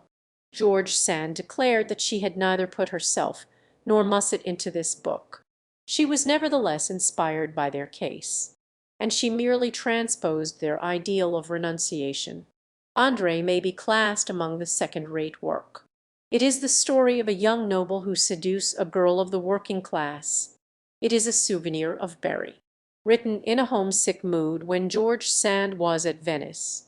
Simon also belongs to the second-rate category. The portrait of Michel of Berge can easily be traced in it. George Sand had intended doing more for Michel than this. She composed a revolutionary novel in 3 volumes, in his honor, entitled Engelwald with the High Forehead. Lillas neither cared for Engelwald nor for his high forehead, and this novel was never published. According to George Sand, when she wrote Maupret her idea was the rehabilitation of marriage. I had just been petitioning for a separation. She says, I had, until then, been fighting against the abuses of marriage, and, as I had never developed my ideas sufficiently, I had given every one the notion that I despised the essential principles of it. On the contrary, marriage really appeared to me in all the moral beauty of those principles. And in my book I make my hero, at the age of 80, proclaim his faithfulness to the only woman he has ever loved. "She is the only woman I have ever loved," says Bernard de Maupret. "No other woman has ever attracted my attention, or been embraced by me. I am like that. When I love, I love forever, in the past, in the present, and in the future." Maupret, then, according to George Sand, was a novel with a purpose, just as Indiana was, although they each had an opposite purpose. Fortunately, it is nothing of the kind. This is one of those explanations arranged afterwards, peculiar sometimes to authors. The reality about all this is quite different. In this book George Sand had just given the reins to her imagination, without allowing sociological preoccupations to spoil everything. During her excursions in Berry, she had stopped to gaze at the ruins of an old feudal castle. We all know the power of suggestion contained in those old stones, and how wonderfully they tell stories of the past they have witnessed to those persons who know how to question them. The remembrance of the chateau of Roche-Maupret came to the mind of the novelist. She saw it just as it stood before the Revolution, a fortress, and at the same time a refuge for the wild lord and his 8 sons, who used to sally forth and ravage the country. In French narrative literature there is nothing to surpass the first 100 pages in which George Sand introduces us to the Burgraves of central France. She is just as happy when she takes us to Paris with Bernard de Maupret, to Paris of the last days of the old regime. She introduces us to the society which she had learnt to know through the traditions of her grandmother. It is not only nature, but history, which she uses as a setting for her story. How cleverly, too, she treats the analysis which is the true subject of the book, that of education through love. We see the untamed nature of Bernard de Maupret gradually giving way under the influence of the noble and delicious Edme. There are typical peasants, too, in Maupret. We have Marcus, the mole-catcher, and Patience, the good-natured Patience, the rustic philosopher, well up in Epictetus and in Jean-Jacques Rousseau, who has gone into the woods to live his life according to the laws of nature, and to find the wisdom of the primitive days of the world. We are told that, during the Revolution, Patience was a sort of intermediary between the chateau and the cottage, and that he helped in bringing about the reign of equity in his district. It is to be hoped this was so. In any case, it is very certain that we come across this Patience again in Russian novels with a name ending in "-u". This is a proof he was at any rate original, new and entertaining. We hear people say that George Sand is no longer Reed. It is to be hoped that Maupret is still Reed. Otherwise our modern readers miss one of the finest stories in the history of novels. This, then, is the point at which we have arrived in the evolution of George Sand's genius. There may still be modifications in her style, and her talent may still be refreshed under various influences. But with Maupret she took her place in the first rank of great storytellers. Vi, a case of maternal affection in love. Chopin. We have passed over George Sand's intercourse with Liszt and Madame d'Agoult very rapidly. One of Balzac's novels gives us an opportunity of saying a few more words about it. Balzac had been introduced to George Sand by Jules Sandy. At the time of her rupture with his friend, Balzac had sided entirely with him. In the letters à l'étranger, we see the author of the Comédie Humaine pouring out his indignation with the blue stocking, who was so cruel in her love, in terms which were not extremely elegant. Gradually, and when he knew more about the adventure, his anger cooled down. In March 1838, he gave Madame Zulma Carrot an account of a visit to Nohant. He found his comrade, George Sand, in her dressing gown, smoking a cigar by her fireside after dinner. She had some pretty yellow slippers on, ornamented with fringe, some fancy stockings, and red trousers. So much for the moral side. Physically, she had doubled her chin like a canonis. She had not a single white hair, in spite of all her fearful misfortunes. Her dusky complexion had not changed. Her beautiful eyes were just as bright, and she looked just as stupid as ever when she was thinking.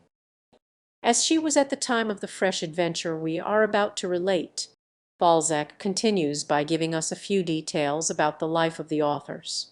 It was very much like his own, except that Balzac went to bed at 6 o'clock and got up at midnight, and George Sand went to bed at 6 in the morning and got up at noon.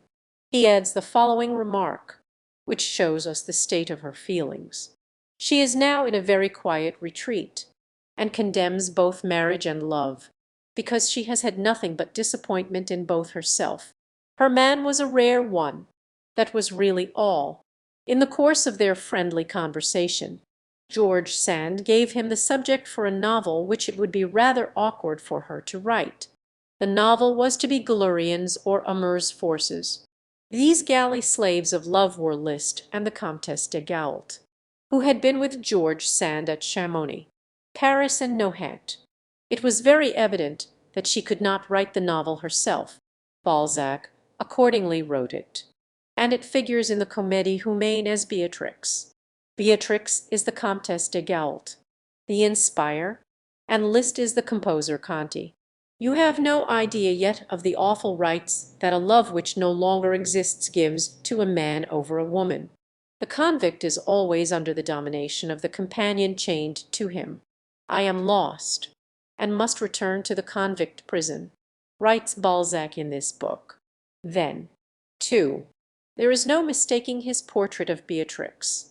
The fair hair that seems to give light, the forehead which looks transparent, the sweet, charming face, the long, wonderfully shaped neck, and, above and beyond all, that air of a princess.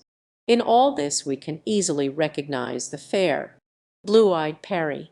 Not content with bringing this illustrious couple into his novel, Balzac introduces other contemporaries. Claude Vignon, who, although his special work was criticism, made a certain place for himself in literature, and George Sand herself appear in this book. She is Félicité de Touches, and her pen name is Camille Maupin. Camille is an artist. We are told she has genius, and she leads an exceptional life such as could not be judged in the same way as an ordinary existence. Someone asks how she writes her books, and the answer is just in the same way as you do your woman's work, your netting or your tapestry. She is said to have the intelligence of an angel, and even more heart than talent.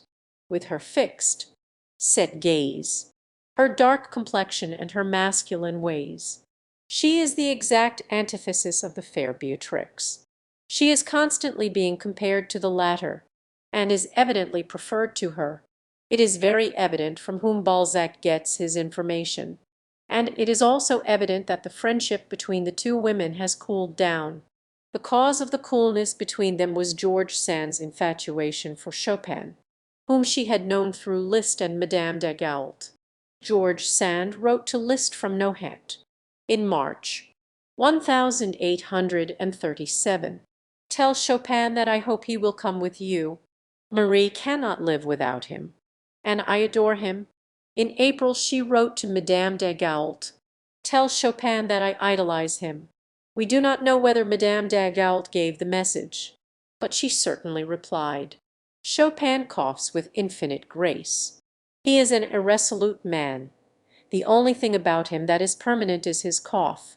This is certainly very feminine in its ferociousness. At the time when he came into George Sand's life, Chopin, the composer and virtuoso, was the favorite of Parisian salons, the pianist in vogue. He was born in 1810, so that he was then 27 years of age. His success was due, in the first place, to his merits as an artist, and nowhere is an artist's success so great as in Paris. Chopin's delicate style was admirably suited to the dimensions and to the atmosphere of a salon. 2525 as regards Chopin. I have consulted a biography by Liszt, a study by M. Camille Balague, and the volume by M.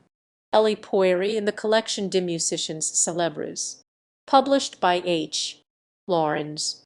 He confessed to Liszt that a crowd intimidated him, that he felt suffocated by all the quick breathing and paralyzed by the inquisitive eyes turned on him. "You were intended for all this," he adds, as, "if you do not win over your public, you can at least overwhelm it." Chopin was made much of then in society. He was fragile and delicate, and had always been watched over and cared for. He had grown up in a peaceful, united family, in one of those simple homes in which all the details of everyday life become less prosaic, thanks to an innate distinction of sentiment and to religious habits. Prince Radziwill had watched over Chopin's education. He had been received when quite young in the most aristocratic circles, and the most celebrated beauties had smiled on him as a youth. Social life, then, and feminine influence had thus helped to make him ultra-refined. It was very evident to every one who met him that he was a well-bred man, and this is quickly observed, even with pianists. On arriving he made a good impression. He was well dressed. His white gloves were immaculate. He was reserved and somewhat languid. Every one knew that he was delicate, and there was a rumor of an unhappy love affair. It was said that he had been in love with a girl, and that her family had refused to consent to her marriage with him. People said he was like his own music. The dreamy, melancholy themes seemed to accord so well with the pale young face of the composer. The fascination of the languor which seemed to emanate from the man and from his work worked its way, in a subtle manner, into the hearts of his hearers. Chopin did not care to know Lelia. He did not like women writers, and he was rather alarmed at this one. It was Liszt who introduced them. In his biography of Chopin, he tells us that the extremely sensitive artist, who was so easily alarmed, dreaded this woman above all women, as, like a priestess of Delphi, she said so many things that the others could not have said. He avoided her and postponed the introduction. Madame Sand had no idea that she was feared as a sylph. It is easy to see what charmed her in him. In the first place, he appealed to her as he did to all women. And then, too, there was the absolute contrast of their two opposite natures. She was all force, of an expansive, exuberant nature. He was very discreet, reserved and mysterious. It seems that the Polish characteristic is to lend oneself, but never to give oneself away.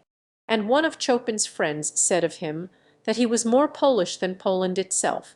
Such a contrast may prove a strong attraction. And then, too, George Sand was very sensitive to the charm of music. But what she saw above all in Chopin was the typical artist, just as she understood the artist, a dreamer, lost in the clouds, incapable of any activity that was practical, a lover of the impossible. And then, too, he was ill when Musset left Venice, after all the atrocious nights she had spent at his bedside. She wrote, "Whom shall I have now to look after and tend?" In Chopin she found some one to tend. About this time, she was anxious about the health of her son Maurice, and she thought she would take her family to Majorca. This was a lamentable excursion, but it seemed satisfactory at first. They travelled by way of Lyons, Avignon, Vaucluse, and Nimes. At Perpignan, Chopin arrived, as fresh as a rose. "Our journey," wrote George Sand, "seems to be under the most favourable conditions." They then went on to Barcelona and to Palma. In November 1838, George Sand wrote a most enthusiastic letter. It is poetry, solitude, all that is most artistic and cheek on earth. And what skies! What a country! We are delighted. 26. The disenchantment was soon to begin, though the first difficulty was to find lodgings, and the second to get furniture. There was no wood to burn, and there was no linen to be had. It took 2 months to have a pair of tongs made, and it cost £28 at the customs for a piano to enter the country. With great difficulty the forlorn travellers found a country house belonging to a man named Gomez, which they were able to rent. It was called the Windy House. The wind did not inconvenience them like the rain, which now commenced. Chopin could not endure the heat and the odour of the fires. His disease increased, and this was the origin of the great tribulations that were to follow. Lulles. Monday, 13th. My dear Christine, I have only been at Palma 4 days. My journey has been very satisfactory, but rather long and difficult until we were out of France. I took up my pen, as people say, 20 times over to write the last 5 or 6 pages. It is not the easiest thing in the world, I can assure you, to give the conclusion of one's own religious belief, and when travelling it is impossible. At 20 different places I have resolved to think it solemnly over, and to write down my conclusion. But these stoppages were the most tiring part of our journey. There were visits, dinners, walks, curiosities, ruins, the Vaucluse fountain, Riboll and the Nimes arena, the Barcelona cathedrals, dinners on board the warships, the Italian theatres of Spain, and what theatres and what Italians! Guitars and heaven knows what beside. There was the moonlight on the sea, and above all Valma and Mallorca, the most delightful place in the world. And all this kept me terribly far away from philosophy and theology. Fortunately I have found some superb convents here, all in ruins, with palm trees, aloes and the cactus in the midst of broken mosaics and crumbling cloisters. And this takes me back to Spiridion. For the last 3 days I have had a rage for work, which I cannot satisfy yet, as we have neither fire nor lodging. There is not an inn in Palma, no house to let, and no furniture to be bought. On arriving here people first have to buy some ground, then build, and afterwards send for furniture. After this, permission to live somewhere has to be obtained from government, and after 5 or 6 years one can think about opening one's trunk and changing one's chemise, whilst waiting for permission from the customs to have some shoes and handkerchiefs passed. For the last 4 days, then, we have spent our time going from door to door, as we do not want to sleep in the open air. We hope now to be settled in about 3 days, as a miracle has taken place. For the first time in the memory of man, there is a furnished house to let in Mallorca, a charming country house in a delightful desert. In a very fine lecture, the subject of which was the fight with tuberculosis, 27 Dr. Landowsy proves to us that ever since the 16th century, in the districts of the Mediterranean, in Spain, in the Balearic Isles, and throughout the kingdom of Naples, tuberculosis was held to be contagious, whilst the rest of Europe was ignorant of this contagion. Extremely severe rules had been laid down with regard to the measures to be taken for avoiding the spread of this disease. A consumptive patient was considered as a kind of plague-stricken individual. Chateaubriand had experienced the inconveniences of this scare during his stay in Rome with Madame de Beaumont, who died there of consumption at the beginning of the winter of 1803. George Sand, in her turn, was to have a similar experience, when Chopin was convicted of consumption, which, as she writes, was equivalent to the plague, according to the Spanish doctors. With their foregone conclusions about contagion, their landlord simply turned them out of his house. They took refuge in the Chartreuse monastery of Valdemosa, where they lived in a cell. The site was very beautiful. By a wooded slope a terrace could be reached, from which there was a view of the sea on 2 sides. 27 L. Landowsy of the Academy of Medicine, La lutte contre la tuberculose, published by L. Maredieu. We are planted between heaven and earth, wrote George Sand.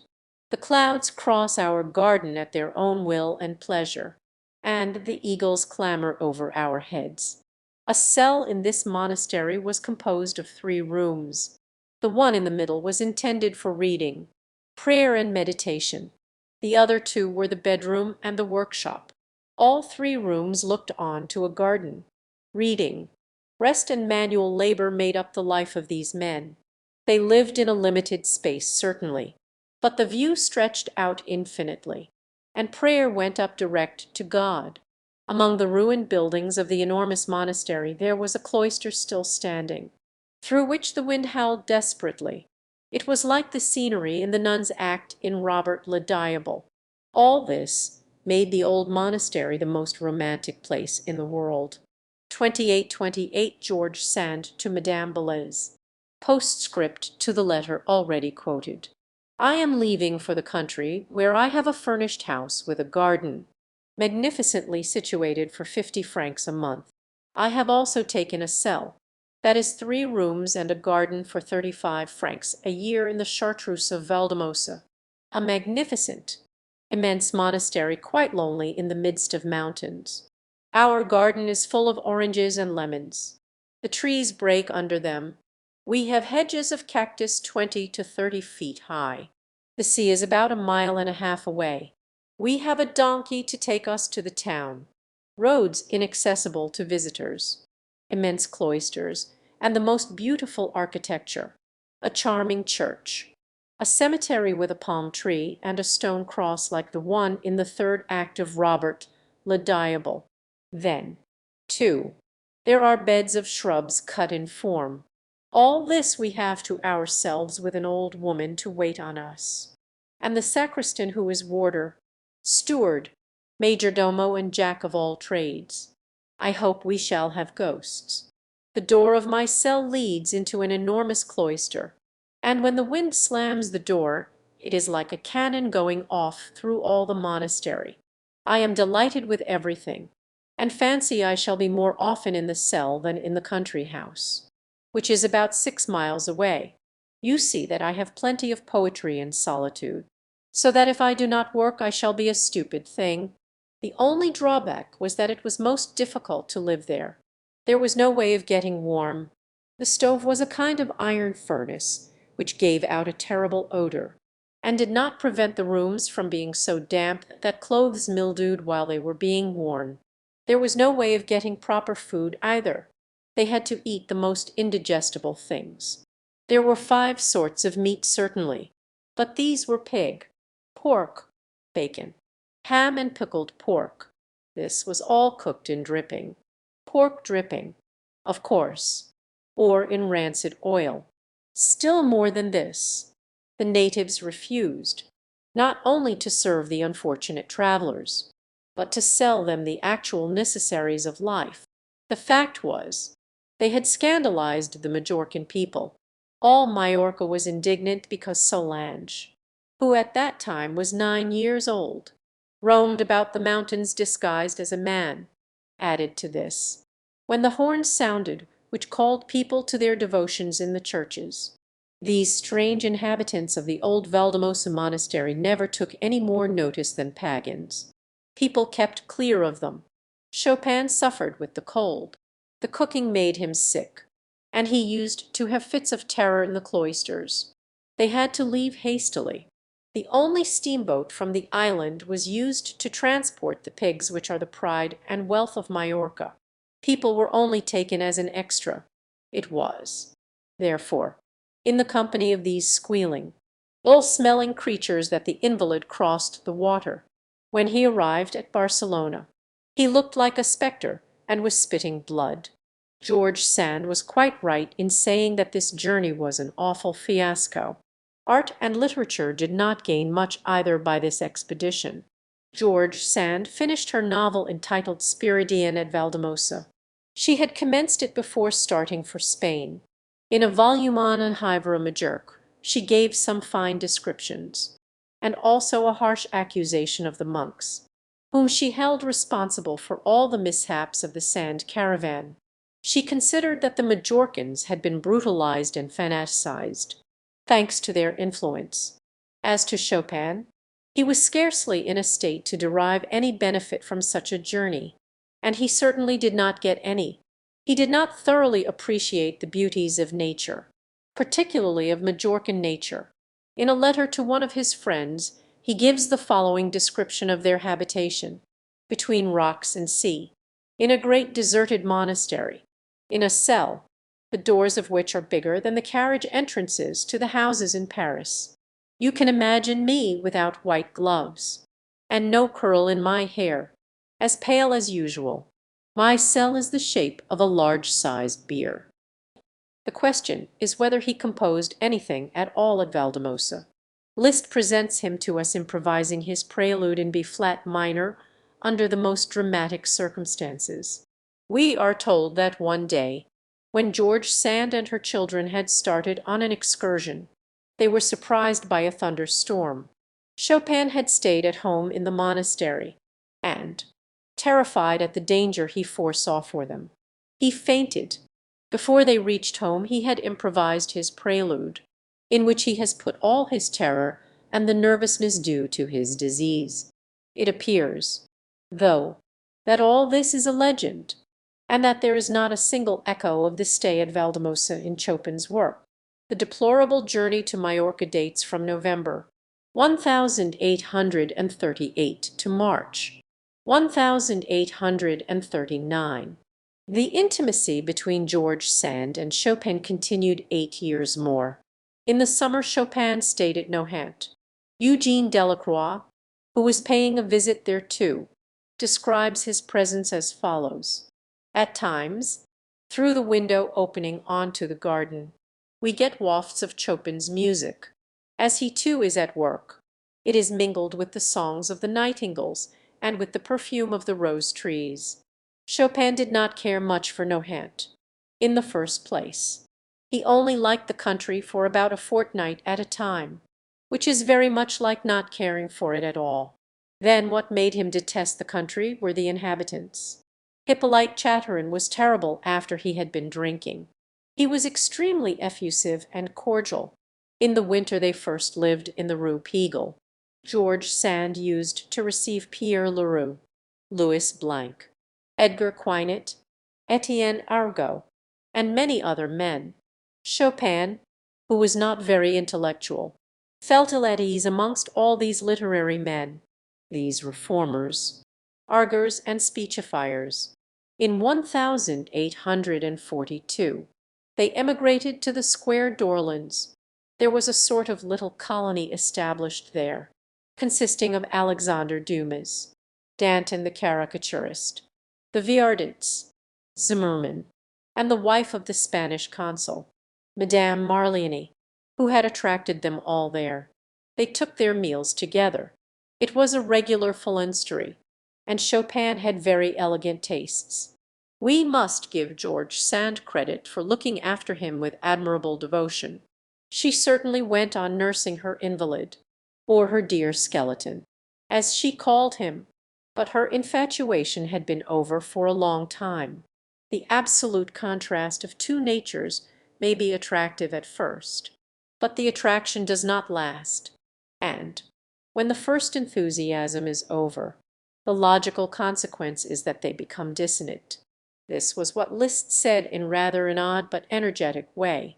He points out all that there was intolerably incompatible, diametrically opposite and secretly antipathetic between two natures which seemed to have been mutually drawn to each other by a sudden and superficial attraction, for the sake of repulsing each other later on with all the force of inexpressible sorrow and boredom. Illness had embittered Chopin's character. George Sand used to say that when he was angry he was terrifying. He was very intelligent, too, and delighted in quizzing people for whom he did not care. Solange and Maurice were now older, and this made the situation somewhat delicate. Chopin, too, had a mania for meddling with family matters. He quarrelled one day with Maurice. Another day George Sand was annoyed with her son-in-law Clesinger and with her daughter Solange, and Chopin took their side. This was the cause of their quarrel. It was the last drop that made the cup of bitterness overflow. The following is a fragment of a letter which George Sand sent to Grazimola in 1847. For 7 years I have lived with him as a virgin. If any woman on earth could inspire him with absolute confidence, I am certainly that woman. But he has never understood. I know, too, that many people accuse me of having worn him out with my violent sensuality, and others accuse me of having driven him to despair by my freaks. I believe you know how much truth there is in all this. He himself complains to me that I am killing him by the privations I insist upon, and I feel certain that I should kill him by acting otherwise. 2929 communicated by M. Rockablave. It has been said that when Chopin was at Nohant he had a village girl there as his mistress. We do not care to discuss the truth of this statement. It is interesting to endeavor to characterize the nature of this episode in George Sand's sentimental life. She helps us herself in this. As a romantic writer she neglected nothing which she could turn into literature. She therefore made an analysis of her own case, worked out with the utmost care, and published it in one of her books which is little read now.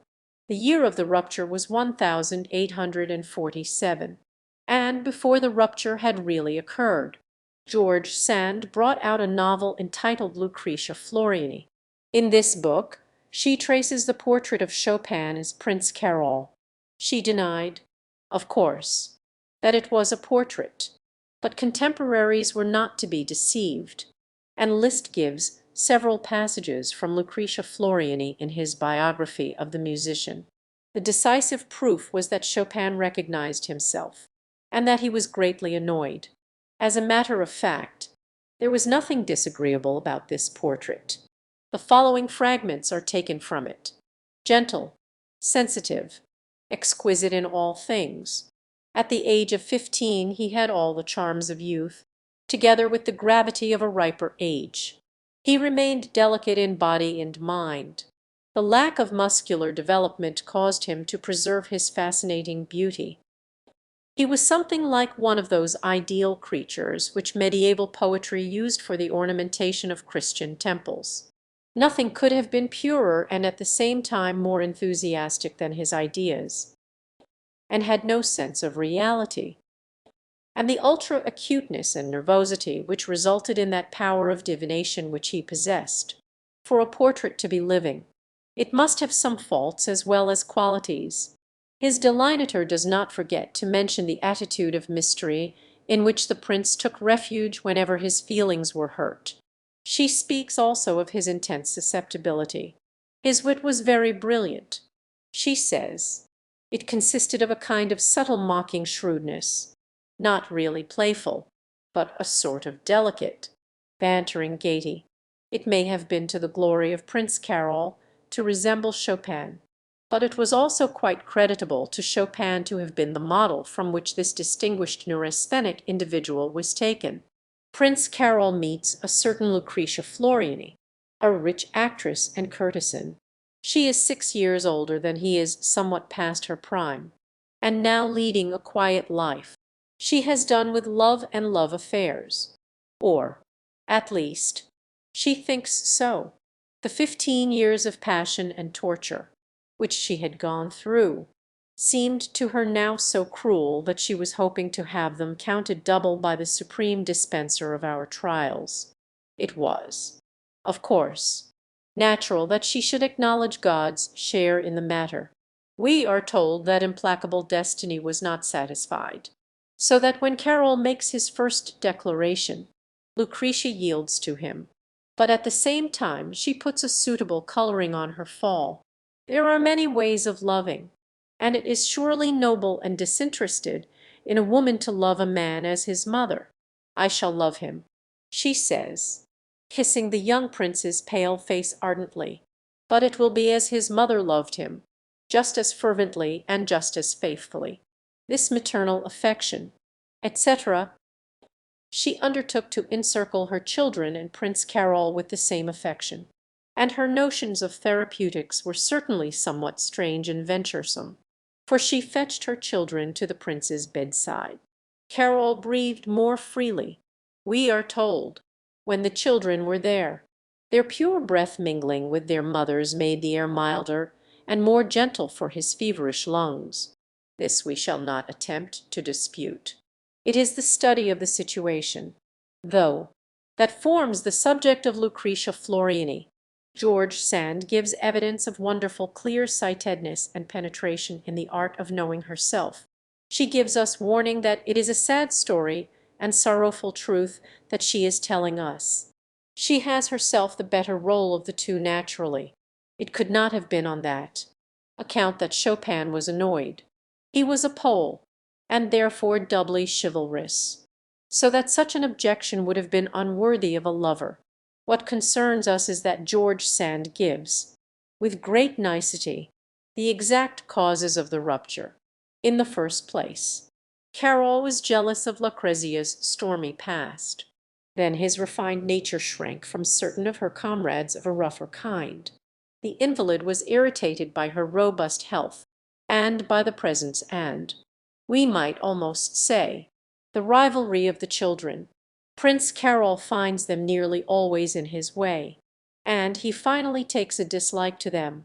There comes a moment when Lucretia sees herself obliged to choose between the two kinds of maternity, the natural kind and the maternity according to the convention of lovers, the special kind of sentiment.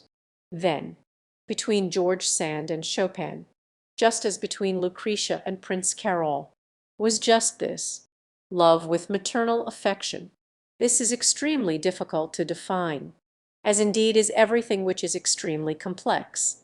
George Sand declares that her reason for not refusing intimacy with Chopin was that she considered this in the light of a duty and as a safeguard. One duty more.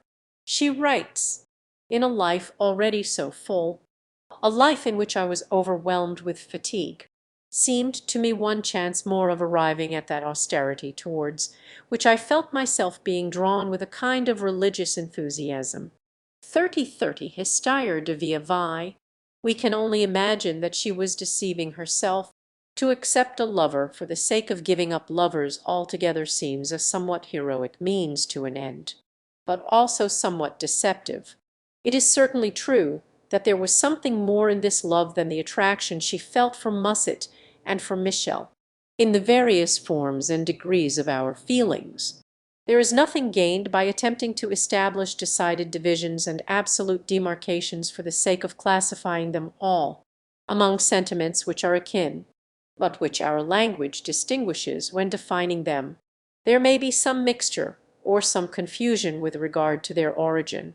Alfred de Vigny gives us in Samson, as the origin of love, even in man, the remembrance of his mother's caresses. Il rêve toujours à la couleur du sein. It seems, therefore, that we cannot apply the same reasoning with regard to love, when referring to the love of a man or of a woman. With the man there is more pride of possession, and with the woman there is more tenderness, more pity, more charity.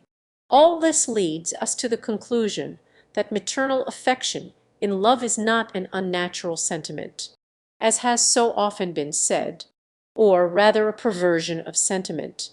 It is rather a sentiment in which too much instinct and heredity are mingled in a confused way. The object of the education of feeling is to arrive at discerning and eliminating the elements which interfere with the integrity of it. Rousseau called Madame de Warens his mother, but he was a man who was lacking in good taste. George Sand frequently puts into her novels this conception of love which we see her put into practice in life. It is impossible when analyzing it closely not to find something confused and disturbing in it which somewhat offends us. It now remains for us to study what influence George Sand's friendship with some of the greatest artists of her times had on her works. Beside Liszt and Chopin, she knew Delacroix, Madame d'Orval, Pauline Viardot, Norit, and Lablich. Through them she went into artistic circles. Some of her novels are stories of the life of artists. Les Maîtres Maucestis treats of the rivalry between two studios. La Dernière Alderney is the story of a handsome gondolier who, as a tenor, turned the heads of patrician women. The first part of Consulo takes us back to the singing schools and theatres of Venice in the 18th century.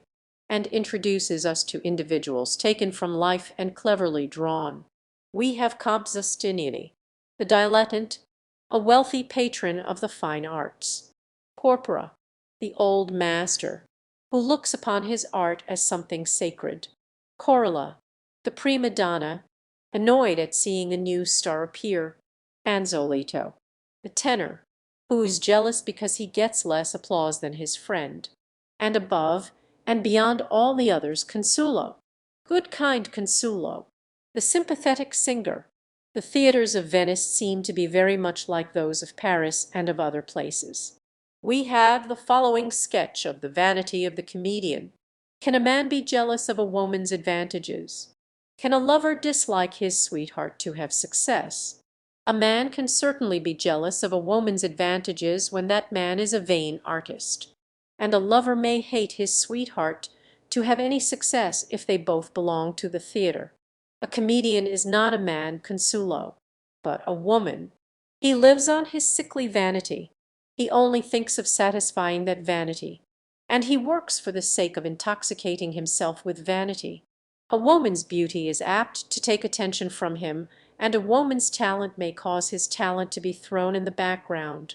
A woman is his rival, or rather he is the rival of a woman. He has all the little menaces, the caprices, the exigences, and the weak points of a coquette. Such is the note of this picture of things and people in the theatrical world. How can we doubt its veracity? At any rate, the general idea that George Sand had of the artist was exactly the idea adopted by Romanticism. We all know what a being set apart and free from all social and moral laws. What a monster Romanticism made of the artist.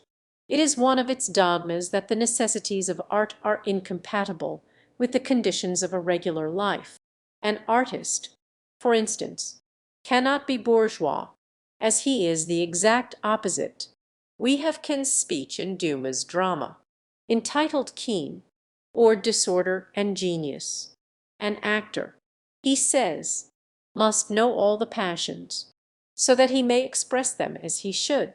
I study them in myself. And then he adds, that is what you call orderly. And what is to become of genius while I am being orderly? All this is absurd. The artist is not the man who has felt the most, but the man best gifted for imagining the various states of mind and feeling and for expressing them. We know, too, that an irregular life is neither the origin nor the stamp of extraordinary intellectual worth.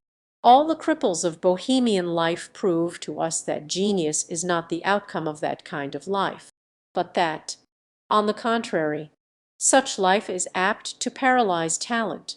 It is very convenient, though, for the artist and for every other variety of superior beings to make themselves believe that ordinary morals are not for them. The best argument we can have against this theory is the case of George Sand. The artist, in her case, was eminently a very regular and hard-working bourgeois woman. The art in which George Sand gave evidence of the surest taste was music. That is worthy of notice. In one of her letters done Voyager, she celebrates Liszt attacking the Dies Irae on the Freiburg organ. She devotes another letter to the praise of Meyerbeer. She has analyzed the different forms of musical emotion in several of her books. One of the ideas dear to Romanticism was that of the union and fusion of all the arts. The writer can, and in a certain way he ought, to produce with words the same effects that the painter does with colors and the sculptor with lines. We all know how much literature romantic painters and sculptors have put into their art. The romantic writers were less inclined to accord the same welcome to music as to the plastic arts. Théophile Gautier is said to have exclaimed that music was the most disagreeable and the dearest of all the arts. Neither Lamartine, Hugo, nor any other of the great writers of that period was influenced by music. Musset was the first one to be impassioned by it, and this may have been as much through his dandyism as from conviction. Phil de la Dowler, harmony, harmony. Langue que fior l'amour invents le génie. Qui nous vins d'Italie, et qui lui vins d'ici, daus langue du cor, la sul ou la pensi, set vierge craintive et d'un ombro fensi, passe en gardant son voile et sans craindre les yeux, qui sates quan enfant put entendre et put dire dans tis supers divins nes de l'air quil respire, tristis comme son cor et du comme sa voix. George Sand, who agreed with Musset, claimed for the most beautiful of all the arts the honor of being able to paint all the shades of sentiment and all the phases of passion. Music, she says, can express everything. For describing scenes of nature, it has ideal colors and lines, neither exact nor yet too minute, but which are all the more vaguely and delightfully poetical. 3131 11th Letter Done Voyager to Giacomo Meyerbeer. As examples of music in literature, we have George Sand's phrase, more lyrical and musical than picturesque. We have, too, the gentle, soothing strophes of Sully Prudhomme and the vague melody of the Verlaine songs. De la musique avant tout chose. It would be absurd to exaggerate the influence exercised by George Sand, and to attribute to her an importance which does not belong to her. Over poetical evolution, it is only fair to say, though, that music, which was looked upon suspiciously for so long a time by classical writers of sane and sure taste, has completely invaded our present society, so that we are becoming more and more imbued with it. George Sand's predilection for modern art is another feature which makes her one of us, showing that her tendencies were very marked for things of the present day. Vi, the humanitarian dream, Pierre Leroux, socialistic novels. Hitherto we have seen George Sand put into her work her sufferings, her protests as a woman, and her dreams as an artist. But the 19th century writer did not confine his ambitions to this modest task. He belonged to a corporation which counted among its members Voltaire and Rousseau. The 18th century philosophers had changed the object of literature. Instead of an instrument of analysis, they had made of it a weapon for combat, an incomparable weapon for attacking institutions and for overthrowing governments. The fact is that from the time of the Restoration we shall scarcely meet with a single writer, from the philosopher to the vaudevillist, and from the professor to the song-maker, who did not wish to act as a torch on the path of humanity. Poets make revolutions, and show Plato how wrong he was in driving them away from his republic. Sophocles was appointed a general at Athens for having written a good tragedy, and so novelists, dramatists, critics and makers of puns devoted themselves to making laws. George Sand was too much a woman of her times to keep aloof from such a movement. We shall now have to study her in her socialistic role. We can easily imagine on what side her sympathies were. She had always been battling with institutions, and it seemed to her that institutions were undoubtedly in the wrong. She had proved that there was a great deal of suffering in the world, and as human nature is good at bottom, she decided that society was all wrong. She was a novelist, and she therefore considered that the most satisfactory solutions are those in which imagination and feeling play a great part. She also considered that the best politics are those which are the most like a novel. We must now follow her, step by step, along the various roads leading to Utopia. The truth is that in that great manufactory of systems and that storehouse of panacées which the France of Louis Philippe had become, the only difficulty was to choose between them all. The first, in date, of the new Gospels was that of the Saint-Simonians. When George Sand arrived in Paris, Saint-Simonism was one of the curiosities offered to astonished provincials. It was a parody of religion, but it was organized in a church with a father in two persons, Vazard and Enfantin. The service took place in a bowis. The costume worn consisted of white trousers, a red waistcoat, and a blue tunic. On the days when the father came down from the heights of Menilmontant with his children, There was great diversion for the people in the street. An important thing was lacking in the organization of the St. Simonians. In order to complete the sacerdotal couple, a woman was needed to take her place next the father. A mother was asked for over and over again. It was said that she would soon appear, but she was never forthcoming. Saint Simon had tried to tempt Madame de Staël. "I am an extraordinary man," he said to her, "and you are just as extraordinary as a woman. You and I together would have a still more extraordinary child." Madame de Staël evidently did not care to take part in the manufacture of this prodigy. When George Sand's first novels appeared, the St. Simonians were full of hope. This was the woman they had been waiting for, the free woman, who, having meditated on the lot of her sisters, would formulate the declaration of the rights and duties of woman. Adolphe Girault was sent to her. He was the editor of the Opinion National. George Sand had a great fund of common sense, though, and once more the little society awaited the mother in vain. It was finally decided that she should be sought for in the East.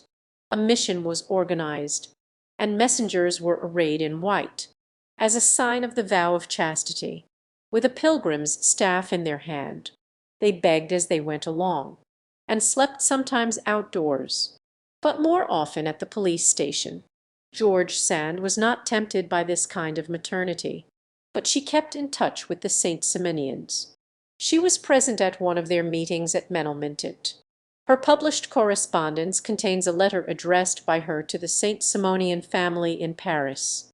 As a matter of fact, she had received from it, on the 1st of January, 1836, a large collection of presents.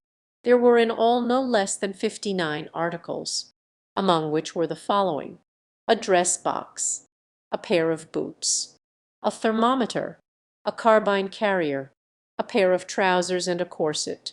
St. Simonism was universally jeered at, but it is quite a mistake to think that ridicule is detrimental in France.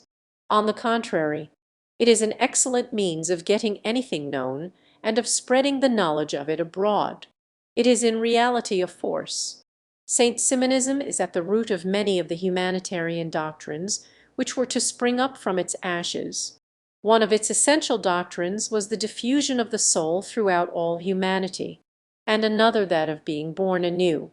Enfantin said, "I can feel St. Paul within me, he lives within me." Still another of its doctrines was that of the rehabilitation of the flesh.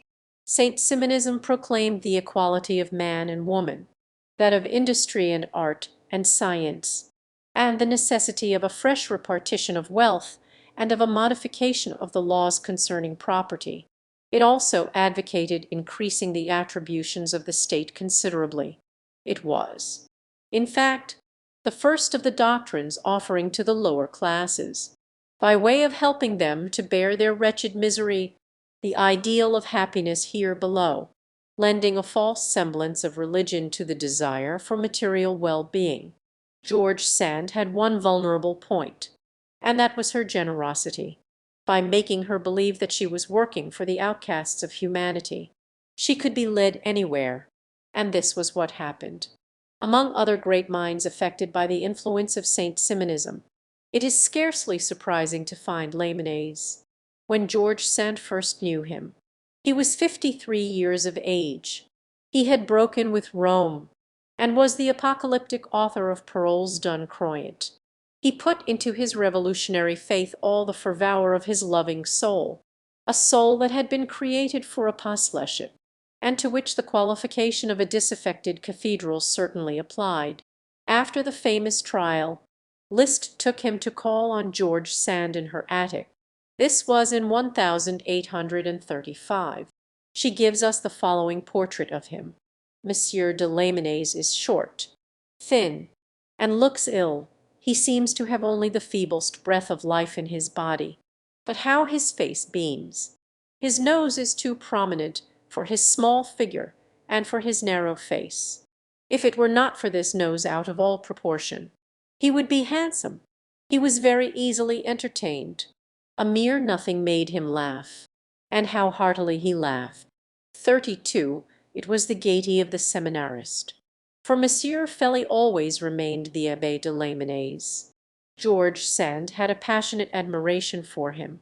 She took his side against any one who attacked him in her third letter d'un Voyager, in her Lettre à l'Arménier, and in her article on Amschespans et Darvans. This is the title of a book by Lamennais. The extraordinary names refer to the spirits of good and evil in the mythology of Zoroaster. George Sand proposed to pronounce them chenopins et pedants. Although she had a horror of journalism, she agreed to write in Lamennais' paper, Le Monde. 32 Histoire de ma vie. He is so good, and I like him so much. She writes that I would give him as much of my blood and of my ink as he wants. 33 She did not have to give him any of her blood, and he did not accept much of her ink. She commenced publishing her celebrated letters of Marquis in Le Monde. We have already spoken of these letters. In order to show how George Sand gradually attenuated the harshness of her early feminism. 33 Correspondence. To Jules Janin, February 15, 1837. These letters alarmed Lamennais, nevertheless, and she was obliged to discontinue them. Feminism was the germ of their disagreement. Lamennais said, "She does not forgive St. Paul for having said, 'Wives, obey your husbands.' She continued to acknowledge him as one of our saints. But the father of our new church gradually broke away from her and her friends, and expressed his opinion about her with a severity and harshness which are worthy of note." Lamennais' letters to Baron de Vitrolles contain many allusions to George Sand, and they are most uncomplimentary. I hear no more about Carlotta Madame Marlini. He writes, nor about George Sand and Madame de Gault. I know there has been a great deal of quarrelling among them. They are as fond of each other as Lesage's two diabols, one of whom said, "That reconciled us. We kissed each other, and ever since then we have been mortal enemies."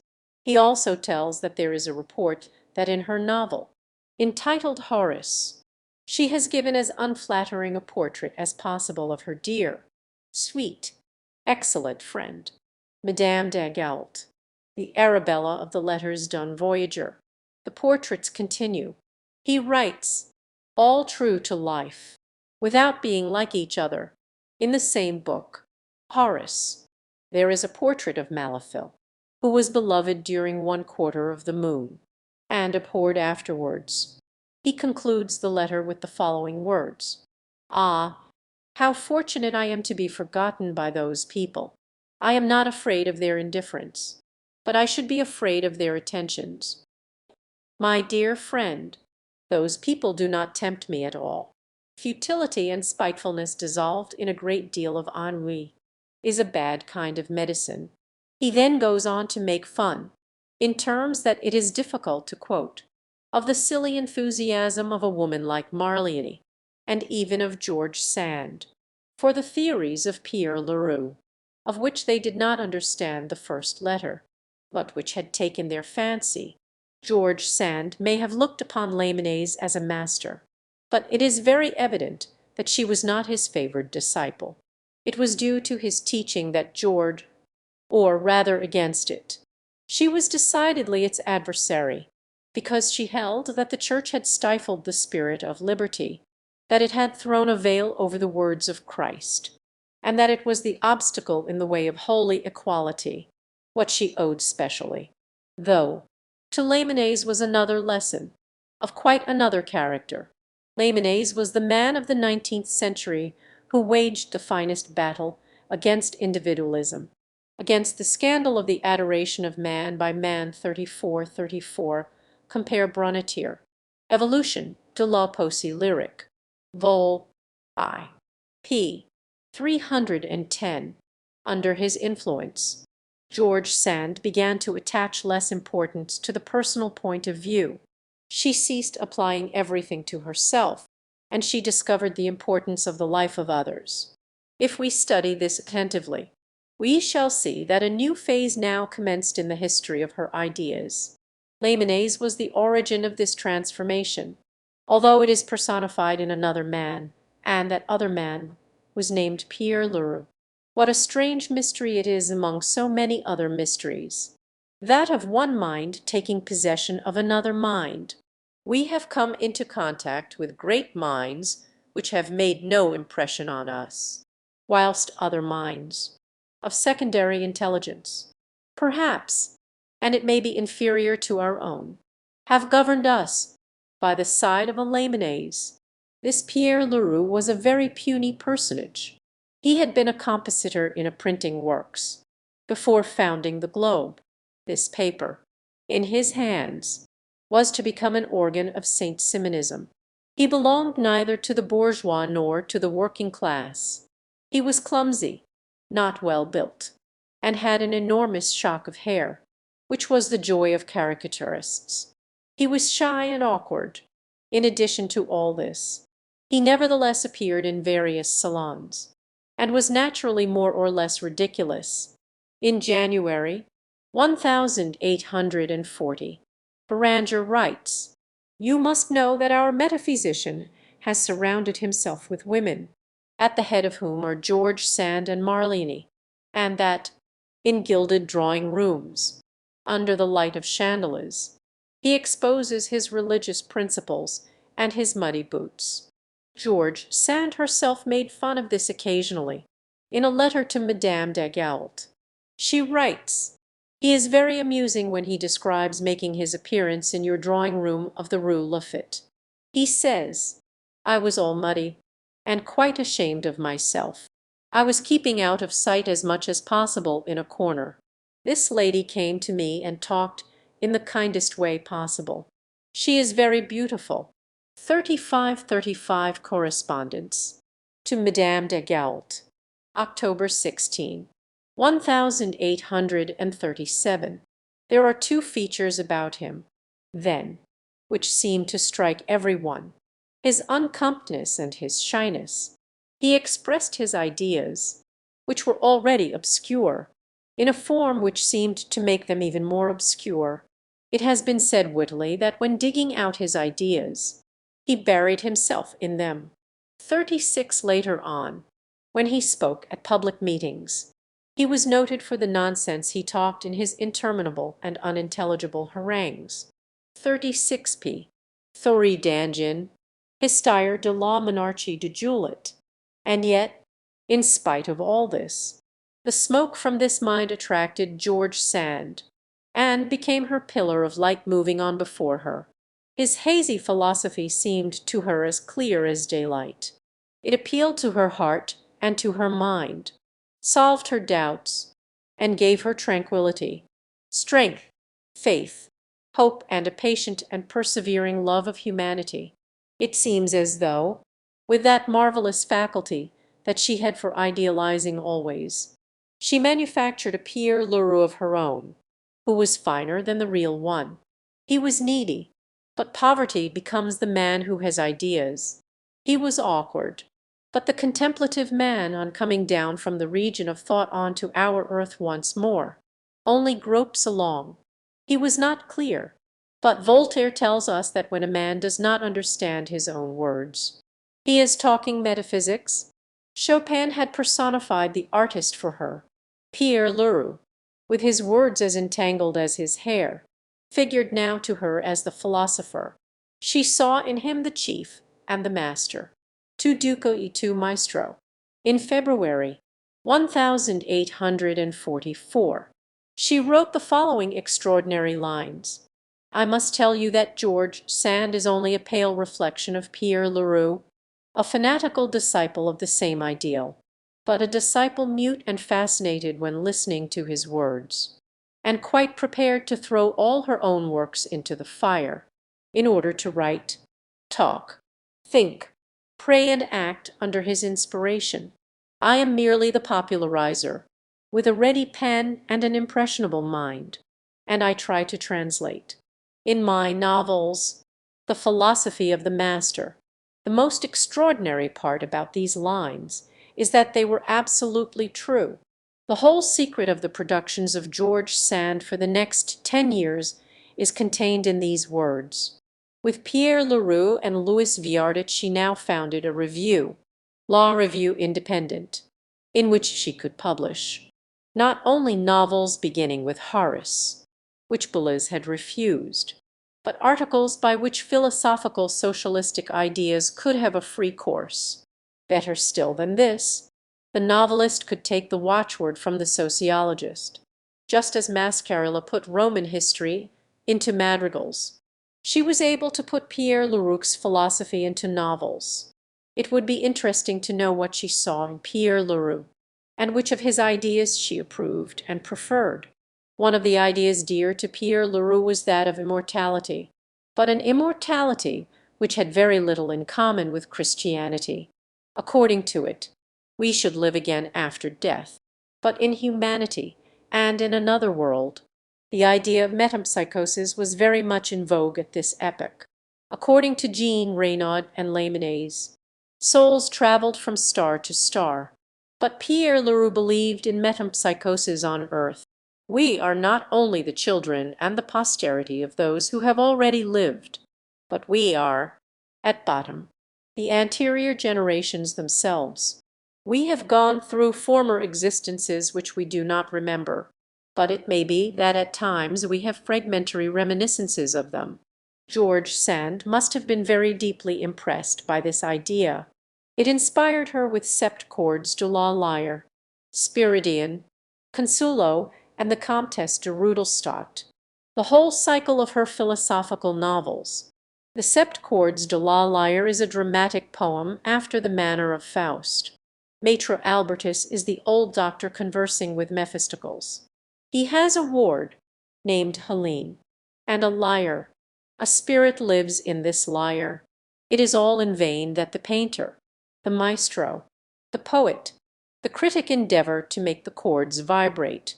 The lyre remains dumb. Helene, even without putting her hands on it, can draw from it magnificent harmony. Helene is mad. All this may seem very incomprehensible to you, and I must confess that it is so to me. Albertus himself declares. This has a poetical sense of a very high order perhaps, but it seems vague. I am of the same opinion as Albertus. With a little effort, I might, like any one else, be able to give you an interpretation of this logograph, which might appear to have something in it.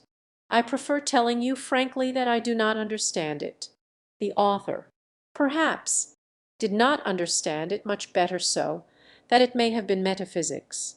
I would call your attention, though, to that picture of Helene, with the magic lyre in her hand, risking her life, by climbing to the spire of the steeple and uttering her inspiring speech from there. Is not this something like Salnis, the builder, from the top of his tower? Like Tolstoy, Ibsen had evidently read George Sand and had not forgotten her. Spiridion introduces us into a strange convent, in which we see the portraits come out of their frames and roam about the cloisters. The founder of the convent, Hebronius, lives again in the person of Father Alexis, who is no other than Leroux. In Consulo we have the same imagination. We have already considered the first part of this novel, that which takes place at Venice, in the schools of music and in the theatres of song. Who would have thought that the charming diva, the pupil of Porpora, was to have such strange adventures? She arrives in Bohemia, at the chateau of Rudolstadt. She has been warned that extraordinary things take place there. Comte Albert de Rudolstadt is subject to nervous fits and to great lethargy. He disappears from the chateau and then reappears, without any one seeing him go in or out. He believes that he has been Jean Ziska, and this is probably true. He has been present at events which took place 300 years previously, and he describes them. Consulo discovers Albert's retreat. It is a cavern hollowed out of a mountain in the vicinity, which communicates, by means of a well, with his rooms. The chateau of Rudolstadt is built on the same architectural plan as Anne Radcliffe's chateau. After staying for some time in this bewildering place, Consulo sets forth once more. She now meets Haydn, goes through the Bohmer-Wald with him, arrives in Venice, is introduced to Maria Theresa, and is engaged at the Imperial Theatre. She is now recalled to the chateau of Rudolstadt. Albert is on his deathbed, and he marries her in extremis, after telling her that he is going to leave her for a time, but that he shall return to her on earth by a new birth. He, too, had evidently read Pierre Leroux, and it was perhaps that which had caused his illness. Consulo is a novel of adventures after the style of Gil Blas, the Vie de Marianne, and Winkelmeister. It is a historical novel, for which we have Joseph Haydn, Maria Theresa, Baron Trenck, and the whole history of the Hussits. It is a fantastical story with digressions on music and on popular songs, but running through it all, with the persistency of a fixed idea, are divagations on the subject of earthly metempsychosis. Such, then, is this incongruous story, odd and exaggerated, but with gleams of light and of great beauty, the reading of which is apt to leave one weary and disturbed. We meet with Consulo again in another book. In those days, it was not enough for a novel to consist of several volumes. People liked a sequel also. Vinckton's Apres was the sequel to Trois Mousquetaires, and the Vicomte de Bragelonne was a sequel to that sequel. Our grandparents were capable of allowing themselves to be bored to a degree which makes us ashamed of our frivolity. The Comtesse de Rudolstadt was the sequel to Consulo. As time went on, Pierre Leroux called George Sand's attention to the study of Freemasonry. In 1843, she declared that she was plunged in it, and that it was a gulf of nonsense and uncertainties, in which she was dabbling courageously. "I am up to my ears in Freemasonry," she writes. "I cannot get away from the Kaddish, the Rose Croix, and the Sublime Scotchman. The result of all this will be a mysterious novel." The mysterious novel was the Comtesse de Rudolstadt. Consulo, who through her marriage with Albert is now Comtesse de Rudolstadt, continues her European tour. She reaches Berlin, and we find her at the court of Frederick I. We now have Voltaire, La Mettrie, the Sans Souci suppers, Cagliostro, Saint Germain, and the occult sciences. Frederick I sends Consulo to prison. There appears to be no reason for this, unless it be that in order to escape she must first have been imprisoned. Some mysterious rescuers take a great interest in Consulo, and transport her to a strange dwelling, where she has a whole series of surprises. It is, in fact, a sort of palace of illusions. She is first in a dark room, and she then finds herself suddenly in a room of dazzling light. At the far end of this room, the whole aspect of which is very forbidding, she distinguishes 7 personages, wrapped in red cloaks and wearing masks of such livid whiteness that they looked like corpses. They were all seated behind a table of black marble, just in front of the table, and on a lower seat was an 8th spectre. He was dressed in black, and he, too, wore a white mask. By the wall, on each side of the room, were about 20 men in black cloaks and masks. There was the most profound silence. Consulo turned round and saw that there were also black phantoms behind her. At each door there were 2 of them standing up, each holding a huge, bright sword. 37 Comtesse de Rudolstadt. She wondered whether she had reached the infernal regions, but she discovered that she was in the midst of a secret society. Styled the Invisibles, Consulo is to go through all the various stages of the initiation. She first puts on the bridal dress, and after this the widow's weeds. She undergoes all the various trials, and has to witness the different spectacles provided for her edification, including coffins, funeral pals, spectres, and simulated tortures. The description of all the various ceremonies takes up about half of the book. George Sand's object was to show up this movement of secret societies, which was such a feature of the 18th century, and which was directed both against monarchical power and against the Church. It contributed to prepare the way for the Revolution, and gave to this that international character and that mystical lore which would otherwise have been incomprehensible. From Spiridion to the Comtesse de Rudolstadt, then, we have this series of fantastical novels with ghosts, subterranean passages, secret hiding places, hallucinations and apparitions. The unfortunate part is that at present we scarcely know to what category of readers they would appeal. As regards grown-up people, we all prefer something with a vestige of truth in it nowadays. As to our children, they would prefer Monte Cristo to Consuelo, and Tom Thumb to Spiridion, at the time that they were written, in spite of the fact that Boulez protested against all this philosophy. These novels were quite in accordance with the public taste. A mania for anything fantastic had taken possession of the most serious people. Ballanche wrote his La Palingency, and Edgar Quinet Ahasverus. Things took place through the ages, and the reader travelled through the immensity of the centuries, just as though Wells had already invented his machine for exploring time. In a country like France, where clear-mindedness and matter-of-fact intelligence are appreciated, all this seems surprising.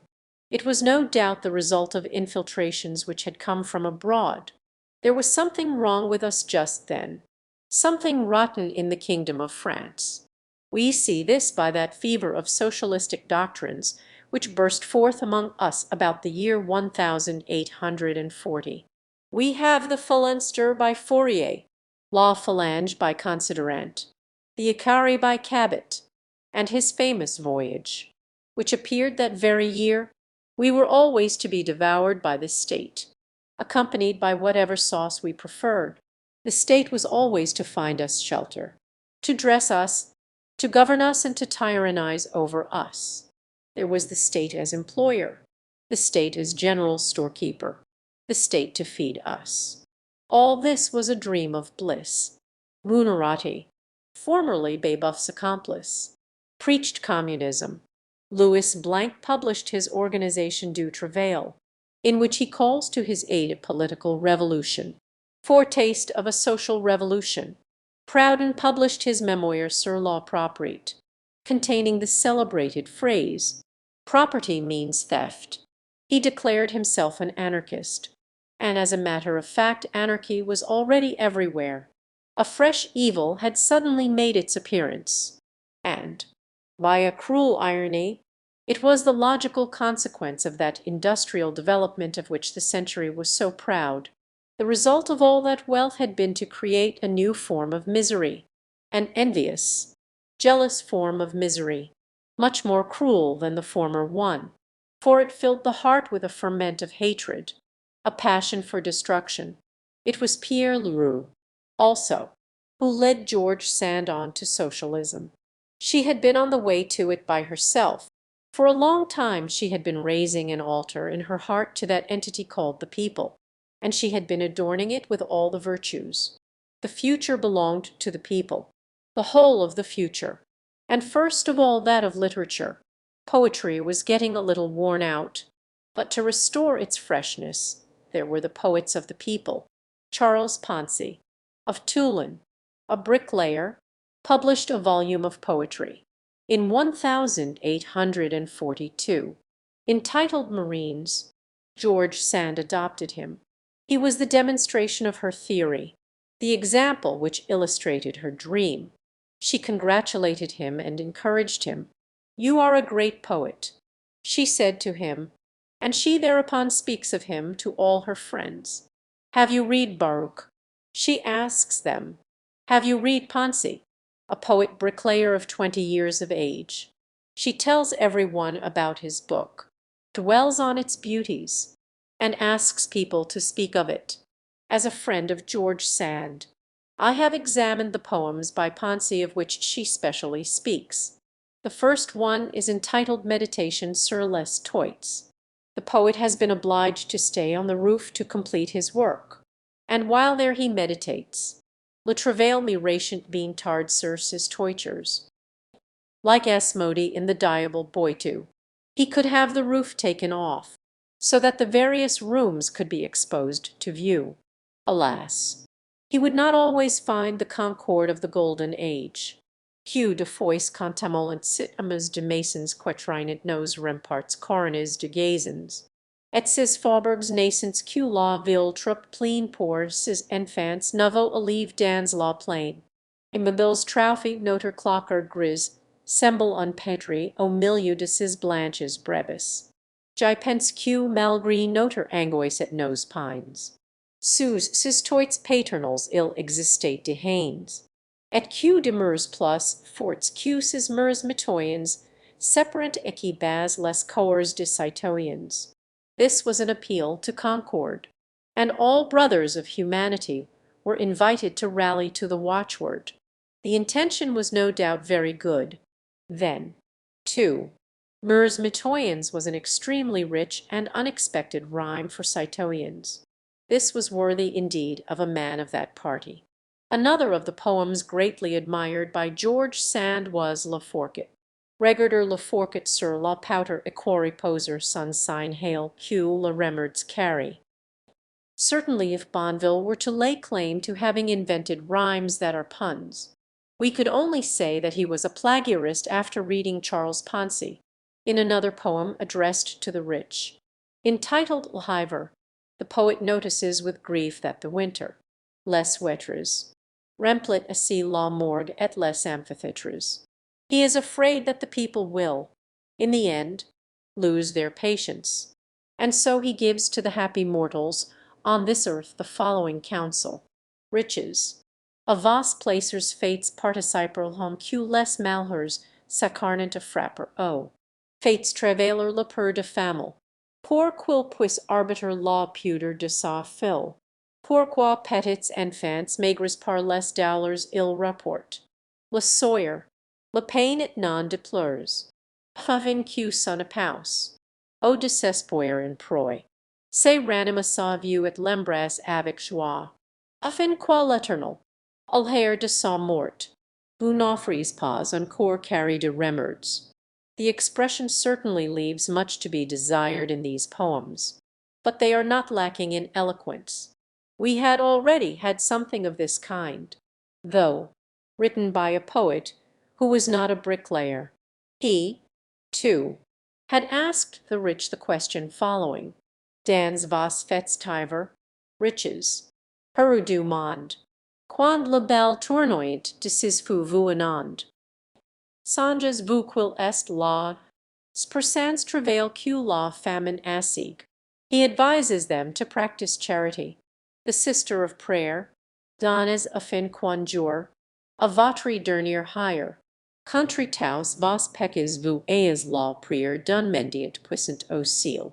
We cannot, certainly, expect Poncy to be a Victor Hugo, but as we had Victor Hugo's verses, of what use was it for them to be rewritten by Poncy? My reason for quoting a few of the fine lines from Fool's Daughter is that I felt an urgent need of clearing away all these platitudes. Poncy was not the only working man poet. Other trades produced their poets too. The first poem in Marines is addressed to Durand, a poet carpenter, who introduces himself as Enfant de la Fort qui Saint Fontainebleau. This man handled the plane and the lyre, just as Poncy did the trowel and the lyre. This poetry of the working classes was to give its admirers plenty of disappointment. George Sand advised Poncy to treat the things connected with his trade. In his poetry, do not try to put on other men's clothes, but let us see you in literature with the plaster on your hands which is natural to you and which interests us. She said to him, proud of his success with the ladies of Paris. Poncy wanted to wash his hands, put on a coat, and go into society. It was all in vain that George Sand beseeched Poncy to remain the poet of humanity. She exposed to him the dogma of impersonality in such fine terms, that more than one bourgeois poet might profit by what she said.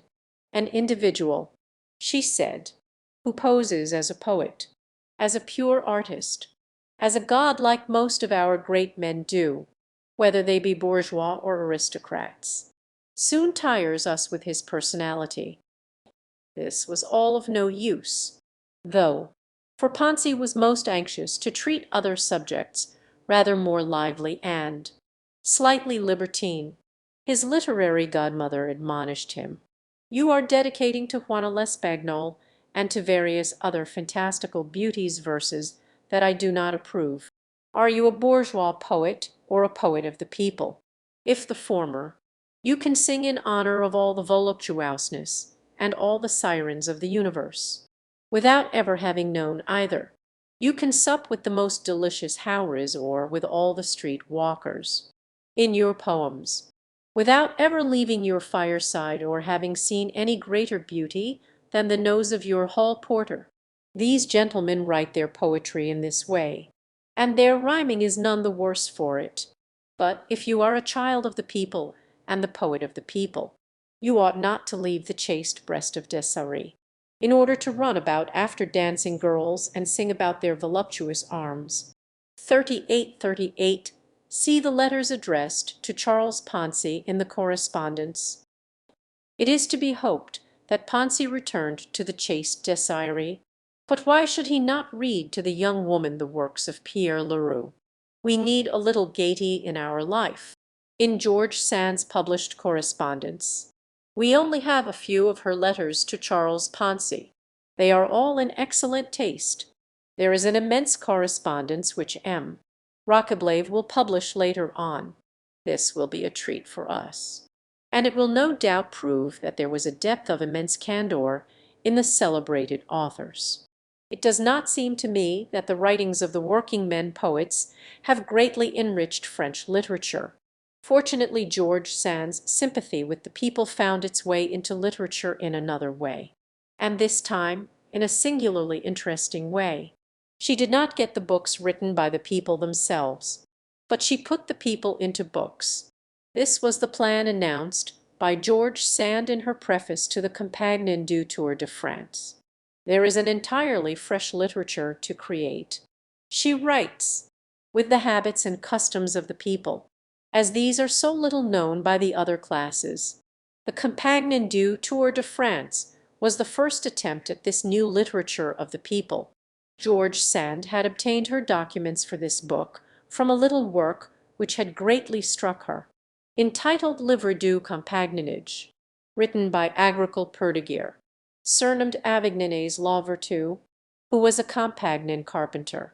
Agricole Perdiguier informs us that the Compagnons were divided into three chief categories: the Gabots, the Diverants, and the Drills, or the Enfants de Salomon, the Enlants de Maître Jacques, and the Enfants du Persaubus. He then describes the rites of this order. When two Compagnons met, their watchword was "To." After this they asked each other's trade, and then they went to drink a glass together. If a Compagnon who was generally respected left the town, the others gave him what was termed a conduit and regal. If it was thought that he did not deserve this, he had a conduit de Grenoble. Each Compagnon had a surname, and among such surnames we find the Prudence of Draguignan, the Flower of Bagnolet, and the Liberty of Châteauneuf. The unfortunate part was that among the different societies, instead of the union that ought to have reigned, there were rivalries, fights, and sometimes all this led to serious skirmishes. Agricole Perdiguier undertook to preach to the different societies peace and tolerance. He went about travelling through France with this object in view. His second expedition was at George Sand's expense. A fresh edition of his book contained the letters of approval addressed to him by those who approved his campaign. Among these signatures are the following: Nantes Pret a Bien Faire, Virgignan La Felicity, Decide Le Briard. All this is a curious history of the syndicates of the 19th century. Agricole Perdiguier may have seen the Confederation du Travail dawning in the horizon. In the Compagnon du Tour de France, Pierre Huguenin, a carpenter, travels about among all these different societies of the compagnonage, and lets us see something of their competition, rivalries, battles, etc. He is then sent for to the Villepreux chateau to do some work. The noble Iseult falls in love with this fine talking carpenter, and at once begs him to make her happy by marrying her. In the Moynier d'Angibalt is a working locksmith, Henry Lemmer, who falls in love with Marcel de Blanchet, born to wealth. She regrets that she is not the daughter or the mother of workingmen. Finally, however, she loses her fortune, and rejoice in this event. The personage who stands out in relief in this novel is the miller, Grand Louis. He is always gay and contented, with a smile on his lips, singing lively songs and giving advice to every one. In the Pech d'Homme, Antoine, the rôle of Grand Louis falls to Jean the carpenter. In this story all the people are communists, with the exception of the owner of the factory, who, in consequence, is treated with contempt. His son Emile marries the daughter of Monsieur Antoine. Her name is Gilbert, and a silly old man, the Marquis de Bois-Guilbaut, leaves her all his money, on condition that the young couple found a colony of agriculturists in which there shall be absolute communism. All these stories, full of eloquence and dissertations on the misfortune of being rich and the corrupting influence of wealth, would be insufferable if it were not for the fact that the Angibalt mill were in the Black Valley, and the crumbling chateau, belonging to Monsieur Antoine, on the banks of the Creuse. They are very poor novels, and it would be a waste of time to attempt to defend them. They are not to be despised, though, as regards their influence on the rest of George Sand's work, and also as regards the history of the French novel, they rendered great service to George Sand, inasmuch as they helped her to come out of herself and to turn her attention to the miseries of other people, instead of dwelling all the time on her own. The miseries she now saw were more general ones, and consequently more worthy of interest. In the history of the novel they are of capital importance, as they are the first ones to bring into notice, by making them play a part, people of whom novelists had never spoken. Before Eugene Sue and before Victor Hugo, George Sand gives a rôle to a mason, a carpenter, and a joiner. We see the working class come into literature in these novels, and this marks an era. As to their socialistic influence, it is supposed by many people that they had none. The kind of socialism that consists of making tinkers marry marchionesses, and duchesses marry zinc workers, seems very childish and very feminine. It is just an attempt at bringing about the marriage of classes. This socialistic preaching, by means of literature, cannot be treated so lightly, though, as it is by no means harmless.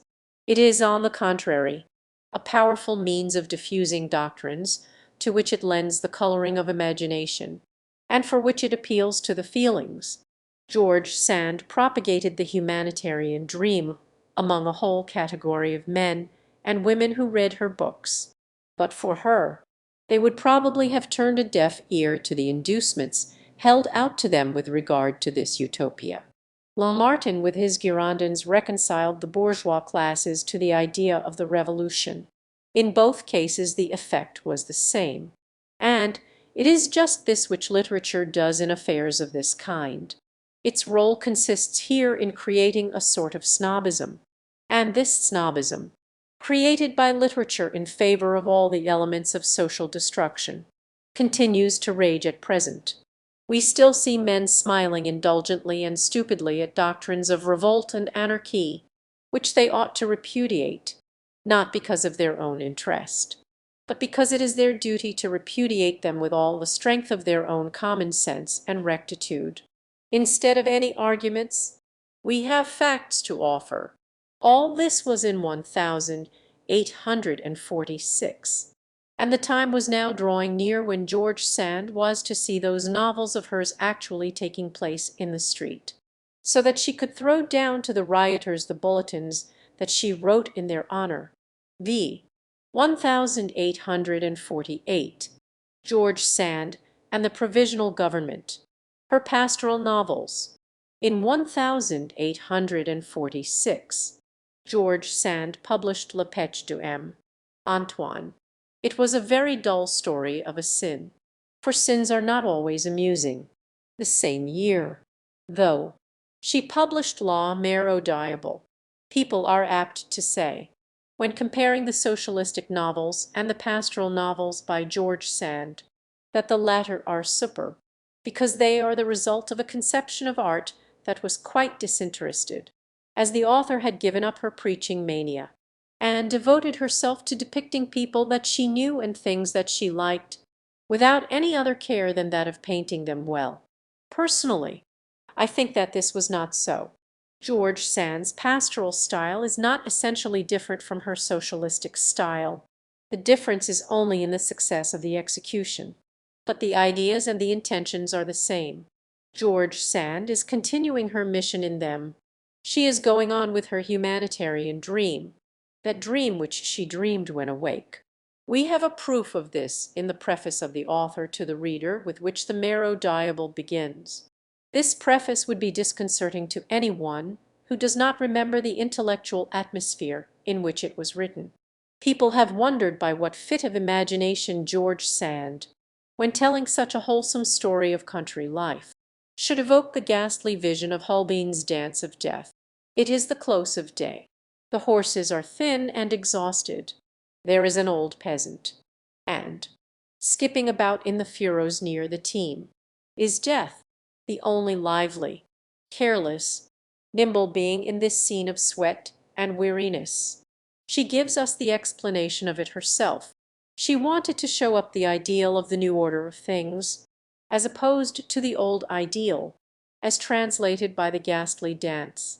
We have nothing more to do with death, she writes, but with life. We no longer believe in the nint of the tomb, nor in salvation bought by enforced renunciation.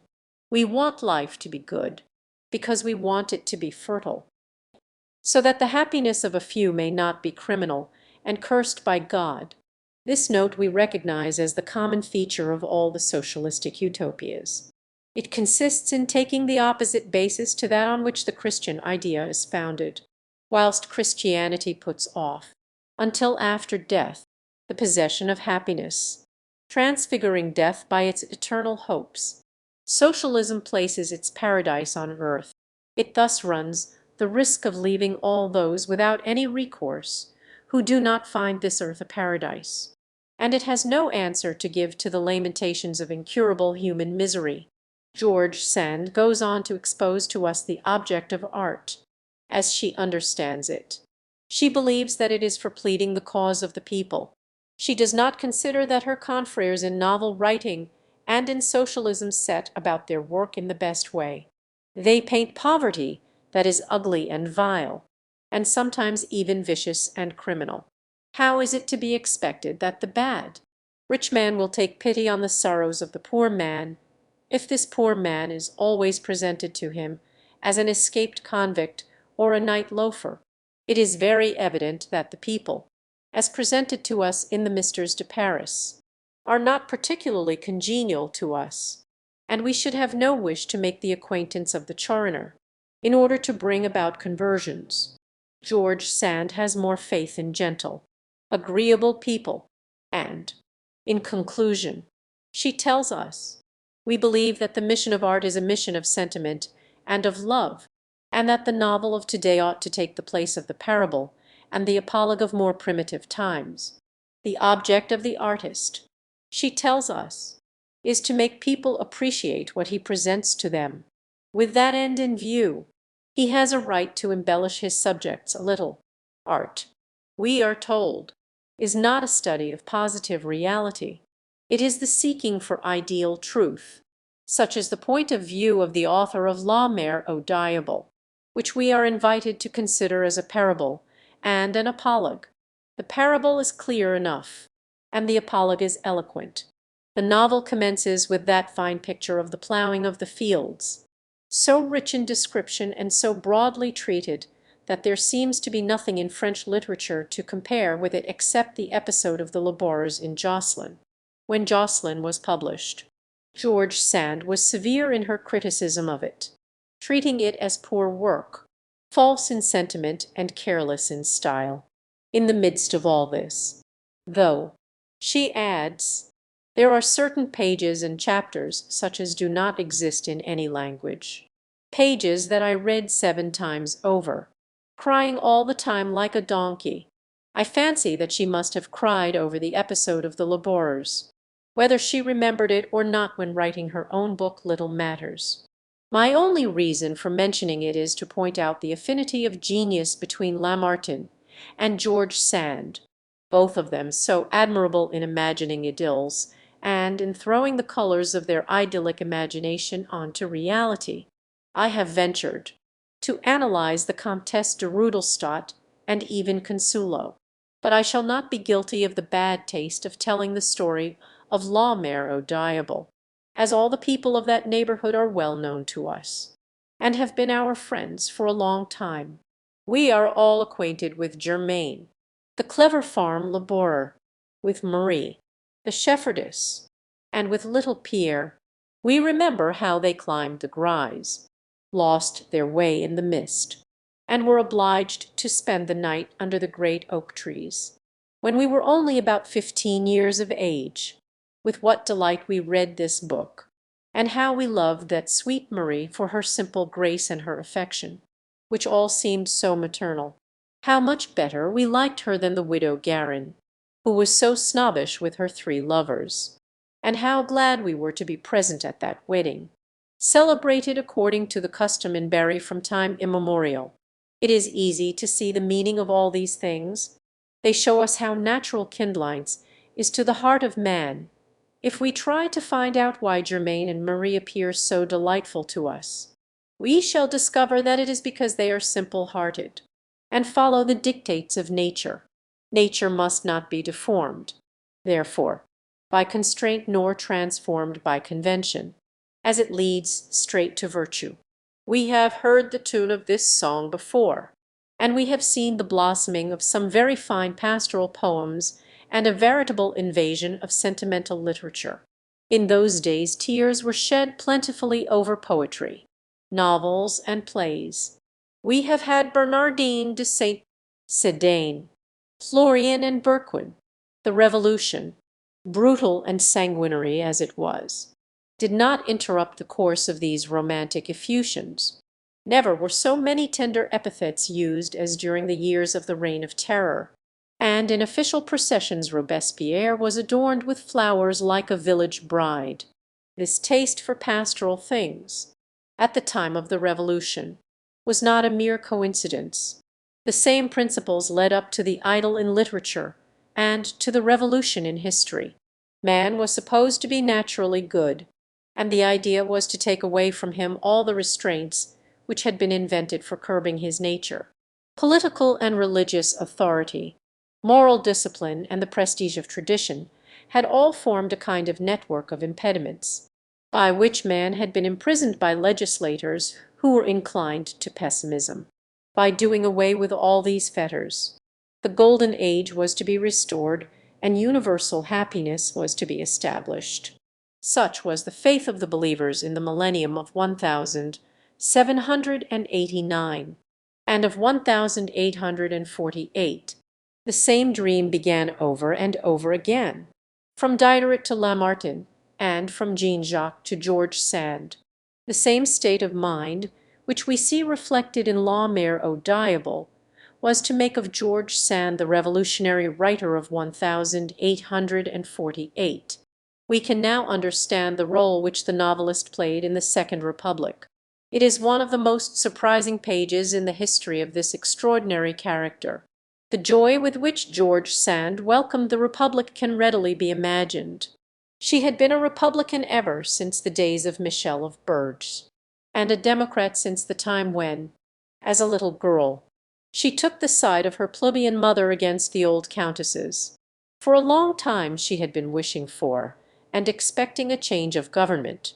She would not have been satisfied with less than this, She was not much moved by the fire's guised duel, and it would have given her no pleasure to be killed for the sake of Odelin Barrett. She was a disciple of romanticism, and she wanted a storm, when the storm broke, carrying all before it, a throne, a whole society with its institutions. She hurried away from her peaceful Nohant. She wanted to breathe the atmosphere of a revolution, and she was soon intoxicated by it. Long live the Republic! She wrote in her letters. What a dream and what enthusiasm! And then, too, what behavior, what order in Paris! I have just arrived, and I saw the last of the barricades. The people are great, sublime, simple and generous, the most admirable people in the universe. I spent nights without any sleep and days without sitting down. Every one was wild and intoxicated with delight, for after going to sleep in the mire they have awakened in heaven. 3939 correspondence. Tudge, Ponce, March 9, 1848. She goes on dreaming thus of the stars. Everything she hears, everything she sees enchants her. The most absurd measures delight her. She either thinks they are most noble, liberal steps to have taken, or else they are very good jokes. Rothschild. She writes, expresses very fine sentiments about liberty at present. The provisional government is keeping him in sight, as it does not wish him to make off with his money, and so will put some of the troops on his track. The most amusing things are happening. A little later on she writes, the government and the people expect to have bad deputies, but they have agreed to put them through the window. You must come, and we will go and see all this and have fun. 4040 correspondence. To Maurice Sand. March 24, 1848. She was thoroughly entertained, and that is very significant. We must not forget the famous phrase that sounded the death knell of the July monarchy, La France s'ennuie. France had gone in for a revolution by way of being entertained. George Sand was entertained, then, by what was taking place. She went down into the street, where there was plenty to see. In the mornings there were the various colored posters to be read. These had been put up in the night, and they were in prose and in verse. Processions were also organized, and men, women, and children, with banners unfurled, marched along to music to the Hôtel de Ville, carrying baskets decorated with ribbons and flowers. Every corporation and every profession considered itself bound in honor to congratulate the government and to encourage it in its well-doing. One day the procession would be of the women who made waistcoats or breeches, another day of the water carriers, or of those who had been decorated in July or wounded in February. Then there were the pavement layers, the washerwomen, the delegates from the Paris night soil men. There were delegates, too, from the Germans, Italians, Poles, and most of the inhabitants of Montmartre and of Batignolles. We must not forget the trees of liberty, as George Sand speaks of meeting with 3 of these in one day, immense pines. She writes, carried on the shoulders of 50 working men. A drum went first, then the flag, followed by bands of these fine tillers of the ground, strong-looking, serious men with wreaths of leaves on their head, and a spade, pickaxe or hatchet over their shoulder. It was magnificent, finer than all the Roberts in the world. 41 such was the tone of her letters. 41 correspondence. She had the opera from her windows and an Olympic circus at every cross road. Paris was certainly en fête. In the evenings it was just as lively. There were the clubs, and there were no less than 300 of these. Society women could go to them and hear orators in blouses proposing incendiary movements, which made them shudder deliciously. Then there were the theatres. Rachel, draped in antique style, looking like a Nemesis, declaimed the Marseillaise, and all night long the excitement continued. The young men organized torchlight processions, with fireworks, and insisted on peaceably inclined citizens illuminating. It was like a national fête day, or the carnival, continuing all the week. All this was the common, everyday aspect of Paris. But there were the special days as well to break the monotony of all this. There were the manifestations, which had the great advantage of provoking counter-manifestations. On the 16th of March there was the manifestation of the National Guard, who were tranquil members of society. But on the 17th there was a counter-manifestation of the clubs and workingmen. On such days the meeting place would be at the Bastille, and from morning to night groups, consisting of several 100,000 men, would march about Paris, sometimes in favor of the Assembly against the Provisional Government, and sometimes in favor of the Provisional Government against the Assembly. On the 17th of April, George Sand was in the midst of the crowd, in front of the Hôtel de Ville, in order to see better. On the 15th of May, as the populace was directing its efforts against the Palais Bourbon, she was in the Rue de Bourgogne, in her eagerness not to miss anything. As she was passing in front of a café, she saw a woman haranguing the crowd in a very animated way from one of the windows. She was told that this woman was George Sand. Women were extremely active in this revolution. They organized a legion for themselves, and were styled les Vesuviennes. They had their clubs, their banquets, and their newspapers. George Sand was far from approving all this feminine agitation, but she did not condemn it altogether. She considered that women and children, disinterested as they are in all political questions, are in more direct intercourse with the spirit that breathes from above over the agitations of this world. 42 it was for them, therefore, to be the inspires of politics. George Sand was one of these inspires. In order to judge what counsels this Egeria gave, we have only to read some of her letters. On the 4th of March she wrote as follows to her friend Giard: "Act vigorously, my dear brother.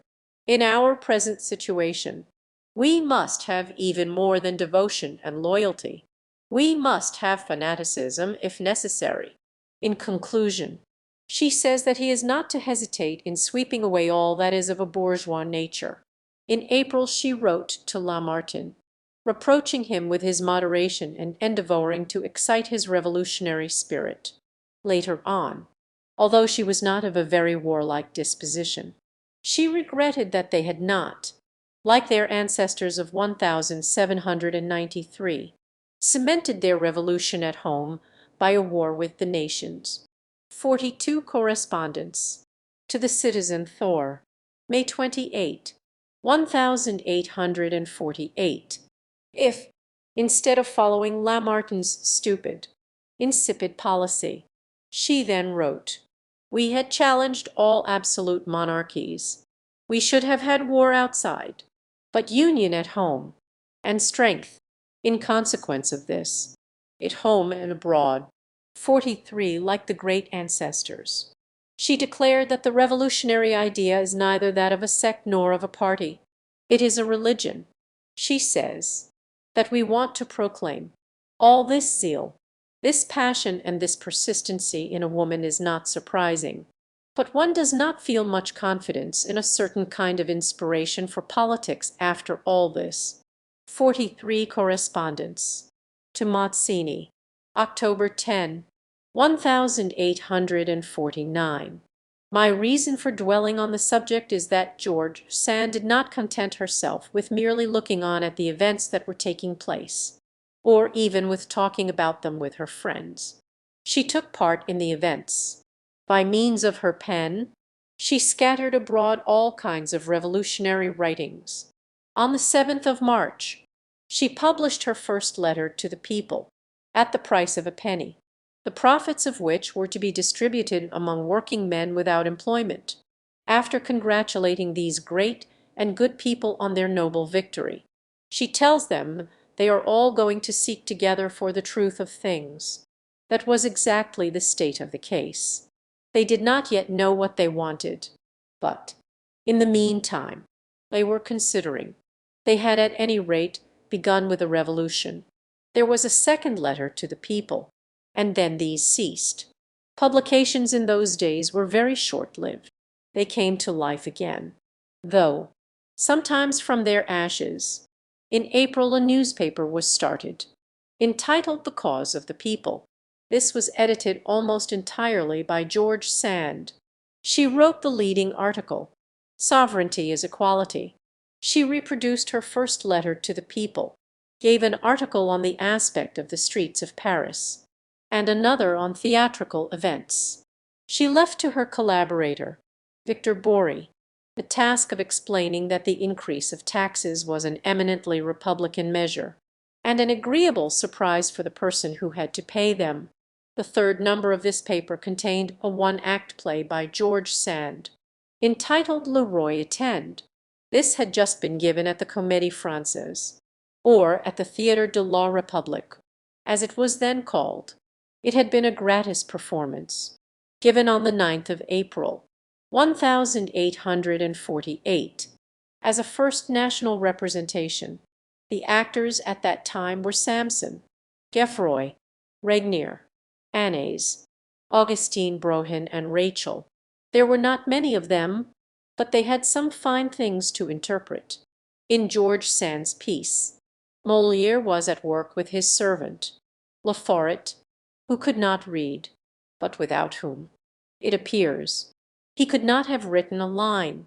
He has not finished his play, the actors have not learnt their parts, and the king is impatient at being kept waiting. Molière is perplexed, and, not knowing what to do, he decides to go to sleep. The muse appears to him, styles him the light of the people, and brings to him all the ghosts of the great poets before him. Aeschylus, Sophocles, Euripides, and Shakespeare all declare to him that, in their time, they had all worked towards preparing the revolution of 1848. Molière then wakes up, and goes on to the stage to pay his respects to the king. The king has been changed, though "I see a king," says Molière, but his name is not Louis Xiv. It is the people, the sovereign people. That is a word I did not know, a word as great as eternity. We recognize the democrat in all this. Le Roi Attend may be considered as an authentic curiosity of revolutionary art. A newspaper announced to its readers that subscriptions could be paid in the Rue Richelieu. Subscribers were probably not forthcoming, as the paper died a natural death after the third number. George Sand did much more than this. Though 44, we must not forget that she was an official publicist in 1848. She had volunteered her services to Ledru Rollin, and he had accepted them. "I am as busy as a statesman," she wrote at this time. "I have already written 2 government circulars." 4544 with regard to George Sand's rôle. See La Révolution de 1848 by Daniel Stern, Madame de Gault. 45 Correspondence to Maurice Sand, March 24, 1848, with George Sand's collaboration. The Bulletin de la République became unexpectedly interesting. This paper was published every other day, by order of Ledru Rollin, and was intended to establish a constant interchange of ideas and sentiments between the government and the people. It was specially addressed to the people of rural districts, and was in the form of a poster that the mayor of the place could have put up on the walls, and also distribute to the postmen to be given away. The bulletins were anonymous, but several of them were certainly written by George Sand. The 7th is one of these, and also the 12th. The latter was written with a view to drawing the attention of the public to the wretched lot of the women and girls of the lower classes, who were reduced to prostitution by the lowness of their wages. Their virginity is an object of traffic, we are told, quoted on the exchange of infamy. The 16th bulletin was simply an appeal for revolt. George Sand was looking ahead to what ought to take place. in case the elections did not lead to the triumph of social truth. The people, she hoped, would know their duty. There would, in that case, be only one way of salvation for the people who had erected barricades, and that would be to manifest their will a second time, and so adjourn the decisions of a representation that was not national. This was nothing more nor less than the language of another fructidor, and we know what was the result of words in those days. The bulletin was dated the 15th, and on the 17th the people were on the way to the Hôtel de Ville. These popular movements cannot always be trusted, though, as they frequently take an unexpected turn, and even change their direction when on the way. It happened this time that the manifestation turned against those who were its instigators. Shouts were heard that day in Paris of death to the Communists and down with Cabot. George Sand could not understand things at all. This was not in the programme, and she began to have her doubts about the future of the Republic. The real one, that of her friends. It was much worse on the 15th of May, the day which was so fatal to Barbès, for he played the part of hero and of dupe on that eventful day. Barbès was George Sand's idol at that time. It was impossible for her to be without one, although, with her vivid imagination, she changed her idols frequently. With her idealism, she was always incarnating in some individual the perfections that she was constantly imagining. It seems as though she exteriorized the needs of her own mind and put them into an individual who seemed suitable to her for the particular requirements of that moment. At the time of the monarchy, Michel of Bourges and Pierre Leroux had been able to play the part, the former of a radical Thurician, and the latter of the mystical forerunner of the new times. At present Barbès had come on to the scene. He was a born conspirator, the very man for secret societies. He had made his career by means of prisons, or rather he had made prison his career. In 1835 he had commenced by helping 30 of the prisoners of April to escape from St. Pelagie. At that time he was affiliated to the Société des Familles. The police discovered a whole arsenal of powder and ammunition at the house in the Rue de l'Ourcine, and Barbès was condemned to prison for a year and sent to Carcassonne, where he had relatives, when he left prison. The Société des Saisons had taken the place of the Société des Familles. With Blanquist's approval, Barbès organized the insurrection of May 12 and 13, 1830. This time blood was shed, in front of the Palais de Justice. The men, commanded by Barbès, had invited Lieutenant Drownley to let them enter. The officer replied that he would die first. He was immediately shot, but Barbès was sentenced to death for this. Thanks to the intervention of Lamartine and Victor Hugo, his life was spared, but he was imprisoned at Mont Saint-Michel until 1843, and afterwards at Nimes. On the 28th of February, 1848, the governor of Nimes prison informed him that he was free. He was more surprised and embarrassed than pleased by this news. "I was quite bewildered," he owned later on, "by this idea of leaving prison. I looked at my prison bed, to which I had grown so accustomed. I looked at my blanket and at my pillow, and all my belongings hung so carefully at the foot of my bed." He asked permission to stay there another day. He had become accustomed to everything, and when once he was out again, and free, he was like a man who feels ill at ease. He took part in the affair of the 15th of May, and this is what gives a tragic, and at the same time comic, character to the episode, under pretext of manifesting in favour of Poland. The National Assembly was to be invaded. Barbès did not approve of this manifestation, and had decided to keep out of it.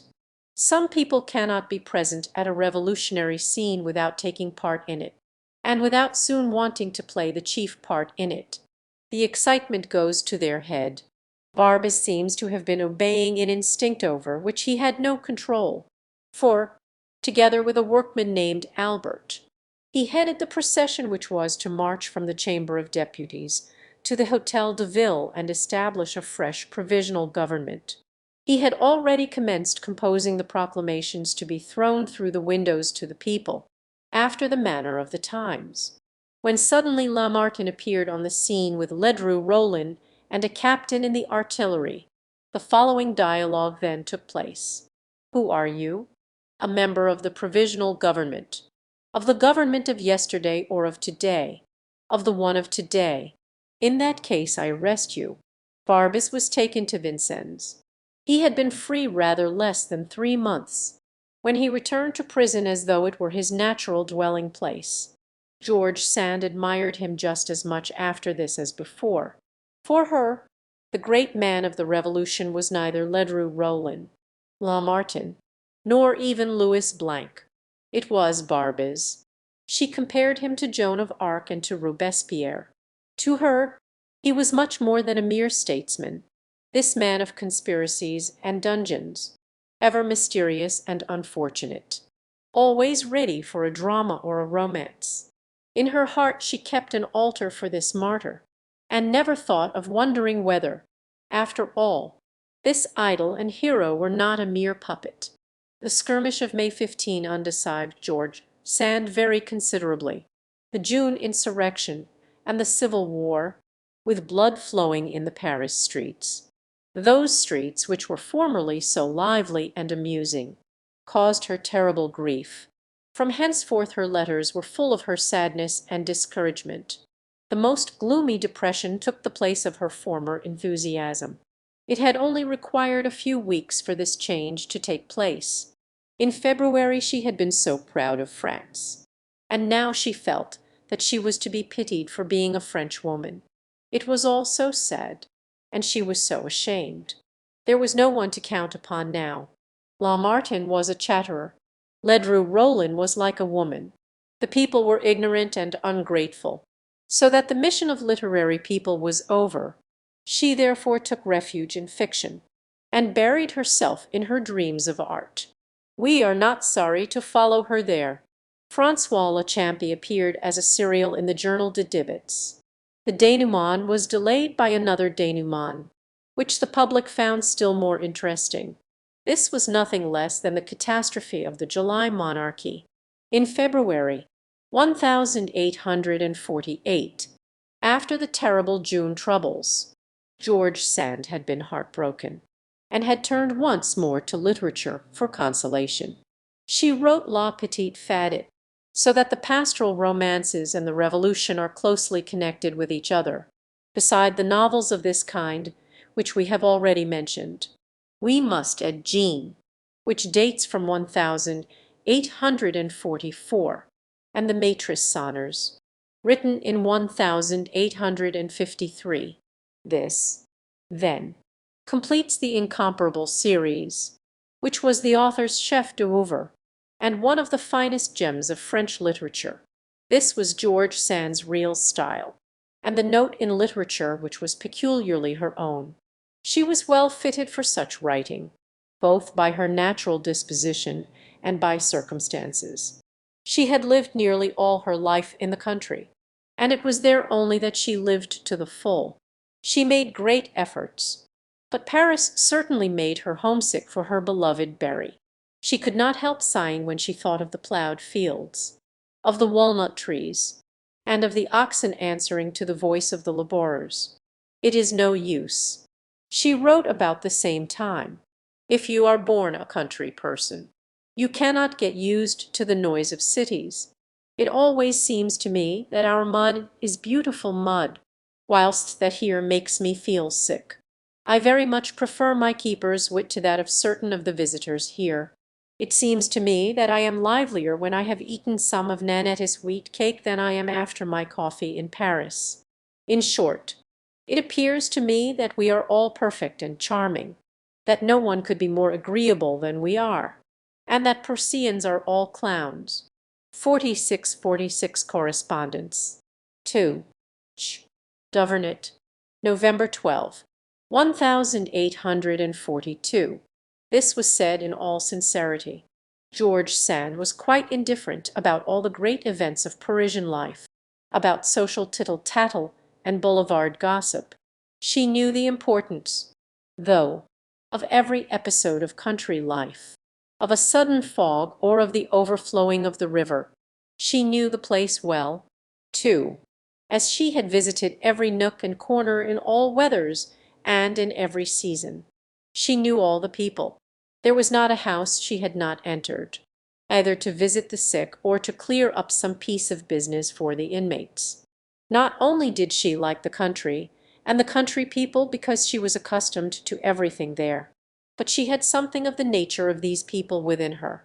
She had a certain turn of mind that was peasant-like, her slowness to take things in, her dislike of speech when thinking, her thoughts taking the form of a series of reveries which gave her a sort of tranquil ecstasy, whether awake or asleep. 47 It does not seem as though there has ever been such an ensemble of favorable conditions. 47 See in Jean a very fine page on the peasant soul. She did not succeed in her first attempt. In several of her novels, ever since Valentine, she had given us peasants among her characters. She had tried labourers, mole-catchers, fortune-tellers, and beggars, but all these were episodic characters. Jean is the first novel in which the heroine is a peasant. Everything connected with Jean herself. We have all seen peasant women of this kind, women with serious faces and clearly cut features, with a dreamy look in their eyes that makes us think of the Maid of Lorraine. It is one of these exceptional creatures that George Sand has depicted. She has made an ecstatic being of her, who welcomes all that is supernatural, utterly regardless of dates or epochs. To her all wonderful beings appeal the Virgin Mary and fairies, Drydases, Joan of Arc and Napoleon. But Jean, the Virgin of Ipnel, the Velda of the geometer's stones, the mystical sister of the great shepherdess, was very poorly supported. This remark does not refer to her cousin Claudie, although this individual's conduct was not blameless. Jean had gone into service at Boussac, and she was surrounded by a group of middle-class people, among whom was Sir Arthur, a wealthy Englishman, who wanted to marry her. This mixture of peasants and bourgeois is not a happy one. Neither is the mixture of patois with a more Christian way of talking, or rather with a written style. The author was experimenting and feeling her way. When she wrote La Mère au Diable she had found it. For in this work we have unity of tone, harmony of the characters with their setting, of sentiment with the various adventures, and, above all, absolute simplicity. In François Le Champy there is much that is graceful, and there is real feeling mingled with a touch of sentimentality. Madeleine Blanket is rather old for Champy, whom she had brought up like her own child, in the country, though, where difference of age is soon less apparent, the disproportion does not seem as objectionable as it would in city life. The novel is not a study of maternal affection in love, as it is not Madeleine's feelings that are analyzed, but those of François. For a long time he had been in love without knowing it, and he is only aware of it when this love, instead of being a sort of agreeable dream and melancholy pleasure, is transformed into suffering. The subject of La Petite Fadette is another analysis of a love which has been silent for a long time. It is difficult to say which is the best of these delightful stories, but perhaps, on the whole, this last one is generally preferred, on account of the curious and charming figure of little Fadette herself. We can see the thin, slender girl suddenly appearing on the road, emerging from a thicket. She seems to be part of the scenery, and can scarcely be distinguished from the objects around her. The little wild country girl is like the spirit of the fields, woods, rivers, and precipice. She is a being very near to nature, inquisitive and mischievous. She is bold in her speech, because she is treated as a reprobate. She jeers, because she knows that she is detested, and she scratches, because she suffers. The day comes when she feels some of that affection which makes the atmosphere breathable for human beings. She feels her heart beating faster in her bosom, thanks to this affection, and from that minute a transformation takes place within her. Landry, who has been observing her, is of opinion that she must be something of a witch. Landry is very simple-minded. There is no witchcraft here except that of love, and it was not difficult for that to work the metamorphosis. It has worked many others in this world. The Matris Soners initiates us into forest life, so full of mysterious visions, in opposition to the sedentary, stay-at-home life of the inhabitant of plains. With his indolent mind, we have the free and easy humor of the handsome and adventurous Maletter. Boreal, with his love of the road and of all that is unexpected. He is a Chemina before the days of M. Rechepin. I do not know any stories more finished than these. They certainly prove that George Sand had the artistic sense, a quality which has frequently been denied her. The characters in these stories are living and active, and at the same time their psychology is not insisted upon, and they do not stand out in such relief as to turn our attention from things which, as we know, are more important than people in the country. We are surrounded on all sides by the country, and bathed, as it were, in its atmosphere. And yet, in spite of all this, the country is not once described. There is not one of those descriptions so dear to the heart of those who are considered masters in the art of word painting. We do not describe those things with which we live. We are content to have them ever present in our mind and to be in constant communion with them. Style is perhaps the sovereign quality in these stories. Words peculiar to the district are introduced just sufficiently to give an accent. Somewhat old-fashioned expressions are employed, and these prove the survival of bygone days, which, in the country, are respected more than elsewhere. Without any apparent effort, the narrative takes that epic form so natural to those who, as Adas of primitive epochs, or story-tellers by country firesides, give their testimony about things of the past. I am aware that George Sand has been accused of tracing portraits of her peasants which were not like them.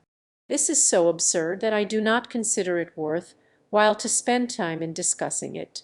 It would be so easy to show that in her types of peasants there is more variety, and also more reality, than in Balzac's more realistic ones, without being untruthful portraits. It may be that they are somewhat flattered, and that we have more honest, delicate and religious peasants in these stories than in reality.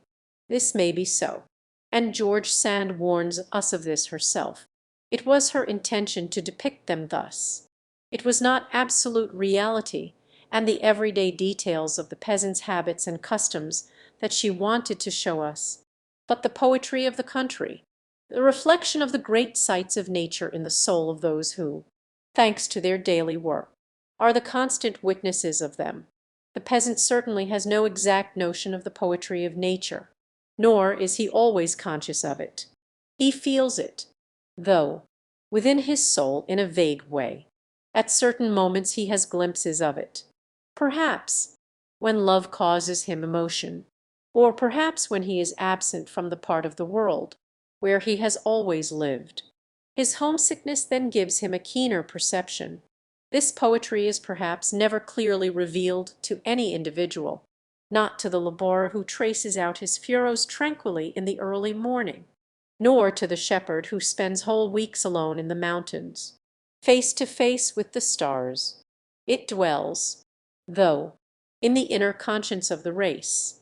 The generations which come and go have it within them, and they do not fall to express it.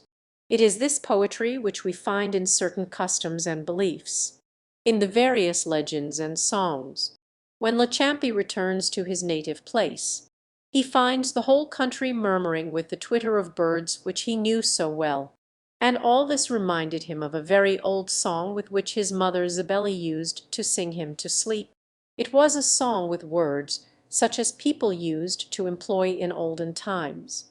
In George Sand's pastoral novels we have some of these old words. They come to us from afar, and are like a supreme blossoming of old traditions. It is all this which characterizes these books, and assigns to them their place in our literature. We must not compare them with the rugged studies of Balzac, nor with the insipid compositions of the bucolic writer, nor even with Bernardin de St. Pierre's masterpiece. As there are too many cocoanut trees in that, they prevent us seeing the French landscapes. Very few people know the country in France, and the humble people who dwell there. Very few writers have loved the country well enough to be able to depict its hidden charms. La Fontaine has done it in his fables and Perrault in his tales.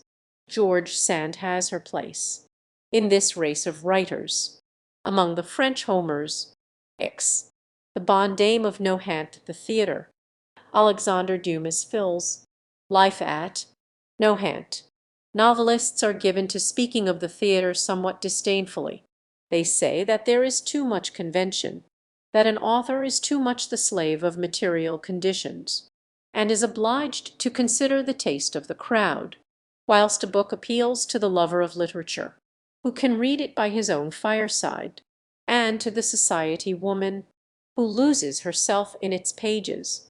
As soon, though, as one of their novels has had more success than its predecessors, they do not hesitate to cut it up into slices, according to the requirements of the publishing house, so that it may go beyond the little circle of lovers of literature and society women and reach the crowd, the largest crowd possible. George Sand never pretended to have this immense disdain for the theatre which is professed by ultra-refined writers. She had always loved the theatre, and she bore it no grudge, although her pieces had been hissed. In those days plays that did not find favour were hissed. At present they are not hissed, either because there are no more poor plays, or because the public has seen so many bad ones that it has become philosophical, and does not take the trouble to show its displeasure. George Sand's first piece, Cosima, was a noted failure. About the year 1850, she turned to the theatre once more, hoping to find a new form of expression for her energy and talent. François Le Champi was a great success. In January 1851, she wrote as follows: "After the performance of Claudie, a tearful success and a financial one. The house is full every day, not a ticket given away, and not even a seat for Maurice. The piece is played admirably. Bocage is magnificent. The public weeps and blows its nose, as though it were in church. I am told that never in the memory of man has there been such a first night. I was not present myself. There may be a slight exaggeration in the words 'never in the memory of man,' but the success was really great. Claudie is still given, and I remember seeing Paul Mounet interpret the part of Remy admirably at the Odeon Theatre. As to the Mariage de Victorine, it figures every year on the programme of the Conservatoire competitions. It is the typical piece for would-be ingénues. François Le Champi, Claudie, and the Mariage de Victorine may be considered as the series representing George Sand's dramatic writings. These pieces were all her own, and, in her own opinion, that was their principal merit. The dramatic author is frequently obliged to accept the collaboration of persons who know nothing of literature. "Your characters say this," observes the manager. "It is all very well, but, believe me, it will be better for him to say just the opposite. The piece will run at least 60 nights longer." There was a manager at the Gymnast Theatre in those days named Montany. He was a very clever manager, and knew exactly what the characters ought to say for making the piece run. George Sand complained of his mania for changing every play, and she added, "every piece that I did not change." Such, for instance, as Champi, Claudie, Victorine, Le Demon du Foyer, and L'Oppresseur, was a success, whilst all the others were either failures or they had a very short run. 4848 Correspondence to Maurice Sand. February 24, 1855. It was in these pieces that George Sand carried out her own idea of what was required for the theatre. Her idea was very simple. She gives it in 2 or 3 words. "I like pieces that make me cry." She adds, "I like drama better than comedy." And, like a woman, I must be infatuated by one of the characters. This character is the congenial one. The public is with him always and trembles for him. And the trembling is all the more agreeable, because the public knows perfectly well that all will end well for this character. It can even go as far as weeping the traditional 6 tears, as Madame de Sévigné did for Andromaque. Tears at the theatre are all the sweeter, because they are all in vain, when, in a play, we have a congenial character who is there from the beginning to the end. The play is a success. Let us take Cyrano de Bergerac, for instance, which is one of the greatest successes in the history of the theatre. François Lechampy is eminently a congenial character, for he is a man who always sets wrong things right. We are such believers in justice and in the interference of Providence. When good, straightforward people are persecuted by fate, we always expect to see a man appear upon the scene who will be the champion of innocence, who will put evil-doers to rights, and find the proper thing to do and say in every circumstance. François appears at the house of Madeleine Blanket, who is a widow and very sad and ill. He takes her part and defends her from the results of La Sèvres' intrigues. He is hard on the latter, and he disdains another woman, Mariette, but both La Sévère and Mariette love him. So true is it that women have a weakness for conquerors. François only cares for Madeleine, though, on the stage, we like a man to be adored by all women, as this seems to us a guarantee that he will only care for one of them. Champy is a word peculiar to a certain district, meaning natural son. Dumas Fils wrote a play entitled Le Fils Natural. The hero is also a superior man, in Claudie, as in François Lechampy. The rural setting is one of the great charms of the play. The first act is one of the most picturesque scenes on the stage. It takes place in a farmyard, the day when the reapers have finished their task, which is just as awe-inspiring as that of the sowers. A cart, drawn by oxen, enters the yard, bringing a sheaf all adorned with ribbons and flowers, the oldest of the labourers, for Remy addresses a fine couplet to the sheaf of corn which has cost so much labour, but which is destined to keep life in them all. Claudie is one of those young peasant girls whom we met with in the novel entitled Jean.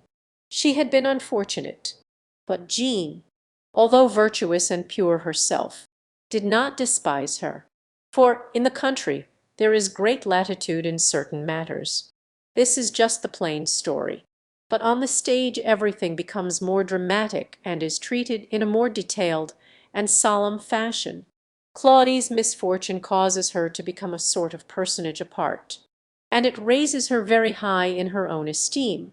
"I am not afraid of anything that can be said about me," observes Claudie, "for, on knowing the truth, kind-hearted, upright people will acknowledge that I do not deserve to be insulted." Her old grandfather, Remy, has completely absolved her. "You have repented and suffered enough, and you have worked and wept and expiated enough, too. My poor Claudie," he says, "through all this she has become worthy to make an excellent marriage.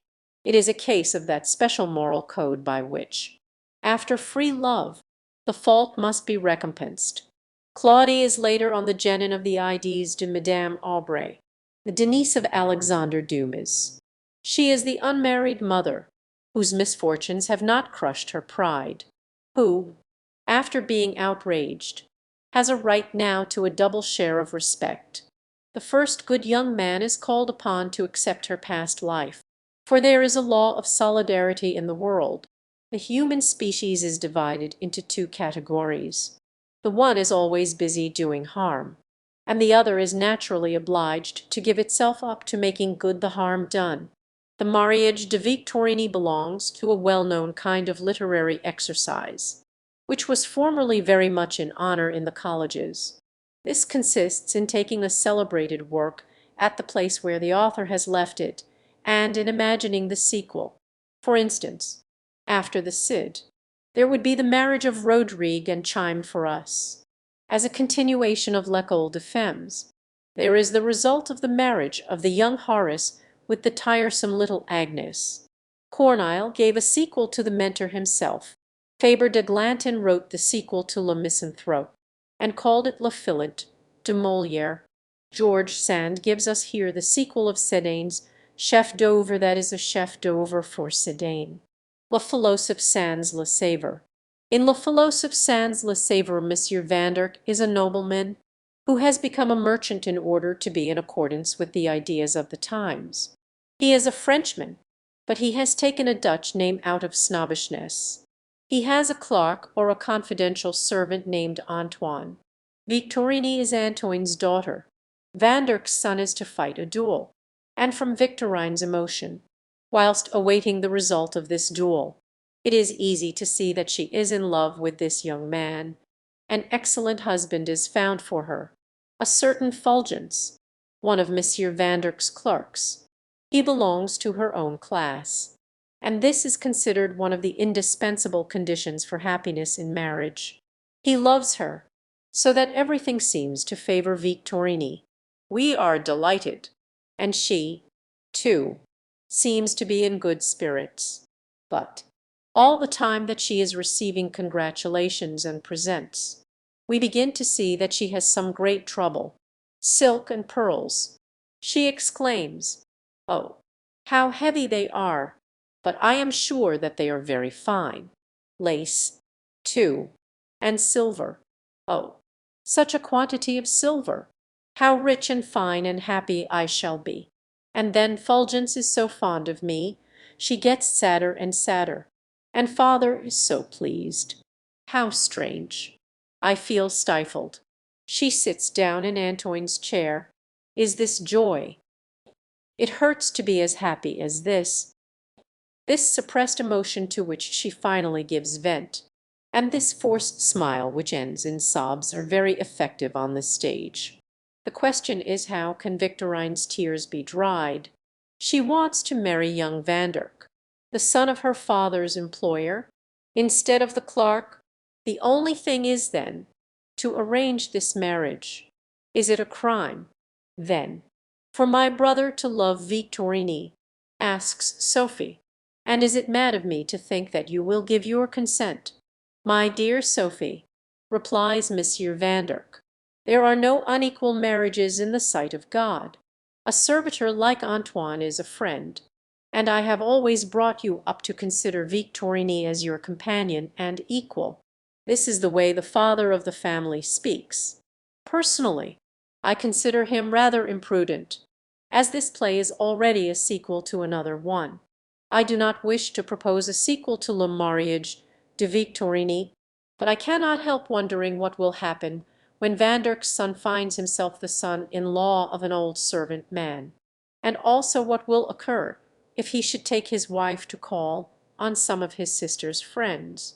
It seems to me that he would then find out he had made a mistake among the various personages. Only one appears to me quite worthy of interest, and that is poor Fulgence, who was so straightforward and honest, and who is treated so badly. But how deep Victorine was! Even if we admit that she did not deliberately scheme and plot to get herself married by the son of the family, she did instinctively all that had to be done for that. She was very deep in an innocent way, and I have come to the conclusion that such deepness is the most to be feared. I see quite well all that is lacking in these pieces, and that they are not very great, but all the same they form a theatre apart. There is unity in this theatrical work of George Sand, whether it makes a hero of the natural son, rehabilitates the seduced girl, or cries down the idea of mésalliances. It is always the same fight in which it is engaged.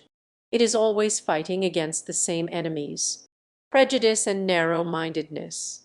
On the stage, we call every opinion contrary to our own prejudice or narrow-mindedness. The theatre lives by fighting. It matters little what the author is attacking. He may wage war with principles, prejudices, giants, or windmills. Provided that there be a battle, there will be a theatre for it. The fact that George Sand's theatre was the forerunner of the theatre of Dumas Fils gives it additional value. We have already noticed the analogy of situations and the kinship of theories contained in George Sand's best plays and in the most noted ones by Dumas. I have no doubt that Dumas owed a great deal to George Sand. We shall see that he paid his debt as only he could have done. He knew the novelist when he was quite young, as Dumas père and George Sand were on very friendly terms. In her letter telling Sainte Beuve not to take Musset to call on her, as she thought him impertinent, she tells him to bring Dumas père, whom she evidently considered well bred, as she was a friend of his father's. She was like a mother for the son. The first letter to him in the correspondence is dated 1850. Dumas Fils was then 26 years of age, and she calls him my son. He had not written La Dame aux Camélias then. It was performed for the first time in February 1852. He was merely the author of a few second-rate novels and of a volume of execrable poetry. He had not found out his capabilities at that time. There is no doubt that he was greatly struck by George Sand's plays, imbued as they were with the ideas we have just pointed out. All this is worthy of note, as it is essential for understanding the work of Alexandre Dumas Fils. He, too, was a natural son, and his illegitimate birth had caused him much suffering. He was sent to the Pension Galba, and for several years he endured the torture he describes with such harshness at the beginning of L'Affaire Clemency. He was exposed to all kinds of insults and blows.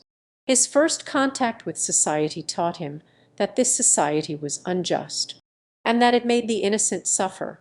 The first experience he had was that of the cruelty and cowardice of men. His mind was deeply impressed by this, and he never lost the impression. He did not forgive, but made it his mission to denounce the pharisaical attitude of society. His idea was to treat men according to their merits, and to pay them back for the blows he had received as a child. 49. It is easy, therefore, to understand how the private grievances of Dumas Fils had prepared his mind to welcome a theatre which took the part of the oppressed and waged war with social prejudices. I am fully aware of the difference in temperament of the two writers. Dumas Fils, with his keen observation, was a pessimist. He despised woman, and he advises us to kill her, under the pretext that she has always remained the strumpet of the land of No, although she may be dressed in a Worth costume and wear a Ribot hat. 49. See our study of Dumas Fils in a volume entitled Portraits d'Écrivains.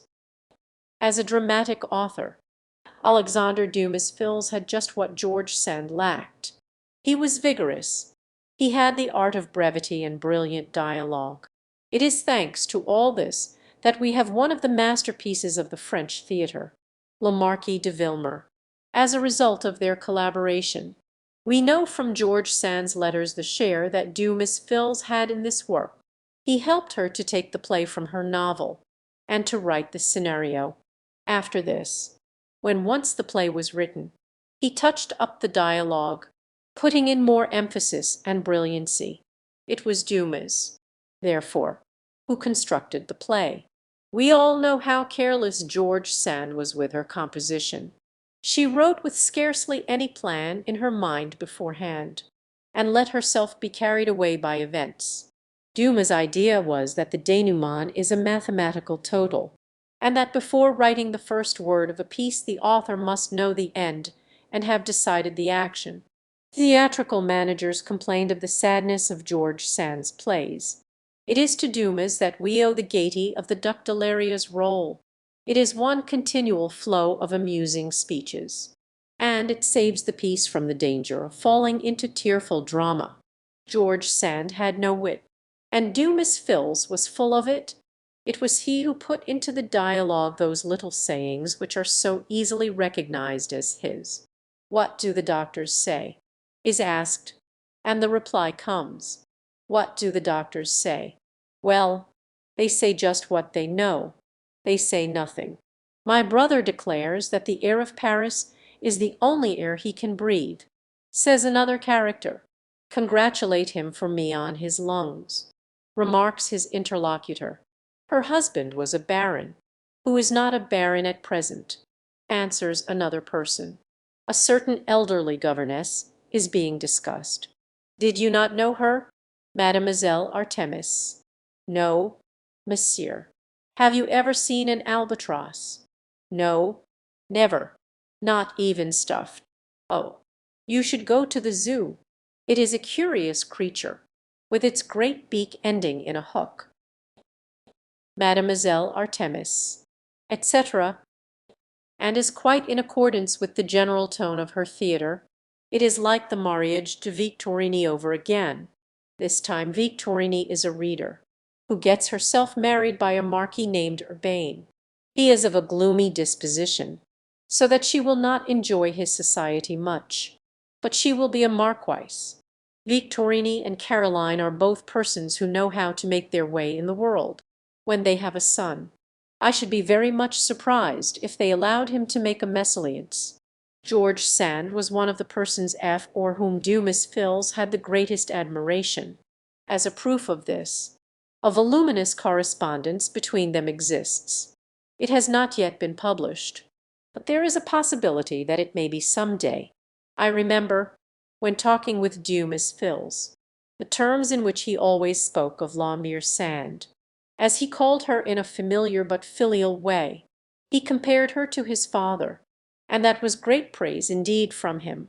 He admired in her, too, as he admired in his father, that wealth of creative power and immense capacity for uninterrupted work. As a proof of this admiration, we have only to turn to the preface to Le Fil's Natural, in which Dumas is so furious with the inhabitants of Palaiseau. George Sand had taken up her abode at Palaiseau, and Dumas had been trying in vain to discover her address in the district, when he came across one of the natives, who replied as follows: "George Sand, wait a minute. Ist it a lady with papers?" So much for the glory, concludes Dumas, of those of us with papers. According to him, no woman had ever had more talent or as much genius. She thinks like Montaigne, he says. She dreams like Ossian, and she writes like Jean Jacques. Leonardo sketches her phrases for her, and Mozart sings them. Madame de Sévigné kisses her hands, and Madame de Staël kneels down to her as she passes. We can scarcely imagine Madame de Staël in this humble posture.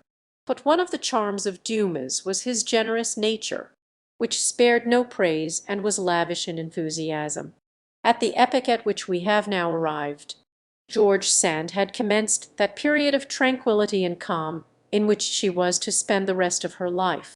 She had given up politics, for, as we have seen, she was quickly undeceived with regard to them, and cured of her illusions, when the coup d'état of December 1851 took place. George Sand, who had been Ledru Rollin's collaborator and a friend of Barbès, soon made up her mind what to do. As the daughter of Marit's aide-de-camp, she naturally had a certain sympathy with the Bonapartists. Napoleon was a socialist, so that it was possible to come to an understanding. When the prince had been a prisoner at Ham, he had sent the novelist his study entitled L'Extinction du Pauperisme. George Sand took advantage of her former intercourse with him to beg for his indulgence in favour of some of her friends. This time she was in her proper rôle, the rôle of a woman. The tyrant granted the favours she asked, and George Sand then came to the conclusion that he was a good sort of tyrant. She was accused of treason, but she nevertheless continued to speak of him with gratitude. She remained on good terms with the imperial family, particularly with Prince Jerome, as she appreciated his intellect. She used to talk with him on literary and philosophical questions. She sent him 2 tapestry ottomans one year, which she had worked for him. Her son Maurice went for a cruise to America on Prince Jerome's yacht, and he was the godfather of George Sand's little grandchildren who were baptized as Protestants. George Sand deserves special mention for her science in the art of growing old. It is not a science easy to master, and personally this is one of my reasons for admiring her. She understood what a charm there is in that time of life when the voice of the passions is no longer heard, so that we can listen to the voice of things and examine the lesson of life, that time when our reason makes us more indulgent, when the sadness of earthly separations is softened by the thought that we shall soon go ourselves to join those who have left us. We then begin to have a foretaste of the calmness of that great sleep which is to console us at the end of all our sufferings and grief. George Sand was fully aware of the change that had taken place within her. She said, several times over, that the age of impersonality had arrived for her. She was delighted at having escaped from herself, and at being free from egoism. From henceforth she could give herself up to the sentiments which, in pedantic and barbarous jargon, are called altruistic sentiments. By this we mean motherly and grandmotherly affection, devotion to her family, and enthusiasm for all that is beautiful and noble. She was delighted when she was told of a generous deed, and charmed by a book in which she discovered talent. It seemed to her as though she were in some way joint author of it. My heart goes out to all that I see dawning or growing at this time. When we see or read anything beautiful, does it not seem as though it belongs to us in a way, that it is neither yours nor mine, but that it belongs to all who drink from it and are strengthened by it? 50/50 Correspondence. To Octave Foulet. February 27, 1859. This is a noble sentiment, and less rare than is generally believed. The public little thinks that it is one of the great joys of the writer, when he has reached a certain age, to admire the works of his fellow writers. George Sand encouraged her young confrères, Dumas-Fils, Foulet, and Flaubert, at the beginning of their career, and helped them with her advice. We have plenty of information about her at this epoch. Her intimate friends, inquisitive people and persons passing through Paris, have described their visits to her over and over again. We have the impressions noted down by the Goncourt brothers in their journal. We all know how much to trust to this diary. Whenever the Goncourts give us an idea, an opinion, or a doctrine, it is as well to be wary in accepting it. They were not very intelligent. I do not wish, in saying this, to detract from them, but merely to define them. On the other hand, what they saw thoroughly, and they noted the general look, the attitude or gesture with great care. We give their impressions of George Sand. In March 1862, they went to call on her. She was then living in Paris, in the Rue Racine. They give an account of this visit in their diary. March 30, 1862. On the 4th floor, No. 2, Rue Racine, a little gentleman, very much like everyone else, opened the door to us. He smiled, and said, "Messieurs de Goncourt," and then, opening another door, showed us into a very large room, a kind of studio. There was a window at the far end, and the light was getting dim, for it was about 5 o'clock. We could see a grey shadow against the pale light. It was a woman, who did not attempt to rise, but who remained impassive to our bow and our words. This seated shadow, looking so drowsy, was Madame Sand, and the man who opened the door was the engraver Mancy. Madame Sand is like an automatic machine. She talks in a monotonous, mechanical voice which she neither raises nor lowers, and which is never animated. In her whole attitude there is a sort of gravity and placidness, something of the half-asleep air of a person ruminating. She has very slow gestures, the gestures of a somnambulist. With a mechanical movement she strikes a wax match, which gives a flicker, and lights the cigar she is holding between her lips. Madame Sand was extremely pleasant. She praised us a great deal, but with a childishness of ideas, a platitude of expression, and a mournful good-naturedness that was as chilling as the bare wall of a room. Mansie endeavoured to enliven the dialogue. We talked of her theatre at Nohant, where they act for her and for her maid until 4 in the morning. She told us that there was nothing meritorious in that, as she had always worked so easily. She writes every night from 1 o'clock until 4 in the morning, and she writes again for about 2 hours during the day. Mansie explains everything, rather like an exhibitor of phenomena. It is all the same to her. He told us, if she is disturbed, suppose you turn on a tap at your house, and some one comes in the room, you simply turn the tap off. It is like that with Madame Sand. The Goncourt brothers were extremely clever in detracting from the merits of the people about whom they spoke. They tell us that George Sand had a childishness in her ideas and a platitude of expression. They were unkind without endeavouring to be so. They ran down people instinctively. They were eminently literary men. They were also artistic writers, and had even invented artistic writing, but they had very little in common with George Sand's attitude of mind.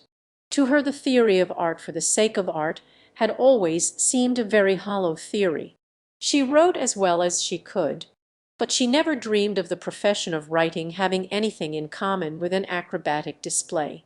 In September 1863, the Goncourt brothers again speak of George Sand, telling us about her life at Nohant, or rather putting the account they give into the mouth of Théophile Gautier.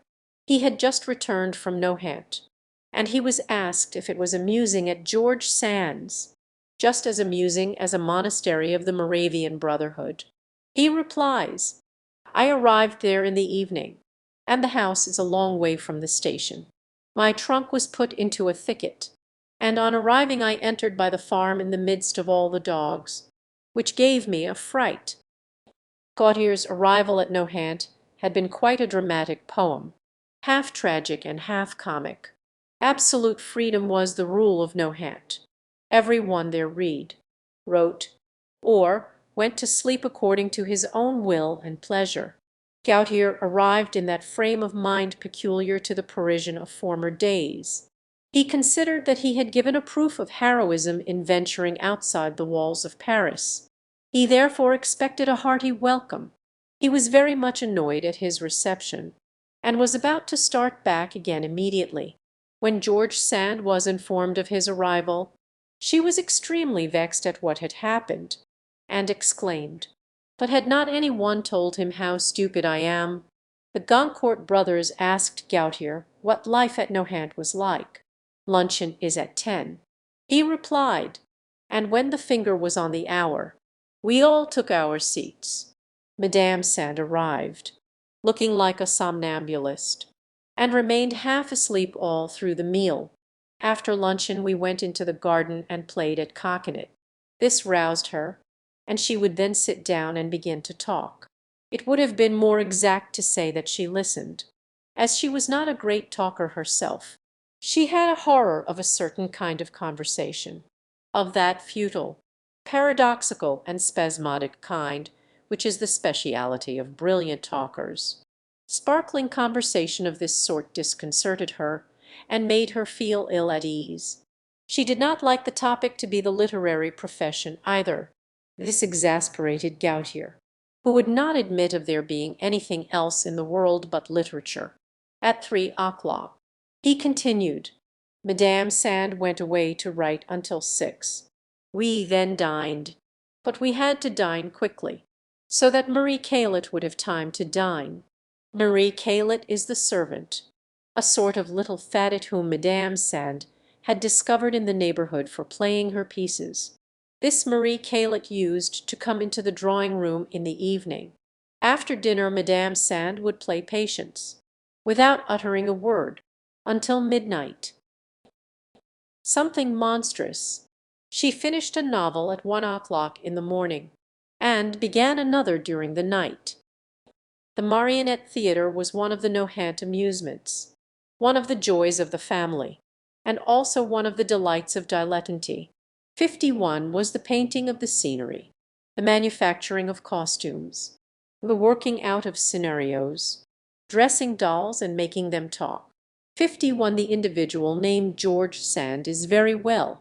He is enjoying the wonderful winter which reigns in Berry. He gathers flowers, points out any interesting botanical anomalies, sews dresses and mantles for his daughter-in-law, and costumes for the marionettists, cuts out stage scenery, dresses dolls and reads music. Correspondence. To Flaubert, January 17, 1869, in one of her novels, published in 1857. George Sand introduces to us a certain Christian Waldo, who has a marionette show. He explains the attraction of this kind of theatre and the fascination of these Burattini, which were living beings to him. Those among us who, some 15 years ago, were infatuated by a similar show, are not surprised at Waldo's words. The marionettists to which we refer were to be seen in the Passage Vivien. Sacred plays in verse were given, and the managers were Monsieur Richepin and Monsieur Bowker. For such plays we preferred actors made of wood to actors of flesh and blood, as there is always a certain desecration otherwise in acting such pieces. George Sand rarely left Nohant now except for her little flat in Paris.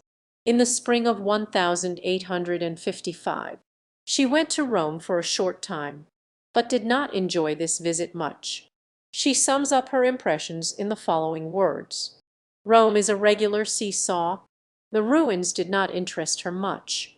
After spending several days in visiting urns, tombs, crypts, and columns, one feels the need of getting out of all this a little and of seeing nature." Nature, however, did not compensate her sufficiently for her disappointment in the ruins. The Roman Campagna, which has been so much vaunted, is certainly singularly immense, but it is so bare, flat, and deserted, so monotonous and sad, miles and miles of meadow land in every direction, that the little brain one has left, after seeing the city, is almost overpowered by it all. This journey inspired her with one of the weakest of her novels, La Daniela. It is the diary of a painter named Jean Valreg, who married a laundry girl in 1861. After an illness, she went to Tamaris, in the south of France. This name is the title of one of her novels. She does not care for this place either. She considers that there is too much wind, too much dust, and that there are too many olive trees in the south of France. I am convinced that at an earlier time in her life she would have been won over by the fascination of Rome. She had comprehended the charm of Venice so admirably at an earlier date, too. She would not have been indifferent to the beauties of Provence, as she had delighted in meridional nature when in Majorca. The years were over, though, for her to enjoy the variety of outside shows with all their phantasmagoria. A time comes in life, and it had already come for her, when we discover that nature, which has seemed so varied, is the same everywhere, that we have quite near us all that we have been so far away to seek, a little of this earth, a little water, and a little sky. We find, too, that we have neither the time nor the inclination to go away in search of all this when our hours are counted and we feel the end near. The essential thing, then, is to reserve for ourselves a little space for our meditations, between the agitations of life and that moment which alone decides everything for us. X.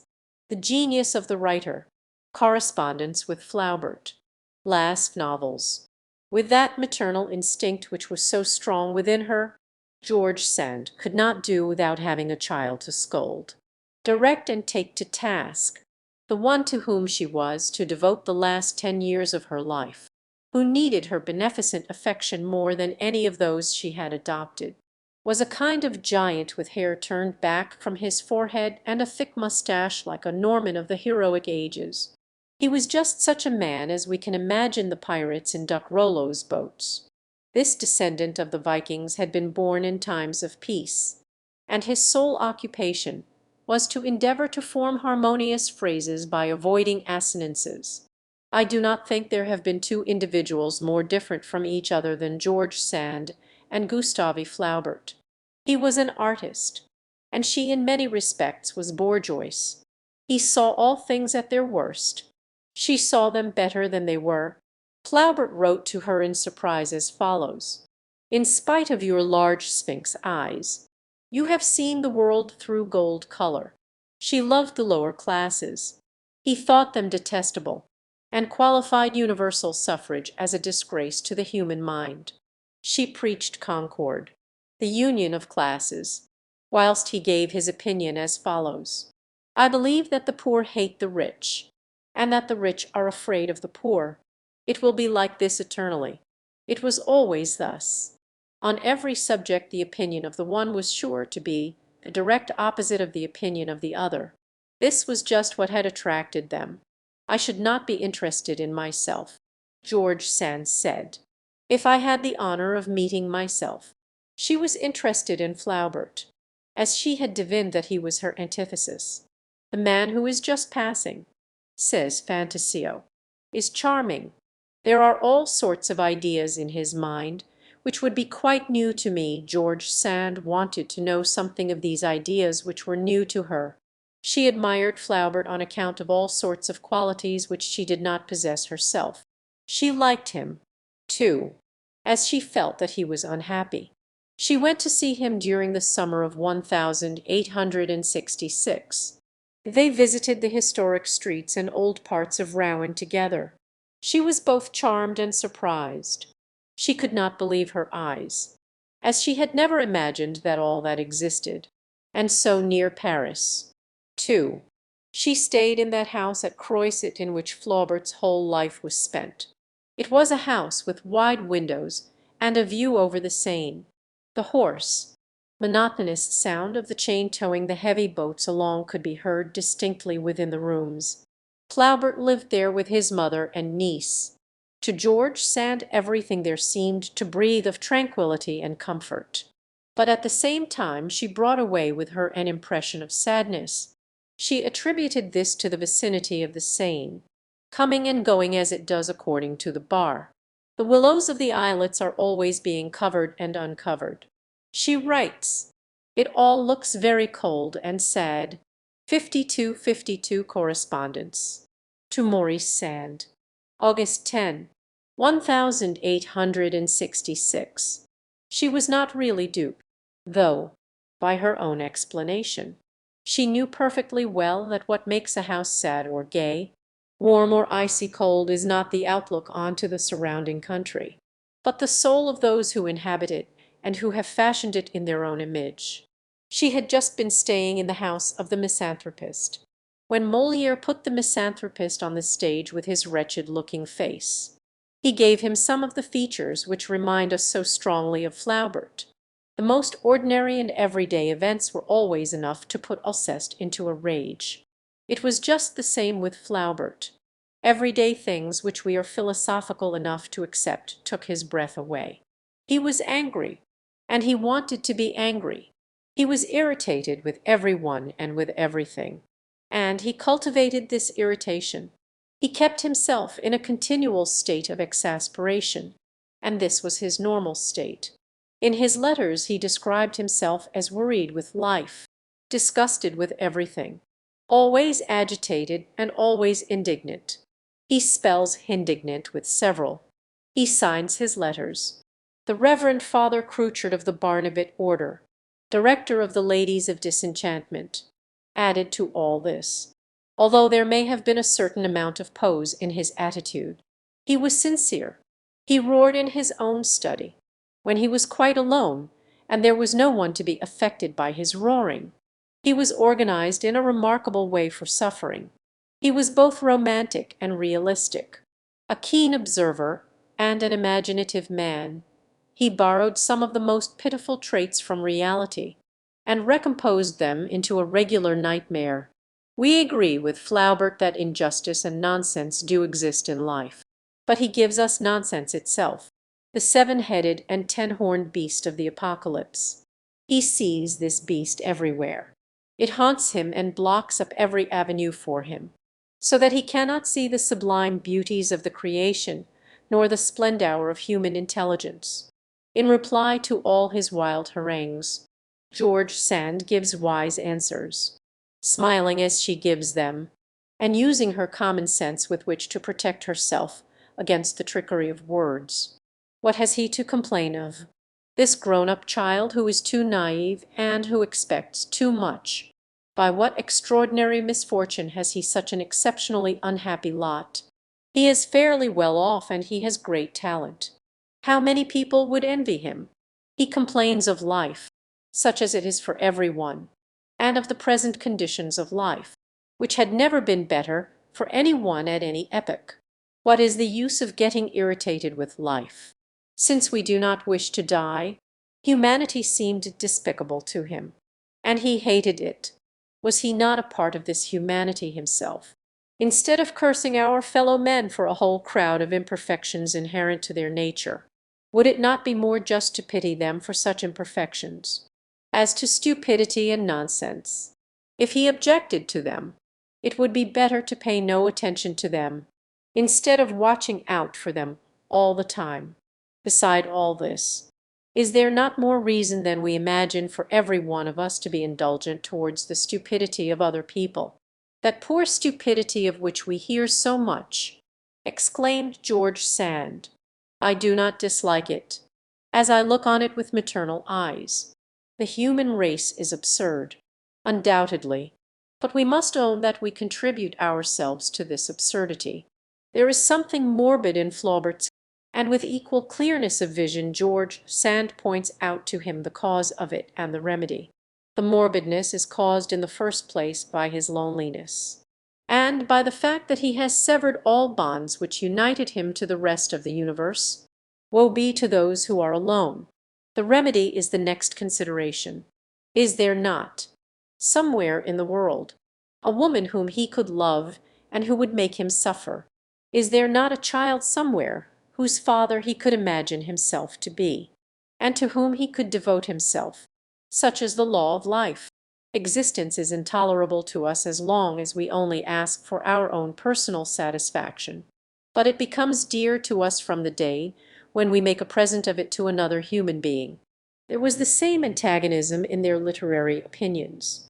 Flaubert was an artist, the theorist of the doctrine of art for art, such as Théophile Gautier. The Goncourt brothers and the Parnassians comprehended it at about the same epoch. It is singularly interesting to hear him formulate and to hear George Sand's fervent protestations in reply. Flaubert considers that an author should not put himself into his work, that he should not write his books with his heart, and George Sand answers, I do not understand at all. Then, oh no, it is all incomprehensible to me. With what was an author to write his books, if not with his own sentiments and emotions? Was he to write them with the hearts of other people? Flaubert maintained that an author should only write for about 20 persons, unless he simply wrote for himself, like a bourgeois turning his serviette rings round in his attic. George Sand was of opinion that an author should write for all those who can profit by good reading. Flaubert confesses that if attention be paid to the old distinction between matter and form, he should give the greater importance to form, in which he had a religious belief. He considered that in the correctness of the putting together, in the rarity of the elements, the polish of the surface, and the perfect harmony of the whole there was an intrinsic virtue, a kind of divine force. In conclusion, he adds, I endeavor to think well always, in order to write well. But I do not conceal the fact that my object is to write well. This, then, was the secret of that working up of the style, until it became a mania with him and developed into a torture. We all know of the days of anguish which Flaubert spent in searching for a word that escaped him, and the weeks that he devoted to rounding off one of his periods. He would never write these down until he had said them to himself, or, as he put it himself, until they had gone through his jaw. He would not allow two compliments in the same phrase, and we are told that he was ill after reading in one of his own books the following words: "Un corin de fleurs d'oranger." You do not know what it is, he wrote, to spend a whole day holding one's head and squeezing one's brains to find a word. Ideas flow with you freely and continually, like a stream.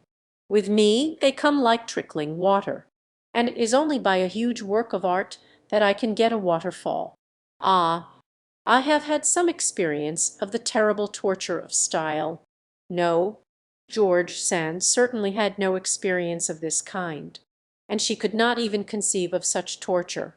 It amazed her to hear of such painful labor, for, personally, she let the wind play on her old harp just as it listed. Briefly, she considered that her friend was the victim of a hopeless error. He took literature for the essential thing, but there was something before all literature, and that something was life. The holy of holies, as you call literature, is only secondary to me in life. I have always loved someone better than it, and my family better than that someone. This, then, was the keynote of the argument. George Sand considered that life is not only a pretext for literature, but that literature should always refer to life and should be regulated by life, as by a model which takes the precedence of it and goes far beyond it. This, too, is our opinion. The state of mind which can be read between the lines in George Sand's letters to Flaubert is serenity, and this is also the characteristic of her work during the last period of her life. Her last style is that of Jean de Laura, published in 1860. A young nobleman, Jean de la Roche, loses his heart to the exquisite love butler. She returns his affection, but the jealousy of a young brother obliges them to separate, in order to be near the woman he loves.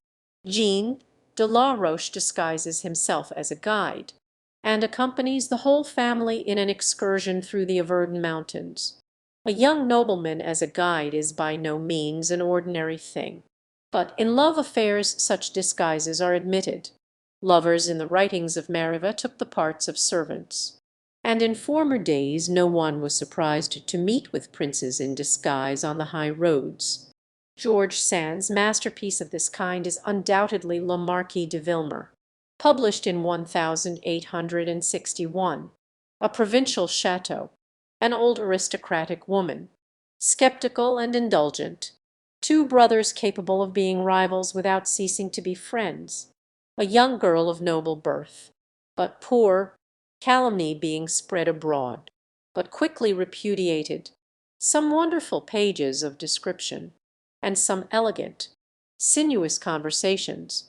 All this has a certain charm. The poor girl marries the marquis in the end. This, too, is a return to former days, to the days when kings married shepherdesses. The pleasure that we have in reading such novels is very much like that which we used to feel on hearing fairy stories. If some one were to tell me the story of P. I should be delighted, confessed La Fontaine, and surely it would be bad form to be more difficult and over-nice than he was. Big children as we are, we need stories which give food to our imagination, after being disappointed by the realities of life. This is perhaps the very object of the novel. Romance is not necessarily an exaggerated aspiration towards imaginary things. It is something else too. It is the revolt of the soul which is oppressed by the yoke of nature. It is the expression of that tendency within us towards a freedom which is impossible, but of which we nevertheless dream.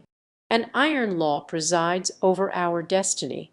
Round us and within us, the series of causes and effects continues to unwind its hard chain. Every single one of our deeds bears its consequence, and this goes on to eternity. Every fault of ours will bring its chastisement. Every weakness will have to be made good. There is not a moment of oblivion, not an instant when we may cease to be on our guard. Romantic illusion is then just an attempt to escape, at least in imagination, from the tyranny of universal order. It is impossible, in this volume, to consider all George Sand's works. Some of her others are charming, but the whole series would perhaps appear somewhat monotonous. There is, however, one novel of this epoch to which we must call attention, as it is like a burst of thunder during calm weather. It also reveals an aspect of George Sand's ideas which should not be passed over lightly. This book was perhaps the only one George Sand wrote under the influence of anger. We refer to Mademoiselle La Quintinie. Octave Foulet had just published his Histoire de Sibylle, and this book made George Sand furiously angry. We are at a loss to comprehend her indignation. Foulet's novel is very graceful and quite inoffensive. Sibylle is a fanciful young person, who from her earliest childhood dreams of impossible things. She wants her grandfather to get a star for her, and another time she wants to ride on the swan's back as it swims in the pool, when she is being prepared for her first communion. She has doubts about the truth of the Christian religion, but one night, during a storm, the priest of the place springs into a boat and goes to the rescue of some sailors in peril. All the difficulties of theological interpretations are at once dispelled for her.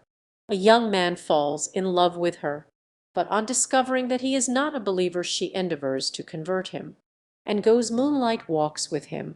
Moonlight is sometimes dangerous for young girls, and, after one of these sentimental and theological strolls, she has a mysterious ailment, which was both religious and social, and at the same time very harmless.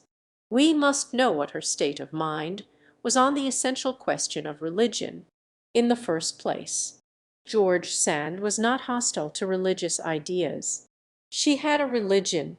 There is a George Sand religion. There are not many dogmas, and the creed is simple. George Sand believed firmly in the existence of God.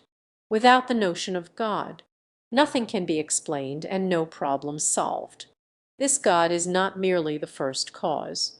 It is a personal and conscious God, whose essential, if not sole, function is to forgive.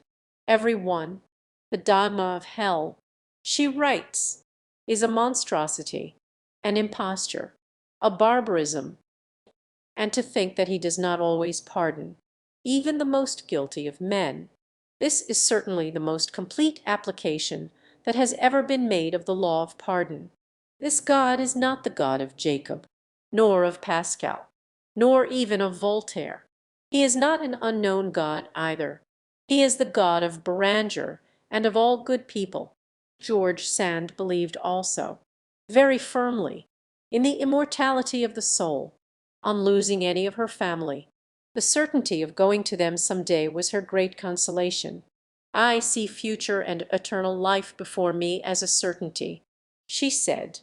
"It is like a light, and, thanks to its brilliancy, other things cannot be seen, but the light is there, and that is all I need." Her belief was, then, in the existence of God, the goodness of Providence, and the immortality of the soul. George Sand was an adept in natural religion. She did not accept the idea of any revealed religion, and there was one of these revealed religions that she execrated. This was the Catholic religion. Her correspondence on this subject during the period of the Second Empire is most significant. She was a personal enemy of the Church, and spoke of the Jesuits as a subscriber to the sequel might do today. She feared the dagger of the Jesuits for Napoleon E. But at the same time she hoped there might be a frustrated attempt at murder, so that his eyes might be opened. The great danger of modern times, according to her, was the development of the clerical spirit. She was not an advocate for liberty of education either. The priestly spirit has been encouraged. She wrote, "53 France is overrun with convents, and wretched friars have been allowed to take possession of education." She considered that wherever the Church was mistress, it left its marks, which were unmistakable, stupidity and brutishness. She gave Brittany as an example. 53 correspondence. To Barbès, May 12, 1867. There is nothing left. She writes, "When the priest and Catholic vandalism have passed by, destroying the monuments of the old world and leaving their lice for the future." 5454 Ibid. To Flaubert, September 21, 1860. It is no use attempting to ignore the fact. This is anti-clericalism in all its violence. Is it not curious that this passion, when once it takes possession of even the most distinguished minds, causes them to lose all sentiment of measure, of propriety, and of dignity? Mademoiselle La Quintinie is the result of a fit of anti-clerical mania. George Sand Gibbs.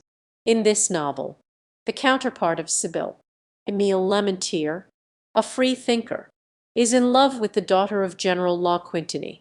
Émile is troubled in his mind because, as his fiancée is a Catholic, he knows she will have to have a confessor. The idea is intolerable to him, as, like Monsieur Homais, he considers that a husband could not endure the idea of his wife having private conversations with one of those individuals. Mademoiselle La Quintinie's confessor is a certain Morelly, a near relative of Eugene Sue's Rodin. The whole novel turns on the struggle between Émile and Morelly, which ends in the final discomfiture of Morelly. Mademoiselle La Quintinie is to marry Émile, who will teach her to be a free thinker. Émile is proud of his work of drawing a soul away from Christian communion. He considers that the light of reason is always sufficient for illuminating the path in a woman's life. He thinks that her natural rectitude will prove sufficient for making a good woman of her. I do not wish to call this into question, but even if she should not err, is it not possible that she may suffer? This free thinker imagines that it is possible to tear belief from a heart without rending it and causing an incurable wound. Oh, what a poor psychologist! He forgets that belief's the summing up and the continuation of the belief of a whole series of generations. He does not hear the distant murmur of the prayers of bygone years. It is in vain to endeavor to stifle those prayers. They will be heard forever within the crushed and desolate soul. Mademoiselle La Quintinie is a work of hatred. George Sand was not successful with it. She had no vocation for writing such books, and she was not accustomed to writing them. It is a novel full of tiresome dissertations, and it is extremely dull. From that date, though, George Sand experienced the joy of a certain popularity. At theatrical performances and at funerals the students manifested in her honor. It was the same for Sainte Beuve, but this does not seem to have made either of them any greater. We will pass over all this, and turn to something that we can admire. The robust and triumphant old age of George Sand was admirable. Nearly every year she went to some fresh place in France to find a setting for her stories. She had to earn her living to the very last, and was doomed to write novels forever. "I shall be turning my wheel when I die," she used to say, and, after all, this is the proper ending for a literary worker. In 1870 and 1871 she suffered all the anguish of the terrible year. When once the nightmare was over, she set to work once more like a true daughter of courageous France, unwilling to give in. She was as hardy as iron as she grew old. "I walked to the river," she wrote in 1872, "and bathe in the cold water, warm as I am. Sunshine and water are all I need." For a woman of 68 to be able to bathe every day in the cold water of the Indre is a great deal. In May 1876, She was not well, and had to stay in bed. She was ill for 10 days, and died without suffering much. She is buried at Nohant, according to her wishes, so that her last sleep is in her beloved Berry. In conclusion, we would say just a few words about George Sand's genius, and the place that she takes in the history of the French novel. On comparing George Sand with the novelists of her time, what strikes us most is how different she was from them. She is neither like Balzac, Stendhal, nor Merimee, nor any story-teller of our thoughtful, clever, and refined epoch. She reminds us more of the old novelists, of those who told stories of chivalrous deeds and of old legends. Or, to go still further back, she reminds us of the Eddas of old Greece. In the early days of a nation, there were always men who went to the crowd and charmed them with the stories they told in a wordy way. They scarcely knew whether they invented these stories as they told them, or whether they had heard them somewhere. They could not tell either which was fiction and which reality, for all reality seemed wonderful to them. All the people about whom they told were great. All objects were good and everything beautiful. They mingled nursery tales with myths that were quite sensible, and the history of nations with children's stories. They were called poets. George Sand did not employ a versified form for her stories, but she belonged to the family of these poets. She was a poet herself who had lost her way and come into our century of prose, and she continued her singing, like these early poets. She was primitive, like them. She obeyed a God within her. All her talent was instinctive, and she had all the ease of instinctive talent. When Flaubert complained to George Sand of the tortures that style cost him, she endeavored to admire him. When I see the difficulty that my old friend has in writing his novel, I am discouraged about my own case, and I say to myself that I am writing poor sort of literature. This was merely her charity, for she never understood that there could be any effort in writing. Consequently, she could not understand that it should cause suffering. For her, writing was a pleasure, as it was the satisfaction of a need. As her works were no effort to her, they left no trace in her memory. She had not intended to write them, and, when once written, she forgot them. Consulo and La Comtesse de Rudolstadt. What are these books? She asks. Did I write them? I do not remember a single word of them. Her novels were like fruit, which, when ripe, fell away from her. George Sand always returned to the celebration of certain great themes which are the eternal subjects of all poetry. Subjects such as love and nature, and sentiments like enthusiasm and pity. The very language completes the illusion. The choice of words was often far from perfect, as George Sand's vocabulary was often uncertain, and her expression lacked precision and relief. But she had the gift of imagery, and her images were always delightfully fresh. She never lost that rare faculty which she possessed of being surprised at things, so that she looked at everything with youthful eyes. There is a certain movement which carries the reader on, and a rhythm that is soothing. She develops the French phrase slowly, perhaps, but without any confusion. Her language is like those rivers which flow along full and limpid, between flowery banks and oases of verdure, rivers by the side of which the traveller loves to linger and to lose himself in dreams. The share which belongs to George Sand in the history of the French novel is that of having impregnated the novel with the poetry in her own soul. She gave to the novel a breadth and a range which it had never hitherto had. She celebrated the hymn of nature, of love and of goodness in it. She revealed to us the country and the peasants of France. She gave satisfaction to the romantic tendency which is in every one of us, to a more or less degree. All this is more even than is needed to ensure her fame. She denied ever having written for posterity, and she predicted that in 50 years she would be forgotten. It may be that there has been for her, as there is for every illustrious author who dies, a time of test and a period of neglect.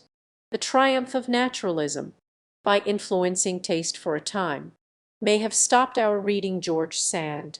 At present we are just as tired of documentary literature as we are disgusted with brutal literature. We are gradually coming back to a better comprehension of what there is of truth in George Sand's conception of the novel. This may be summed up in a few words: to charm, to touch, and to console. Those of us who know something of life may perhaps wonder whether to console may not be the final aim of literature. George Sand's literary ideal may be read in the following words, which she wrote to Flaubert: "You make the people who read your books still sadder than they were before. I want to make them less unhappy." She tried to do this, and she often succeeded in her attempt. What greater praise can we give to her than that? And how can we help adding a little gratitude and affection to our admiration for the woman, the end,